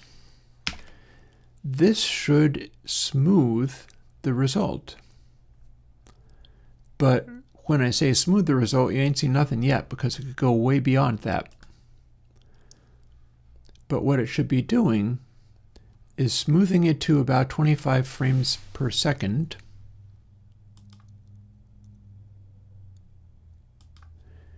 Meaning we will get a total average scaled to make the brightest possible color of whatever that instant of time is. And that's not where we stop, but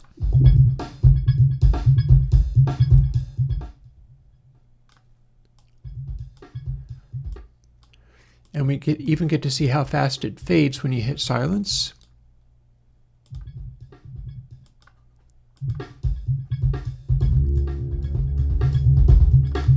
But with this track, it's definitely a little bit spectacularly blinky. So here's what we're going to do next. We're setting them to 0. Let's not.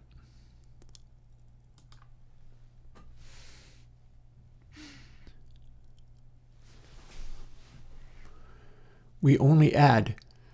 So if we scale everything back by the same amount, we will have them converge.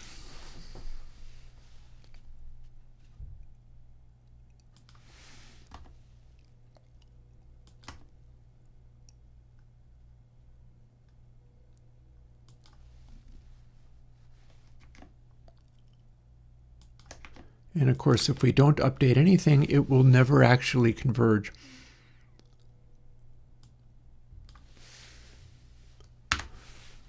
If we do this,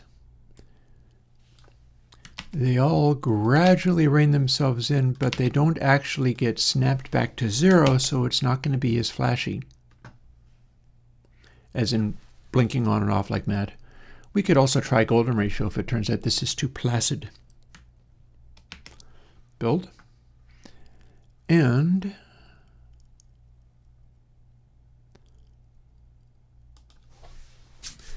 time to give it a try. I know I have tacos waiting for me. Technically, they're not. We haven't even begun. I thawed out some food. I didn't even thaw out the taco shells that I use. That's an oversight. I should run off and do that right now. Tell you what, I'll run off and do that right now as we watch this blinking and giving me an average color.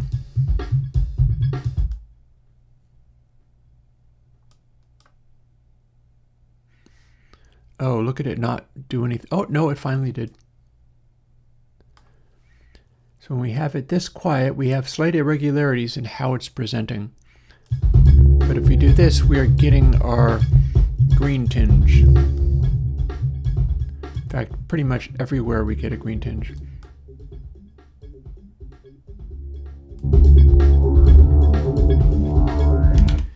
Okay, that's actually pretty reasonably sedate. Just for funsies, we're going to try the, oh, what am I doing? Has to be the magic number. Let's see what we get. We are now scaling it back by the golden ratio every time we update. We're updating about 25 frames a second. We're going to see whether it's chaotic looking, because we can have it scale back much more gently than that.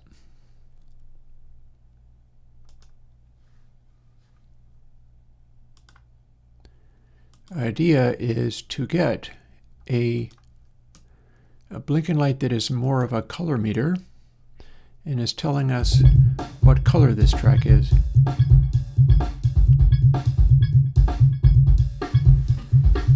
I think it's almost kind of working. Ooh, let's reset.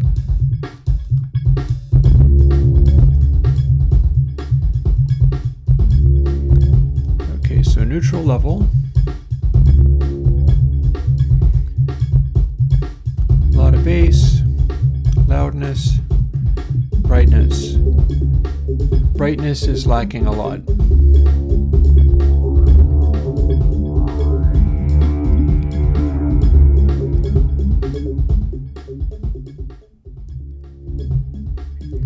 Let's pad. Okay, see how it's now flashing blue? That means we have too much highs going on.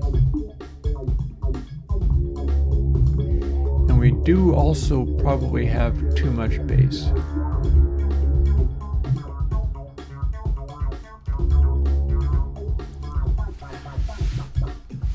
And now we have too much highs. See, it's blue colored.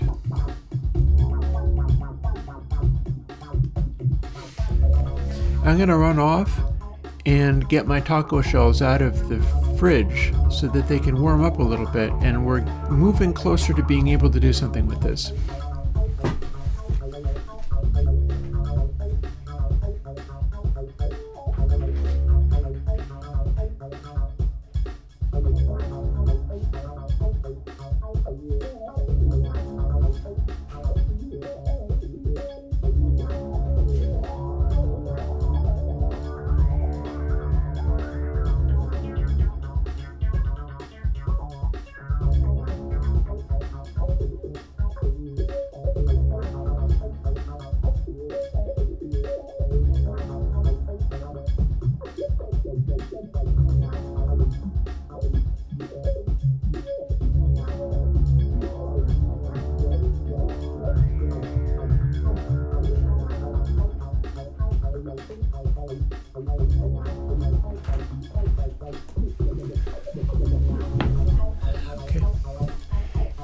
I knew that wasn't going to take me so long. So, here's the deal. We should make this smooth out. It's kind of flashy and blinky. This suggests that my use of the golden ratio there is not optimal. Instead, we can have it be a much slower average. That counts as much slower.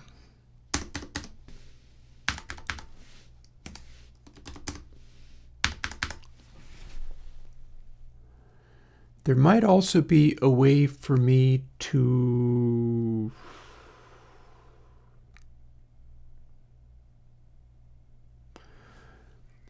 there could be a factor of output max here that helps me manage how fast it's able to react. I am not entirely sure where that goes. It needs to basically be close to 1. If we do it like this, we have a very slow evolution of color. Also, Geo, you're talking oddly and I have no idea what you mean. Which is fine. And it better be fine, because you're talking oddly whether I like it or not. Twisted Wave. Alien Kittens again.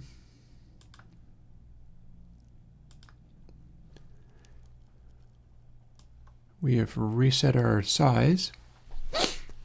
Alrighty. So here's our fader.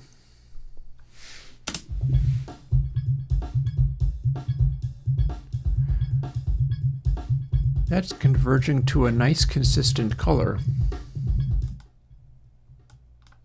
Does it stop? If I suddenly change it, does it go to a different color?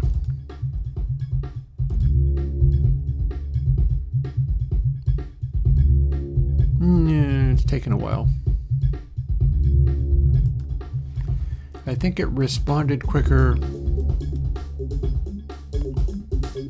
Yeah, it's supposed to go more blue this way. It's taking its time. So it started up fairly quickly, but then it didn't continue. So what does that mean? It means if meter output max is a really large value, because that's what's going to happen when we're not scaling it back as much, then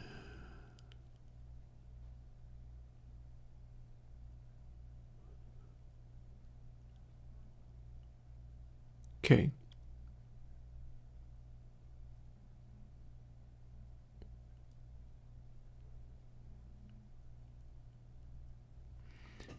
The way this is working, if we are not suppressing the values, if we're we're multiplying it by this small of an increment, what is happening is meter output max is becoming increasingly huge. It's never really going to go for a tiny number. It's going to go for an enormous number, and then we scale it back, and that's how we get our slowly moving value. What this means is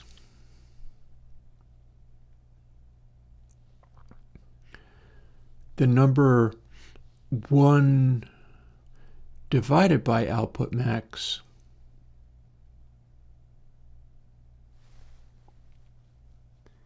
becomes tiny. So 1 minus 1 divided by output max is going to respond much more quickly until it can't.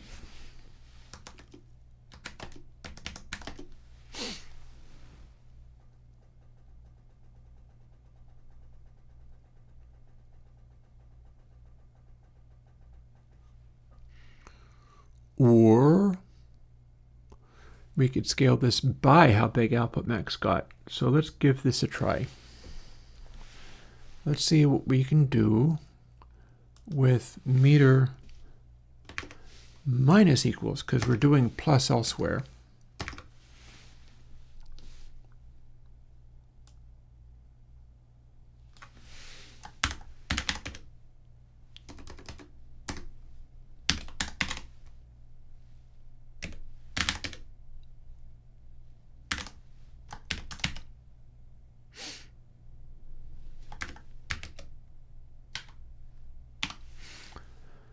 We'll try that. Let's see what we get out of that. If we use a larger proportion of it, then it will clamp down faster. If we use a smaller proportion of it, we'll probably end up getting into a runaway condition where it just freaks out. I also don't know what this is going to do based on whether it responds more quickly to colors than if it's in white. But we just did something, so let's see what it does.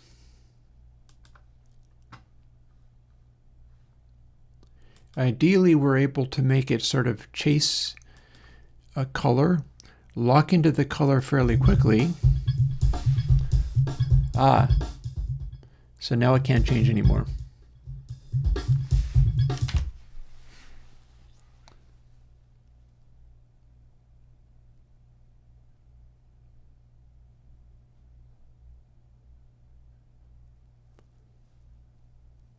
So there's a problem.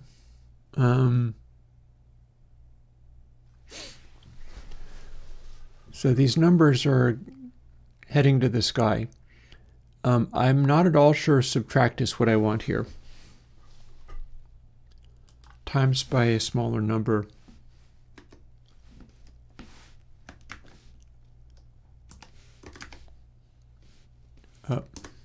Seems more my speed.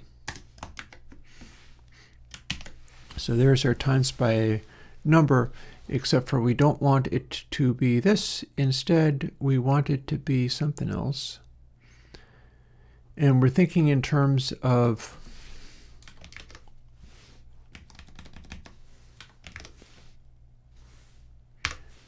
one minus something.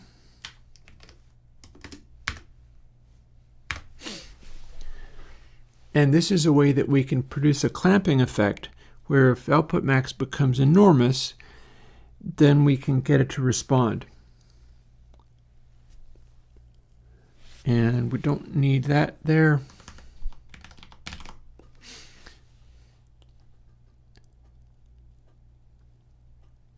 And if output max is very small, then these never scale back at all. If output max is enormous, well then they'll scale back so overwhelmingly it'll go out of control. But that's not necessarily what's going to happen, because we're going to do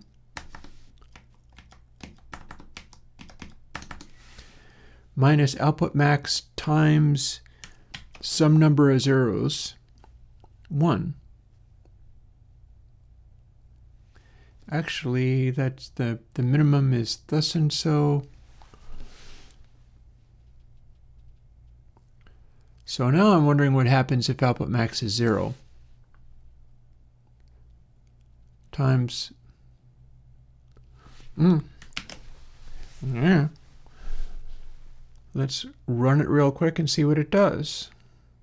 I'm pretty sure if we continue to increase the number of zeros in here, it'll respond slower. What I don't know is whether it will freak out when given unexpected numbers. We can also default output max to something that isn't 0.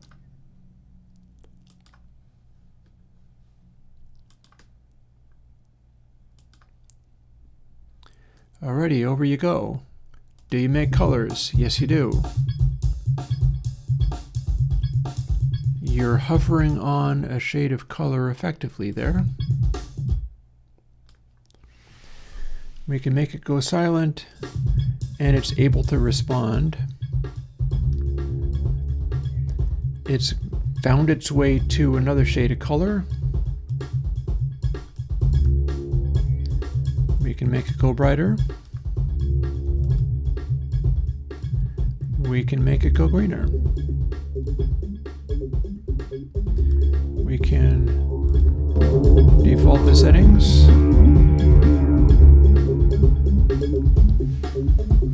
And we've got a shade of green. Or we've got mostly blue.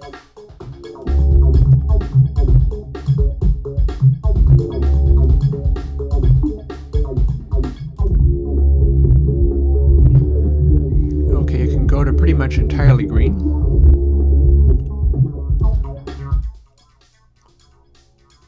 You can go to entirely blue.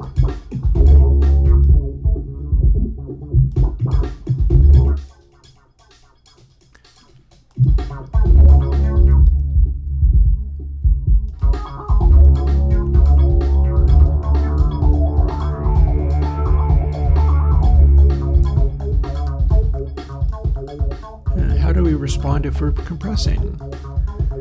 Looks like compressing sucks in some of the base, giving me a more balanced color. What if we distort?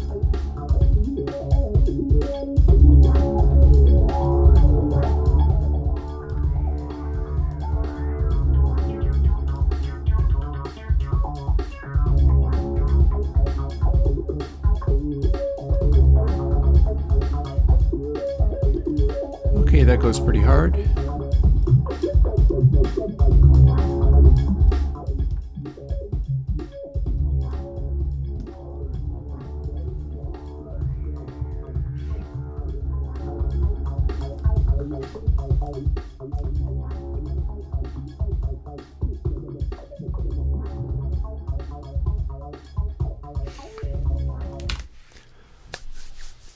So this is all very interesting. I'm not sure whether it'll matter to do this.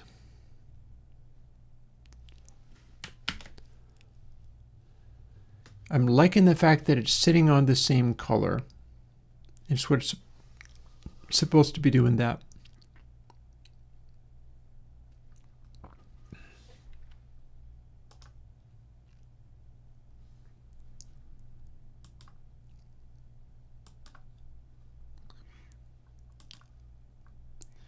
How we doing with getting it to change colors more rapidly?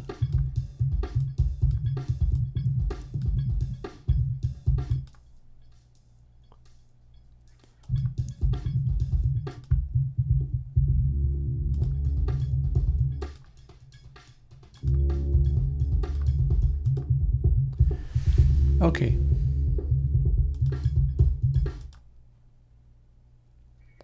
Oh, neat. We're stuck on yellow for some reason. But if we give only extreme highs, that's when we see that really intense blue because nothing else is present.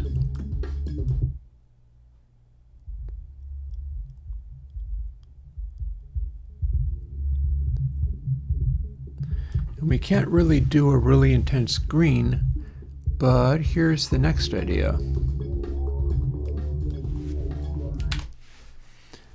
So that's all very interesting. If we have it exactly balanced, then what we're going to get is white, meaning all of these colors are the same color. They're all being divided by output max. What that means is if they are all the same, then no matter what we do with them, they stay in the same relative shading. If, on the other hand, some of these divert, then we get to do something kind of interesting.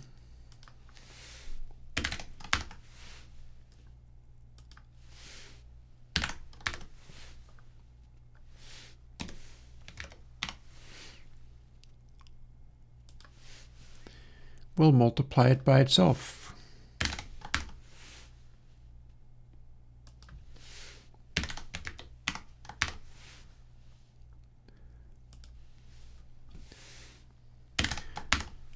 Now, just for funsies, guess what this is going to do?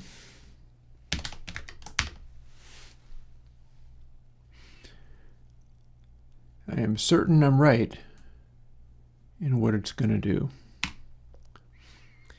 Guess what this is going to do now that we've got this doing its thing? In fact, I'll even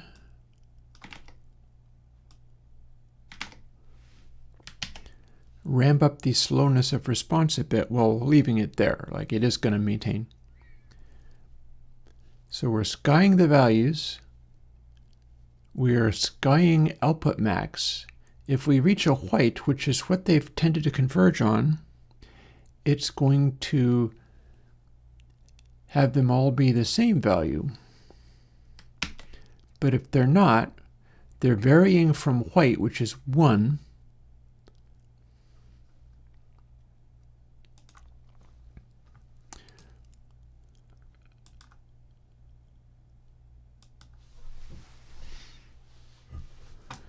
and we can exaggerate this even more if we want to, but I don't think we're going to have to.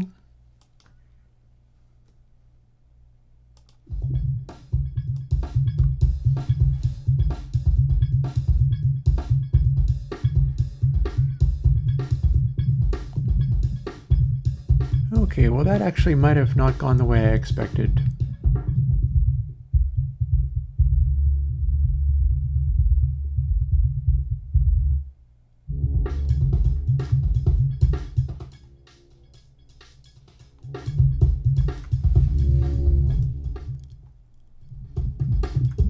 Oh wait, hang on. I had threshold all the way down.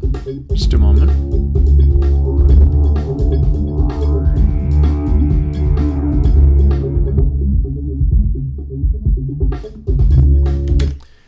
Okay, quick pivot.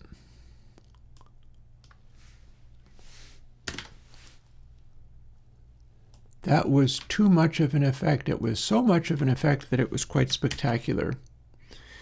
Let's see if we can actually do power of 1 and get our original behavior back, because we went too far. It didn't need to go that hard. If this works, we have a funny thing that we can do later.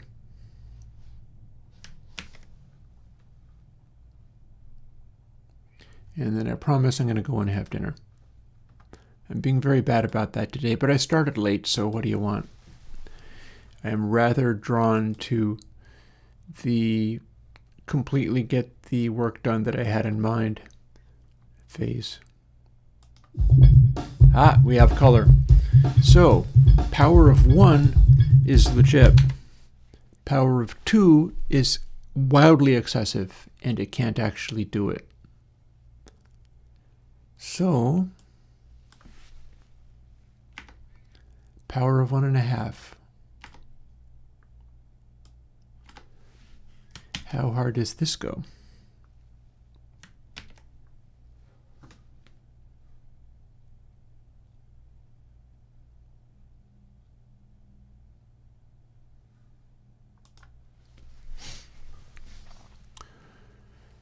So what we've got going on here is we're taking values that are not 1 and forcing them arbitrarily lower if they are out of line with the evenness of the thing. And when I say evenness, that probably doesn't mean anything to you. But now we're doing 1.5.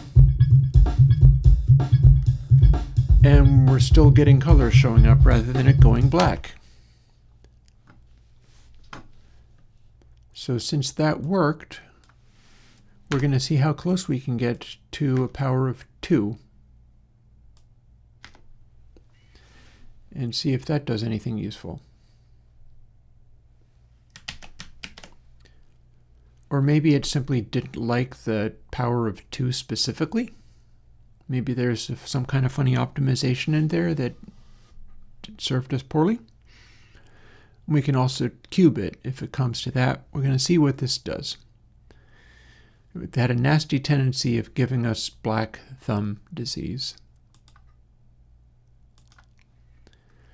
Whereas what we're trying to do is something a little different than that.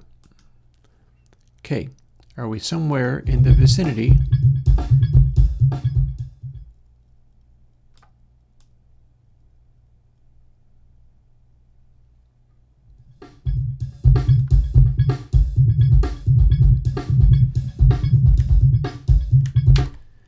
Okay, that gave us something. What if we go a little bit, what if we go really, really close to a power of 2 without actually being 1? This might be messy to calculate, but I don't care. It's at least a thing to try. It's also possible that my trim here was doing it.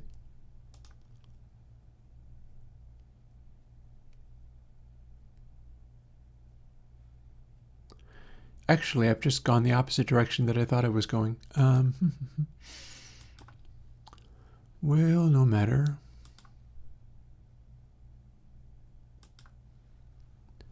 Let's just quick run this. We certainly do, in fact, still have color. That's cool. So what I was thinking was more like this. I was thinking to slow it, which was not what happened.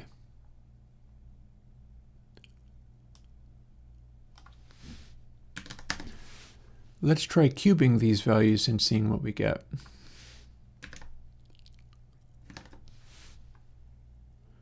We could also try a well, that isn't going to work. We could also try an integer for that and see if it behaves any differently.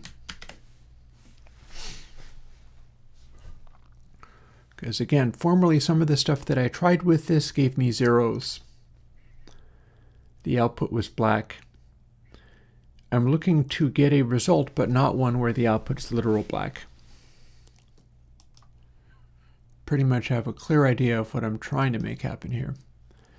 So now it should be responding more slowly, still working, and exaggerating the color. And that's been what this was about, was exaggerating the color.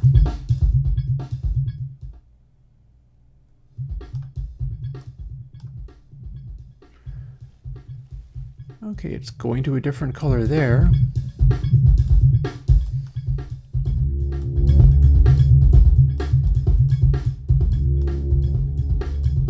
Let's compress real hard.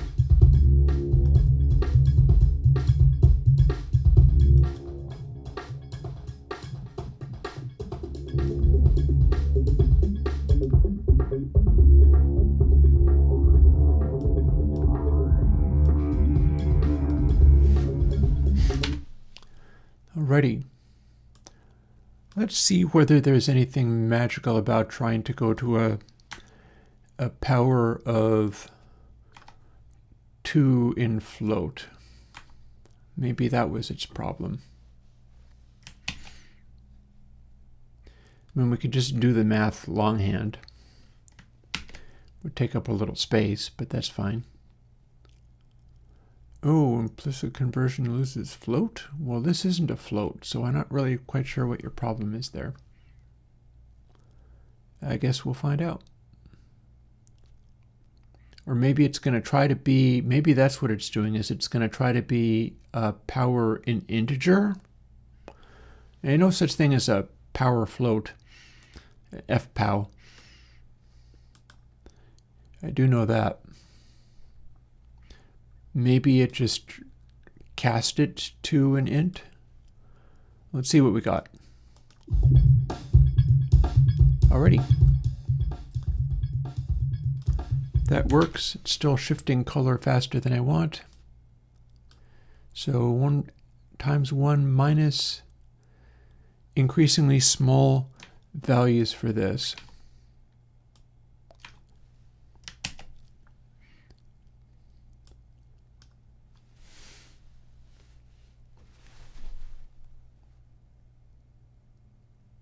Let's be cheeky.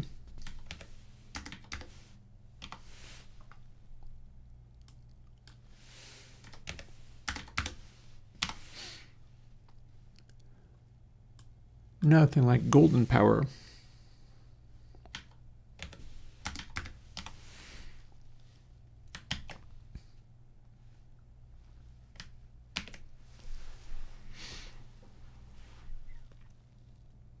Okay. So now this color should be shifting more slowly. Certainly if we have a solid color intensity, it'll shift more slowly.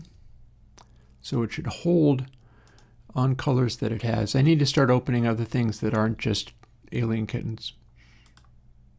Only recent one that I've got that isn't music though.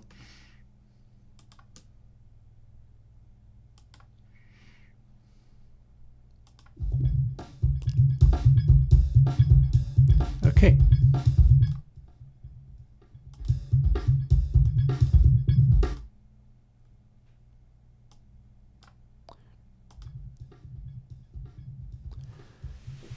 So we are getting color shifts as we do this. And also the way it's amplitude sensitive. So let's fire this up to full crank for our final plane.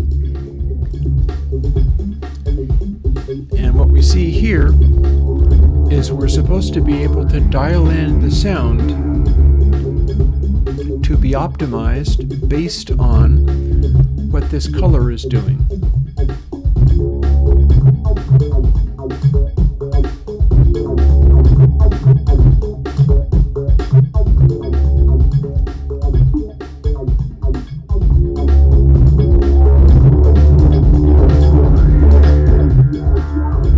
That wasn't as useful as I thought.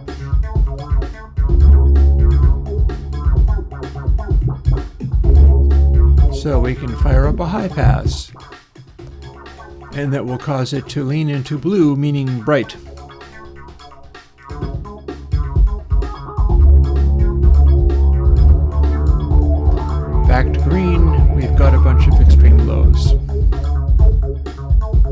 if we pull back,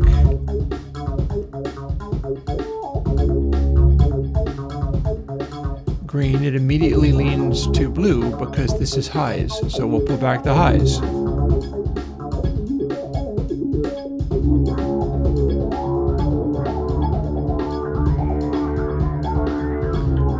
Leaving only mids. So you see what this is doing.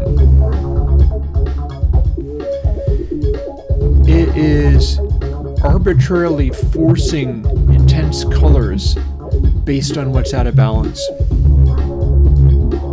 So yeah, I really need to play something that is not just Alien Kittens, because I already know what that has. So I'll pick some of my other classics.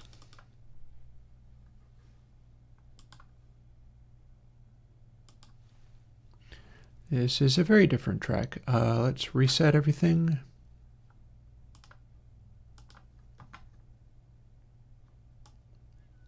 No processing. What do we got?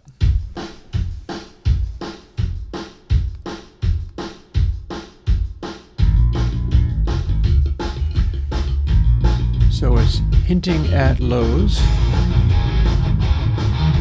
It's drawing yellows now.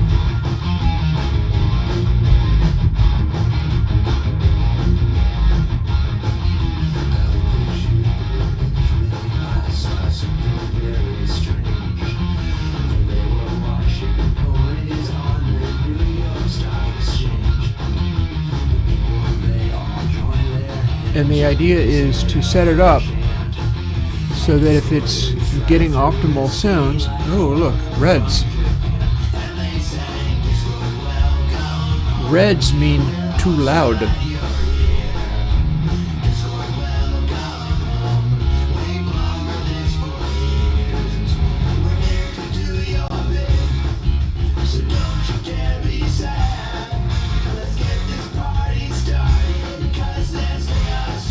Already very different color this time.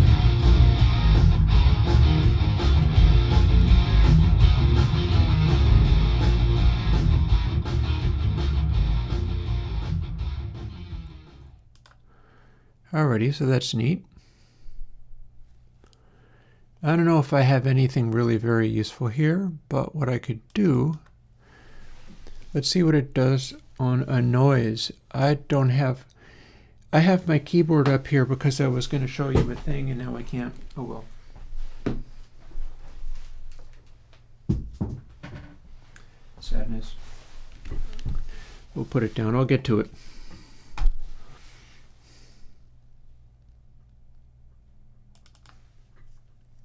And another instance of noise. No, that's the same one.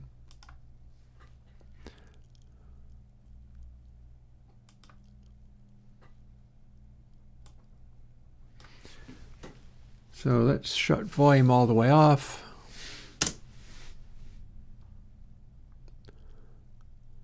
Okay, that's wild. Full on noise is revealing a green color. If I high pass it enough, it's blue.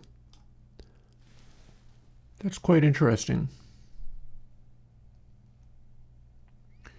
Maybe what that means is if I take the full blast of noise and then shift and adjust everything until this gives me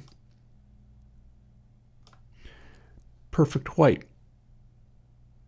then our sounds will converge on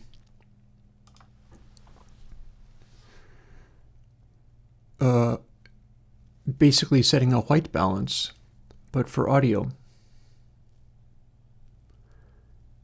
Because like we're not hearing it, but that's supposed to be white. I would imagine that what we get out of it, at least this would be my assumption, white noise is a bright sound. That should be giving me blue.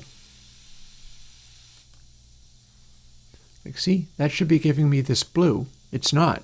It's not giving me blue. It's giving me a vivid green. And that makes no sense.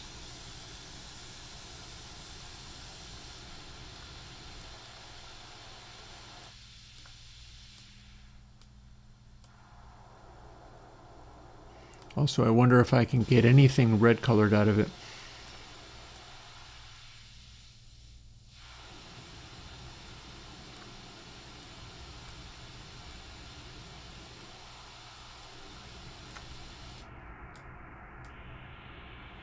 Up.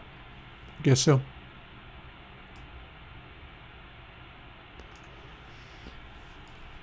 So that's amusing. What is our take? That's... Oh, got to restart it. We are not looping.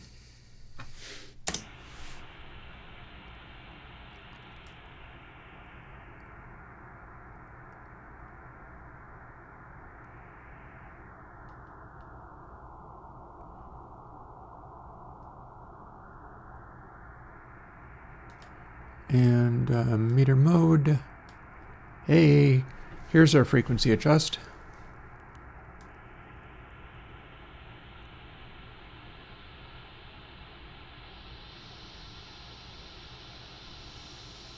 Ooh, by 1K we are already...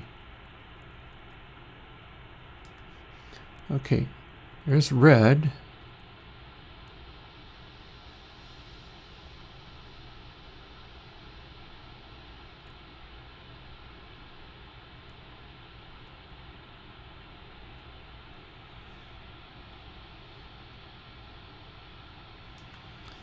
It's fighting between red and blue, and now it's purple.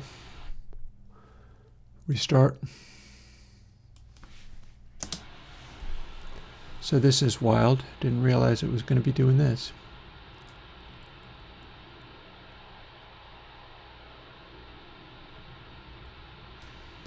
And I guess what we do here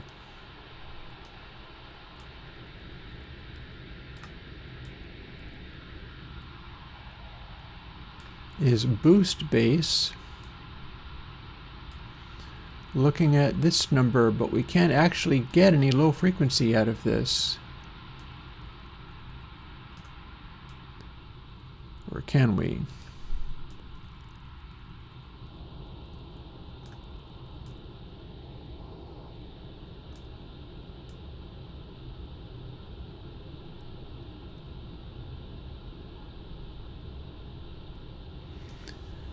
Trying to see if we can get green colors coming off of this funny fader.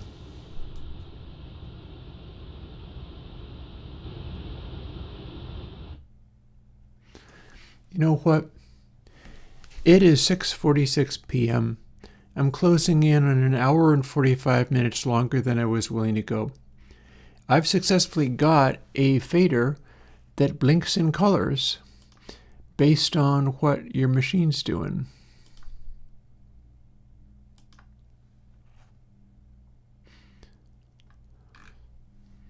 And I can take that and play things like a guitar through it.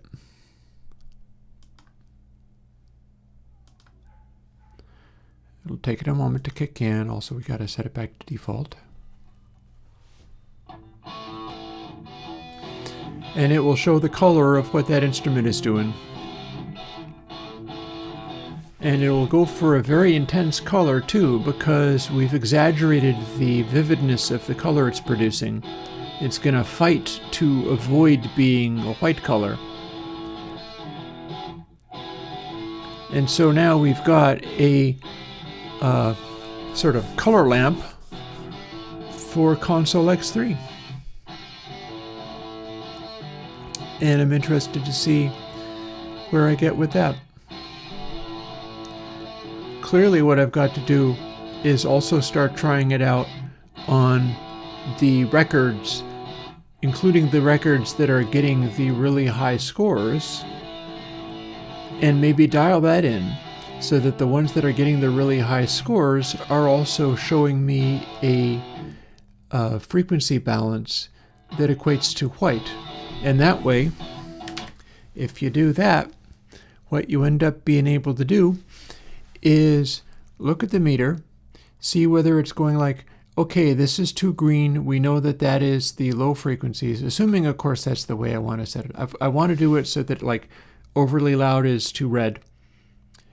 And Maybe overly basic could be too blue and overly bright could be too green.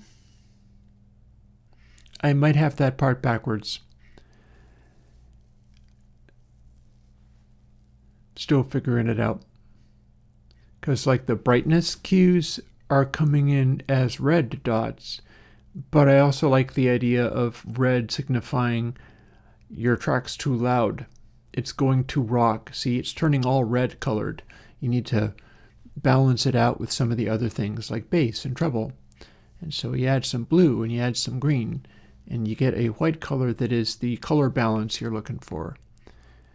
And I guess it remains to be seen how all that's doing. But I'll get back to that. I'll be back in the coding studio, maybe doing more of this on Thursday. Gren said that he was going to be available on Thursday, so we'll see him then. For now, I have to go and make dinner. I didn't really plan to get so sucked into this, but I feel it was worth it. We got some of those problems solved, and we have a new function for Console X3 that should make it all the more fun to play with. And hopefully something where if you work out how it's doing what it's doing and why, it can guide you in dialing in the tones of things so that they balance and the overall end result balances. But I gotta go and make my tacos. Talk to you later. Bye-bye.